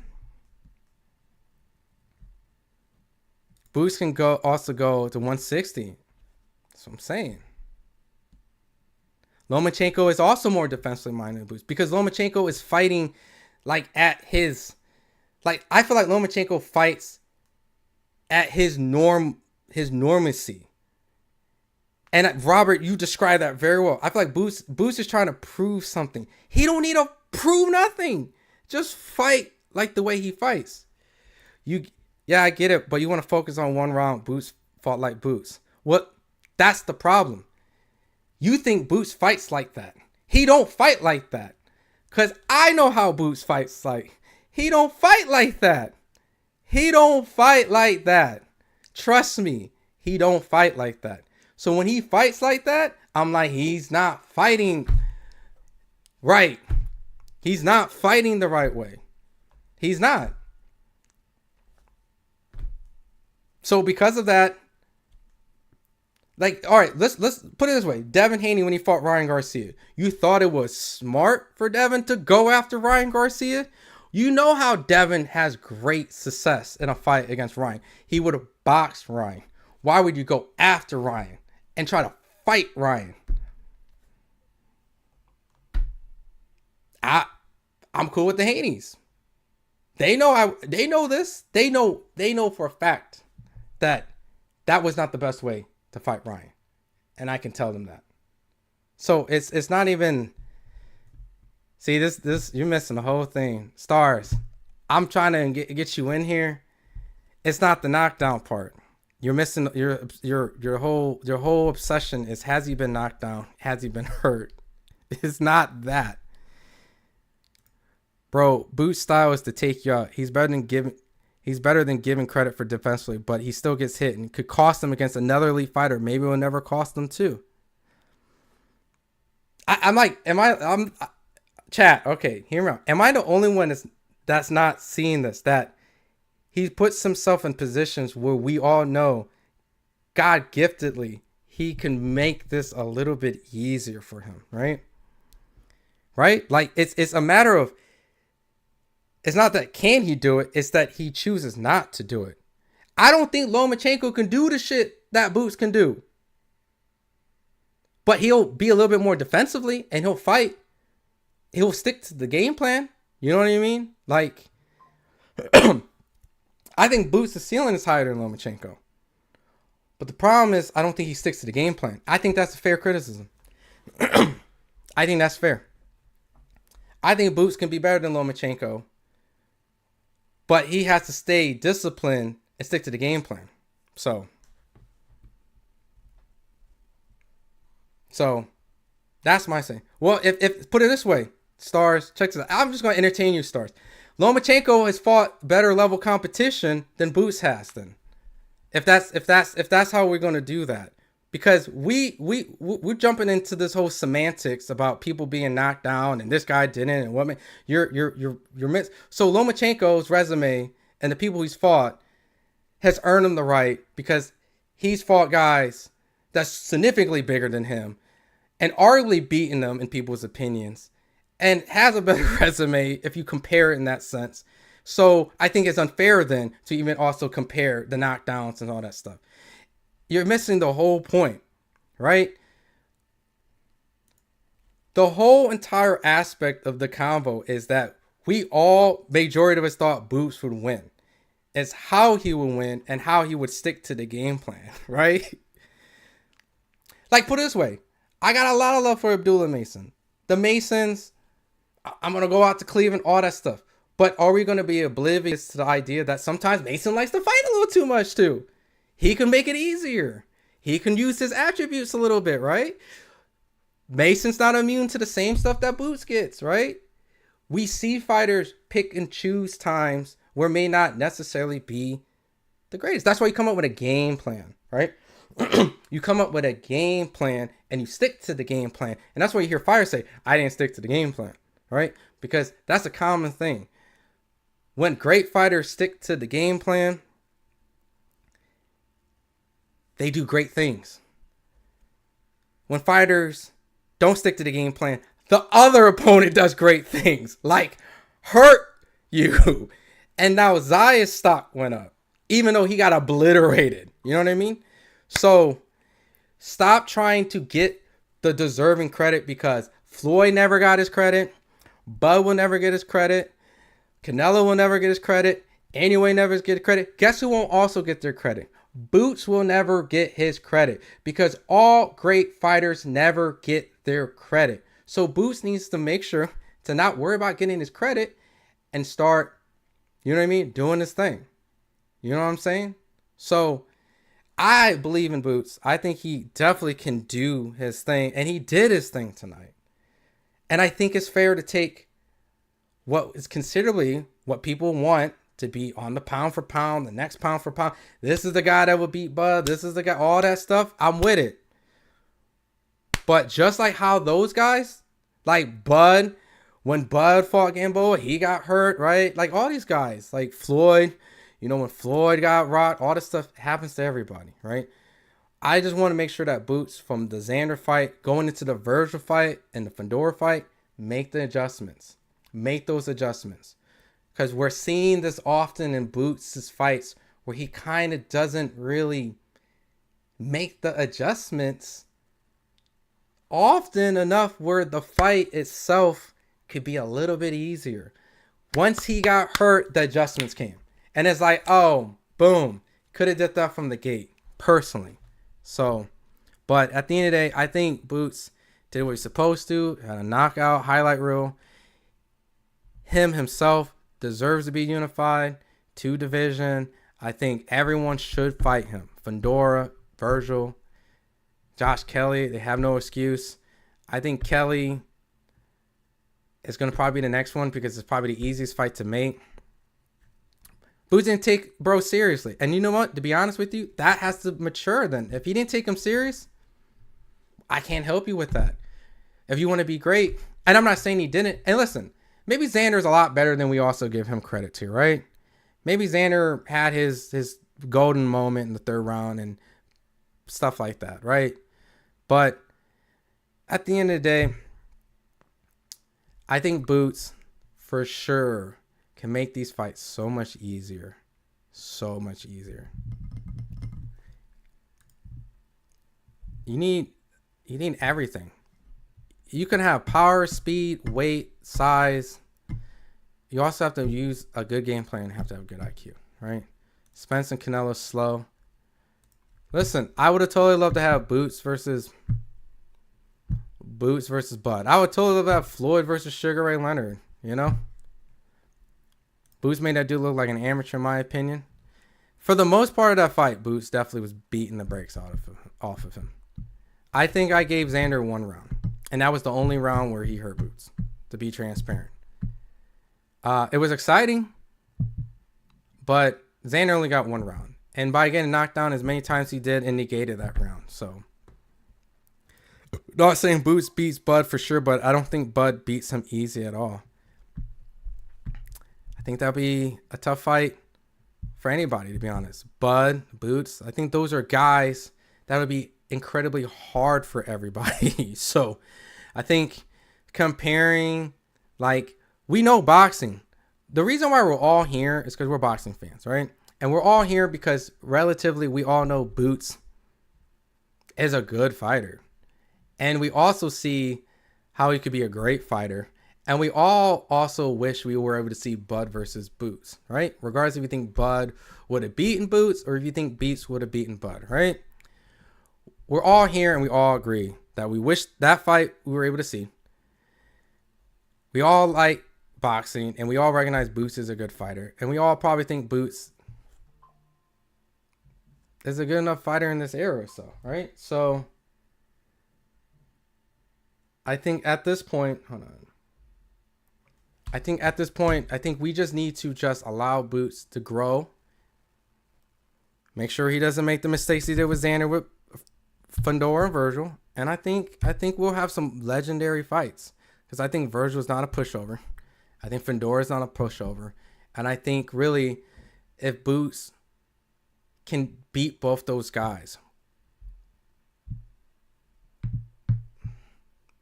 we can't really say anything bad about Boots, you know, even if he fought in a style like he did tonight, right? Because those are quality wins. You know what I mean? Because they have like a little bit more of a threat than Xander. Because they have a lot of the attributes Xander has or more, and more importantly, experience, right? Xander's experience tonight, he could have made things a little bit better in the third round and probably knew how to capitalize on that third round a little bit better if he had a little bit more experience, right? And you saw Jaron's experience when he was hurt was able to capitalize on Xander's lack of ability to really dig and make it a little bit more of a dangerous round for Jaron. So, name a real fast fighter Bud fought. Not saying Bud's not great. He's great, but not unbeatable. I mean, it's semantics. I think every fighter is missing some sort of attribute that could literally define a style that could beat him, right? You know, they said Floyd's never fought a guy as fast as Amir Khan. Bud ain't fought this guy. Pacquiao ain't fought a guy like this.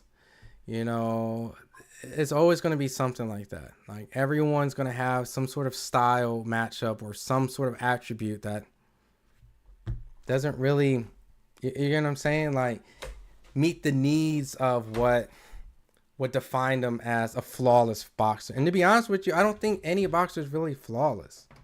You know, I think when it comes down to boxing, I think preparation, timing, opportunity, a little bit of luck. I'm not saying it's all luck. I think you got to put a little bit of luck in there too, right? A little bit of luck, because someone could wake up that day and their loved one passed away, and that can affect you mentally going to a fight. So luck and all that, it's real. So really, at the end of the day, being prepared. You know, the timing. You know, sometimes you get the fighter at the best time, the worst time. A little bit of luck. Styles, matchup, you know, experience. So really at the end of the day, everyone should really be beaten. And if you think about it, every single fighter has probably lost at some point, if not professionally, in the amateurs, right? Like even though Floyd, Dre, Bud, all those guys retired professionally undefeated, in boxing, they're not undefeated. It's just they didn't lose professionally. So Bud would have never moved up to fight David. We know Canelo ducked David and gave Bud the chance to move up. Listen, at the end of the day, sometimes the stars align and sometimes they don't.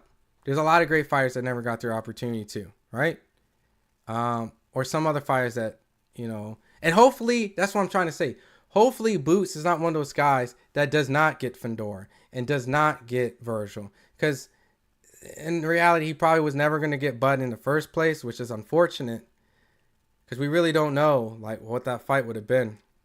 At this point, hopefully these other guys that don't have I'm moving on to bigger legacy and financial fights, because you can't fault Bud had a bigger legacy fight and a bigger opportunity. And if people say like, oh, the fight was perfect for him stylistically, cool. Then check all the boxes. Everyone and their mama would probably do it, right? So can't fault it if that's how you believe, if that's how you feel. So the people around Boots that can't make those type of excuses, if that's how you feel, Virgil, Fedora, Josh Kelly, the guys at 160, you know, that's where we at. So, oh hell no, Bud should never fought David. No, I say that with no disrespect. So Bud never fought at 154 before Canelo fight. Bud fans, do you want him to fight Boots next? Stop talking. Let's campaign for that fight next. Bud fans don't want that. I mean, I think. So I think this is what it starts. Like me personally, as a fight fan, I for sure would love that fight. I wish we could get a time machine and all these guys fight each other, right? But I think there is a realistic threat because when a fighter gets older, and it's not anything to be like ashamed of to say or whatnot, right? You know, you do know, like, if you have a favorite fighter, they're undefeated, they have a perfect fairy tale ending, and then they're getting older, and there is a kid that's very talented,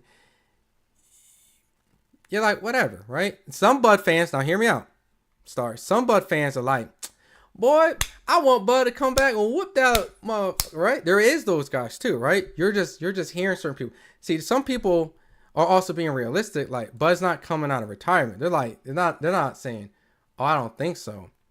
They're just like, it's not realistic. Some might be scared. Some people go, oh shit, I don't want Bud to fight him. But then there's the other guys that you're kind of ignoring it. Like, Terrence beats Boots, but Boots, this guy, listen, a lot of people that say here Bud beats Boots, they're kind of telling you, look, man, Bud will come out and beat this dude right the fucking now. So you're just reading certain comments. I think everybody in here knows that probably it's just not going to happen. Like, he's 39 and it's probably not going to happen. Bud fans are scared for him to fight Boots since he beat Spence. Well, I'll tell you this.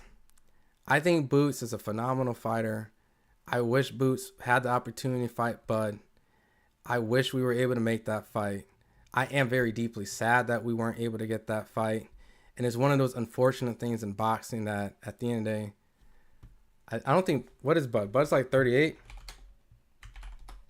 What's Terrence Crawford's age? Terrence Crawford's age is, he's 38, but he'll be 39 this year, September. He'll be 39. Yeah, so Pat beat Thurman at 40. You know? So Bud fans, let's campaign for Boots. Fuck the talking. Let's make it happen. How you gonna make that fight happen? How y'all, this man gonna be a commentator. Bud about to be a commentator next week. You know what I mean? He gonna be a commentator next week. He ain't. But I get it. And you know what? Honestly, stars, I get it. It's frustrating because, like, you wish there was an opportunity. Like, yo, you believe in Boots. It sounds like you believe in Boots. I think Boots is phenomenal, right? And it is sad. It is a little sickening that, like, he didn't get an opportunity to fight, to really show the world if he is on that level or not, right? It is sickening. It is very sickening. It happens all the time in sport of boxing. You know, Donald Curry didn't fight certain people, and then he went through the ladder of other guys and got cooked, you know, unnecessarily. For Aaron Pryor, didn't get the chance to fight certain people.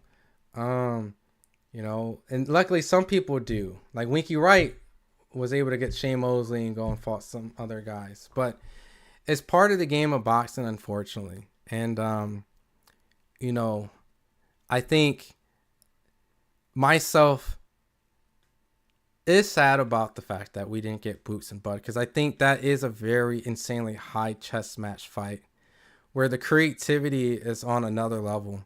And I think that at that point, you can make a great case for both, right? I think you can make a greater case for Bud because Boots is still more eye test and Bud's more resume, because in his career, it's been completed.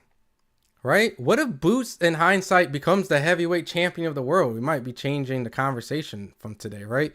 So we can't really tell until either one, they fight each other or their careers are done to kind of compare, right? So just like 5'11" says, like, let's move on, right?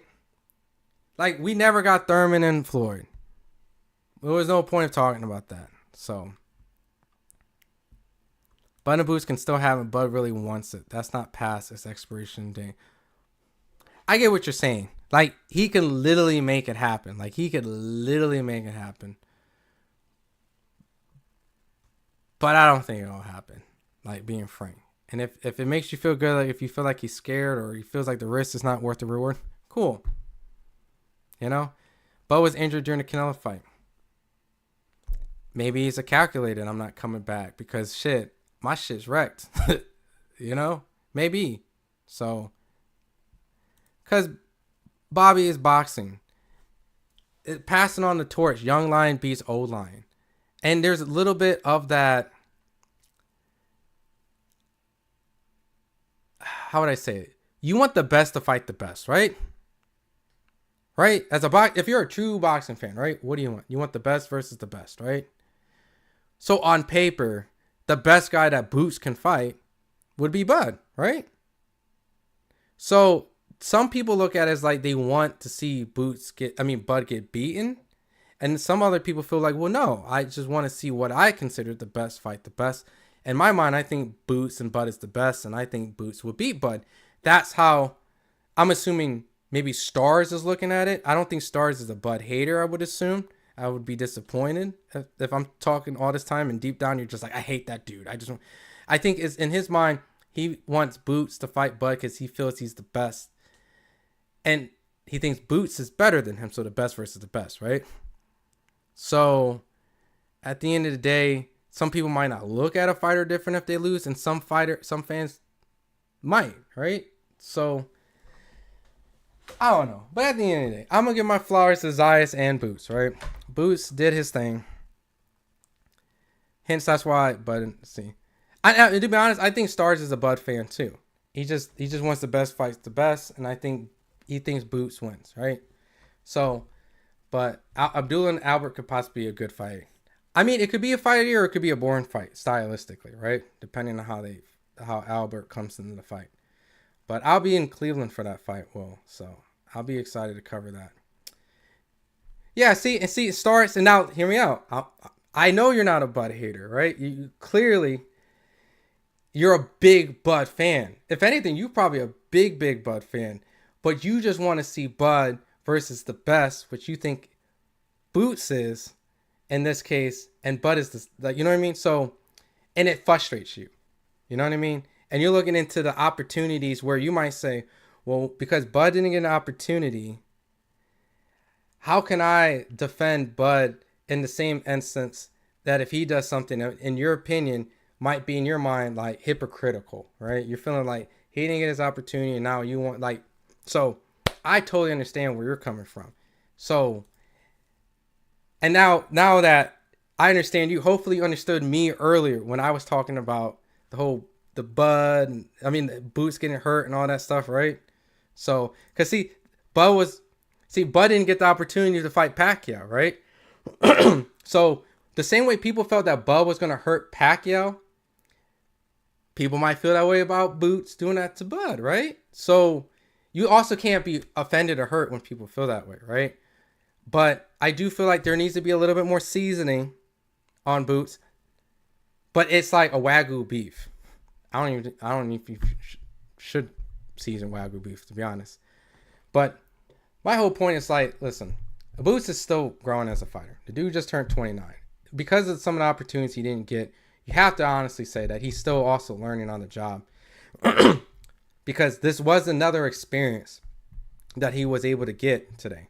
That was going to help him later on in the version of Fedor. Do I think it's smart to fight this way against Fedor and Virgil? Absolutely not. Yo, what up, Brotherhood Sports? Yeah, Bud's retired. So I think that's the biggest thing. Like, if Bud was an active fighter, I would entertain it. But Terrence comes from the Andre Ward school, which is like retire on your own and don't come back. And I really believe it. Like, when he's told me that, like, multiple times, like, he doesn't, like, he retires on his time. I believe it. Like, take his word. So that's why I'm disappointed in Bud. He was mad when people did that to him, and that turned around and did that to Boots. I think, so I'm not going to speak for Bud, but like, this is just my only thing, right? Yeah, see, I agree with. I think it's like, they didn't respect me when I was here. So why do I have to go out and fight this particularly version of a fighter like myself? Because y'all don't want to give me my respect. And even if I beat Boots, y'all still want to give me my respect. So now, since you kind of want to appreciate me, it is what it is. Now, I think the media and certain people like Wallow and Gilly, like they add fire to the situation, which kind of like deep down a fighter should feel like, fuck him up and blah, blah, blah. That's a fighter should feel that way, you know? So it's a little bit of like I know Bud personally. Like, the dude does root for Boots. Like, he doesn't root against Boots. I promise you, he's not sitting there. Like, he didn't pick against Boots against Xander today. Like, he does root for Boots, right? But when you pin guys together, they're gonna say shit like, fuck them, man. Why? Like, they're gonna do that. And they should say that stuff. I would be disappointed if Boots didn't say Bud was easy work. You get what I'm saying? So, yeah, it was some great action, man. It was a lot more than I thought. You're insane if you think Pac ducked anyone. I don't think Pac ducked Bud. I don't think so. I think his handlers moved Pacquiao in a way that they maybe felt that it would have been too much for him. We would never know, you know?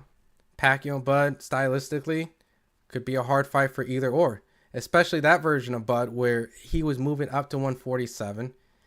And it would have been the one that fought Jeff Horn. And knowing in hindsight, Mean Machine gave Bud a good fight after the Jeff Horn fight. So, Benavidez gave Bud a decent fight. So, I don't know, man. Bud said he only wants mega fights to duck Charlo and Ennis, but then goes on and fights Madrimov, and he ducked Boots. I think during that time, I remember Terrence was adamant on wanting to fight Fedor. And since the Fedor fight didn't happen, he went on to fight Madrimov purely off of the fact that, you know, he was one of the best next 150. Well, like, who was the champions at that time? Fedor and Madrimov, right? Like, I think that was really it, right? And then Jamel went and did the Canelo thing, right? And then after, I think Jamel was before the Madrimov fight, if I'm not mistaken. I can't remember. But regardless, either or, Jamel losing to Canelo only incentivize the Canelo fight more because he's going to go fight the guy that beat him, right? Now, I personally would have loved him to go Spence, Mel, then Canelo, if that was possible.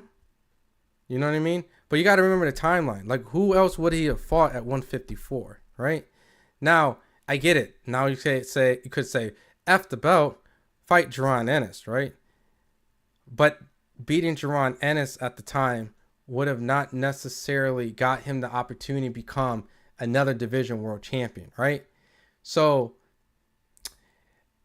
I know that in hindsight now, Jaron Ennis would have been a better win, but you can't really, you know what I mean, speak on that. Was Bakram at that time? Was Bakram?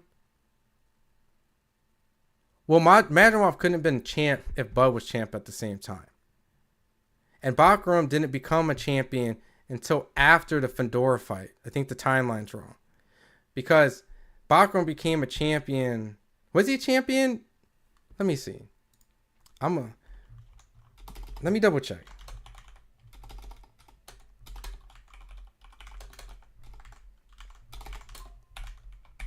I want to make sure I'm not spewing dumb shit. That's why I asked the chat.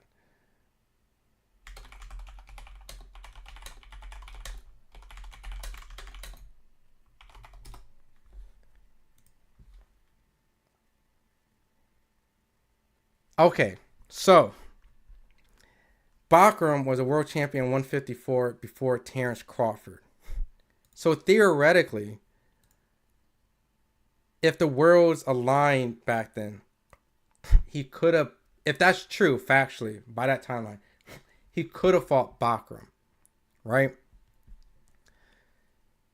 But I don't know if people were high on Bakram, to be honest, until the Tim Tszyu fight, to be frank. And that's just me being honest. Like, I didn't really have an opinion on Bakram until the Tim Tszyu fight. So it didn't really dawn on me like that was like a solid fight.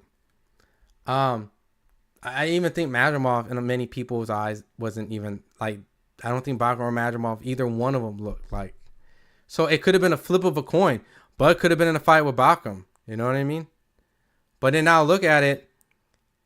Josh Kelly beat Bakram. And not disrespecting Josh Kelly, but it's like Bakram's still not the reigning 154 champion, right? So I don't know, dude. Like, at the end of the day, it's so hard to get into this nitty gritty stuff. It's almost like pointless to go in depth with this because the brain power isn't well spent effectively, because it really just comes down to politics and why this fight happened.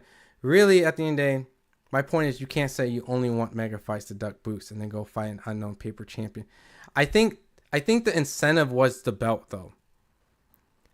I don't think Bud would have fought Madrimov if Madrimov didn't have a belt, because it gives him the opportunity to become another division world champion. You know what I mean? So by fighting Boots, you would have been the like if I had a time machine, Boots should have went up to 154 and snagged the belt. He should have snagged one of the vacant belts at 154 so that it forced Bud to go to 154, and then people could say, you didn't fight the best 154. You know what I mean? You know what I mean? Like, that's hindsight information. And we weren't privy of that. So, bro, David's too big for these guys. He should only fight Bivol. Better beat him next. Why are commentators giving Xander more credit for sticking in a fight than Boots winning? Yeah, because you know that I said this, Dino, earlier. It's because Boots is put on a pedestal so high that the praise is high and the criticism is high. So anyone that comes up and does anything sort of remotely competitive, it knocks Boots down a little bit and brings that guy up a little bit. That's just how it works. You know? If Superman fought a human being, you expect Superman to beat the shit out of him. But if the human managed to get Superman to be buckled a little bit, that human's getting praised a lot. And Superman goes down a little bit, right? So it's a compliment at the same time. Like, you want to be the guy that gets unrealistic criticism, because that means you have the unrealistic expectations because you're getting that high level praise, right? Yeah, you can't escape. Like, Boots' expectation is so high. So you gotta just like, you want the fighter that you want to support and root is the guy that has unrealistic expectation. Floyd Mayweather should have fought Triple G. What the hell? Like, stuff like Terrence Crawford should have fought David Benavidez. What the hell? Jaron Ennis should have knocked Xander Zayas the second he blinked at him. What the hell? That's a good thing. You want that. So, if that's the fighter that you're supporting. So, that's why Xander got a lot of praise. It's a moral victory. You know, you win if you win, and you win if you lose. That's like the great thing for Xander in this situation. But Lily said Charlo is in a mega fight, but you're going to tell Madrimov. I agree. Charlo is the bigger fight. I think just what sucks is Charlo should have stayed at 154. But then financially, you know, he was able to get a bag off the Canelo fight. Now, would he have gotten more off the Crawford fight? I don't know. But then I think Charlo would have had to fight the Tim Tszyu fight, which I think maybe in hindsight now, maybe Tim would have lost. Right? But I don't know. Tim was looking like a machine until he took a late replacement Fundora, right? So, I mean, May could have fought Triple G, to be honest, but we know now, as great May, he's all about the 09. I mean, sure, he could have fought Winky Wright back in the day too. He could have fought Triple G. I mean, I don't know. So, but it's boxing, you know. We don't get what we always ask for. So, but I'm going to start working on some videos. It's like pretty late for me. I'm going to kind of wind down. I'm going to eat some food and kind of chillax a little bit and start editing some videos. But listen, y'all, I appreciate each and every one of you guys. If you agree with me, disagree with me, I think we had a great chat today. Paul Williams too, right? See, right? There's always that guy that guy didn't fight. You know, he wasn't really that great. Sugar Ray Leonard didn't fight Aaron Pryor. You know, or Donald Curry or Michael Nunn or you know, Tommy Hearns didn't fight Mike McCallum, and he was ducking him. Like, it's always something like that. You know, Floyd didn't fight Margarito, right? See, Terrence Crawford didn't fight Boots Ennis. At some point, someone's gonna say Boots Ennis is ducking somebody. It's gonna be, you know, that's the nature of the beast, right? So, Xander had one good round. Let's act like this was Linares versus Loma. It wasn't. It wasn't. And yeah, at the end of the day, Boots did his thing.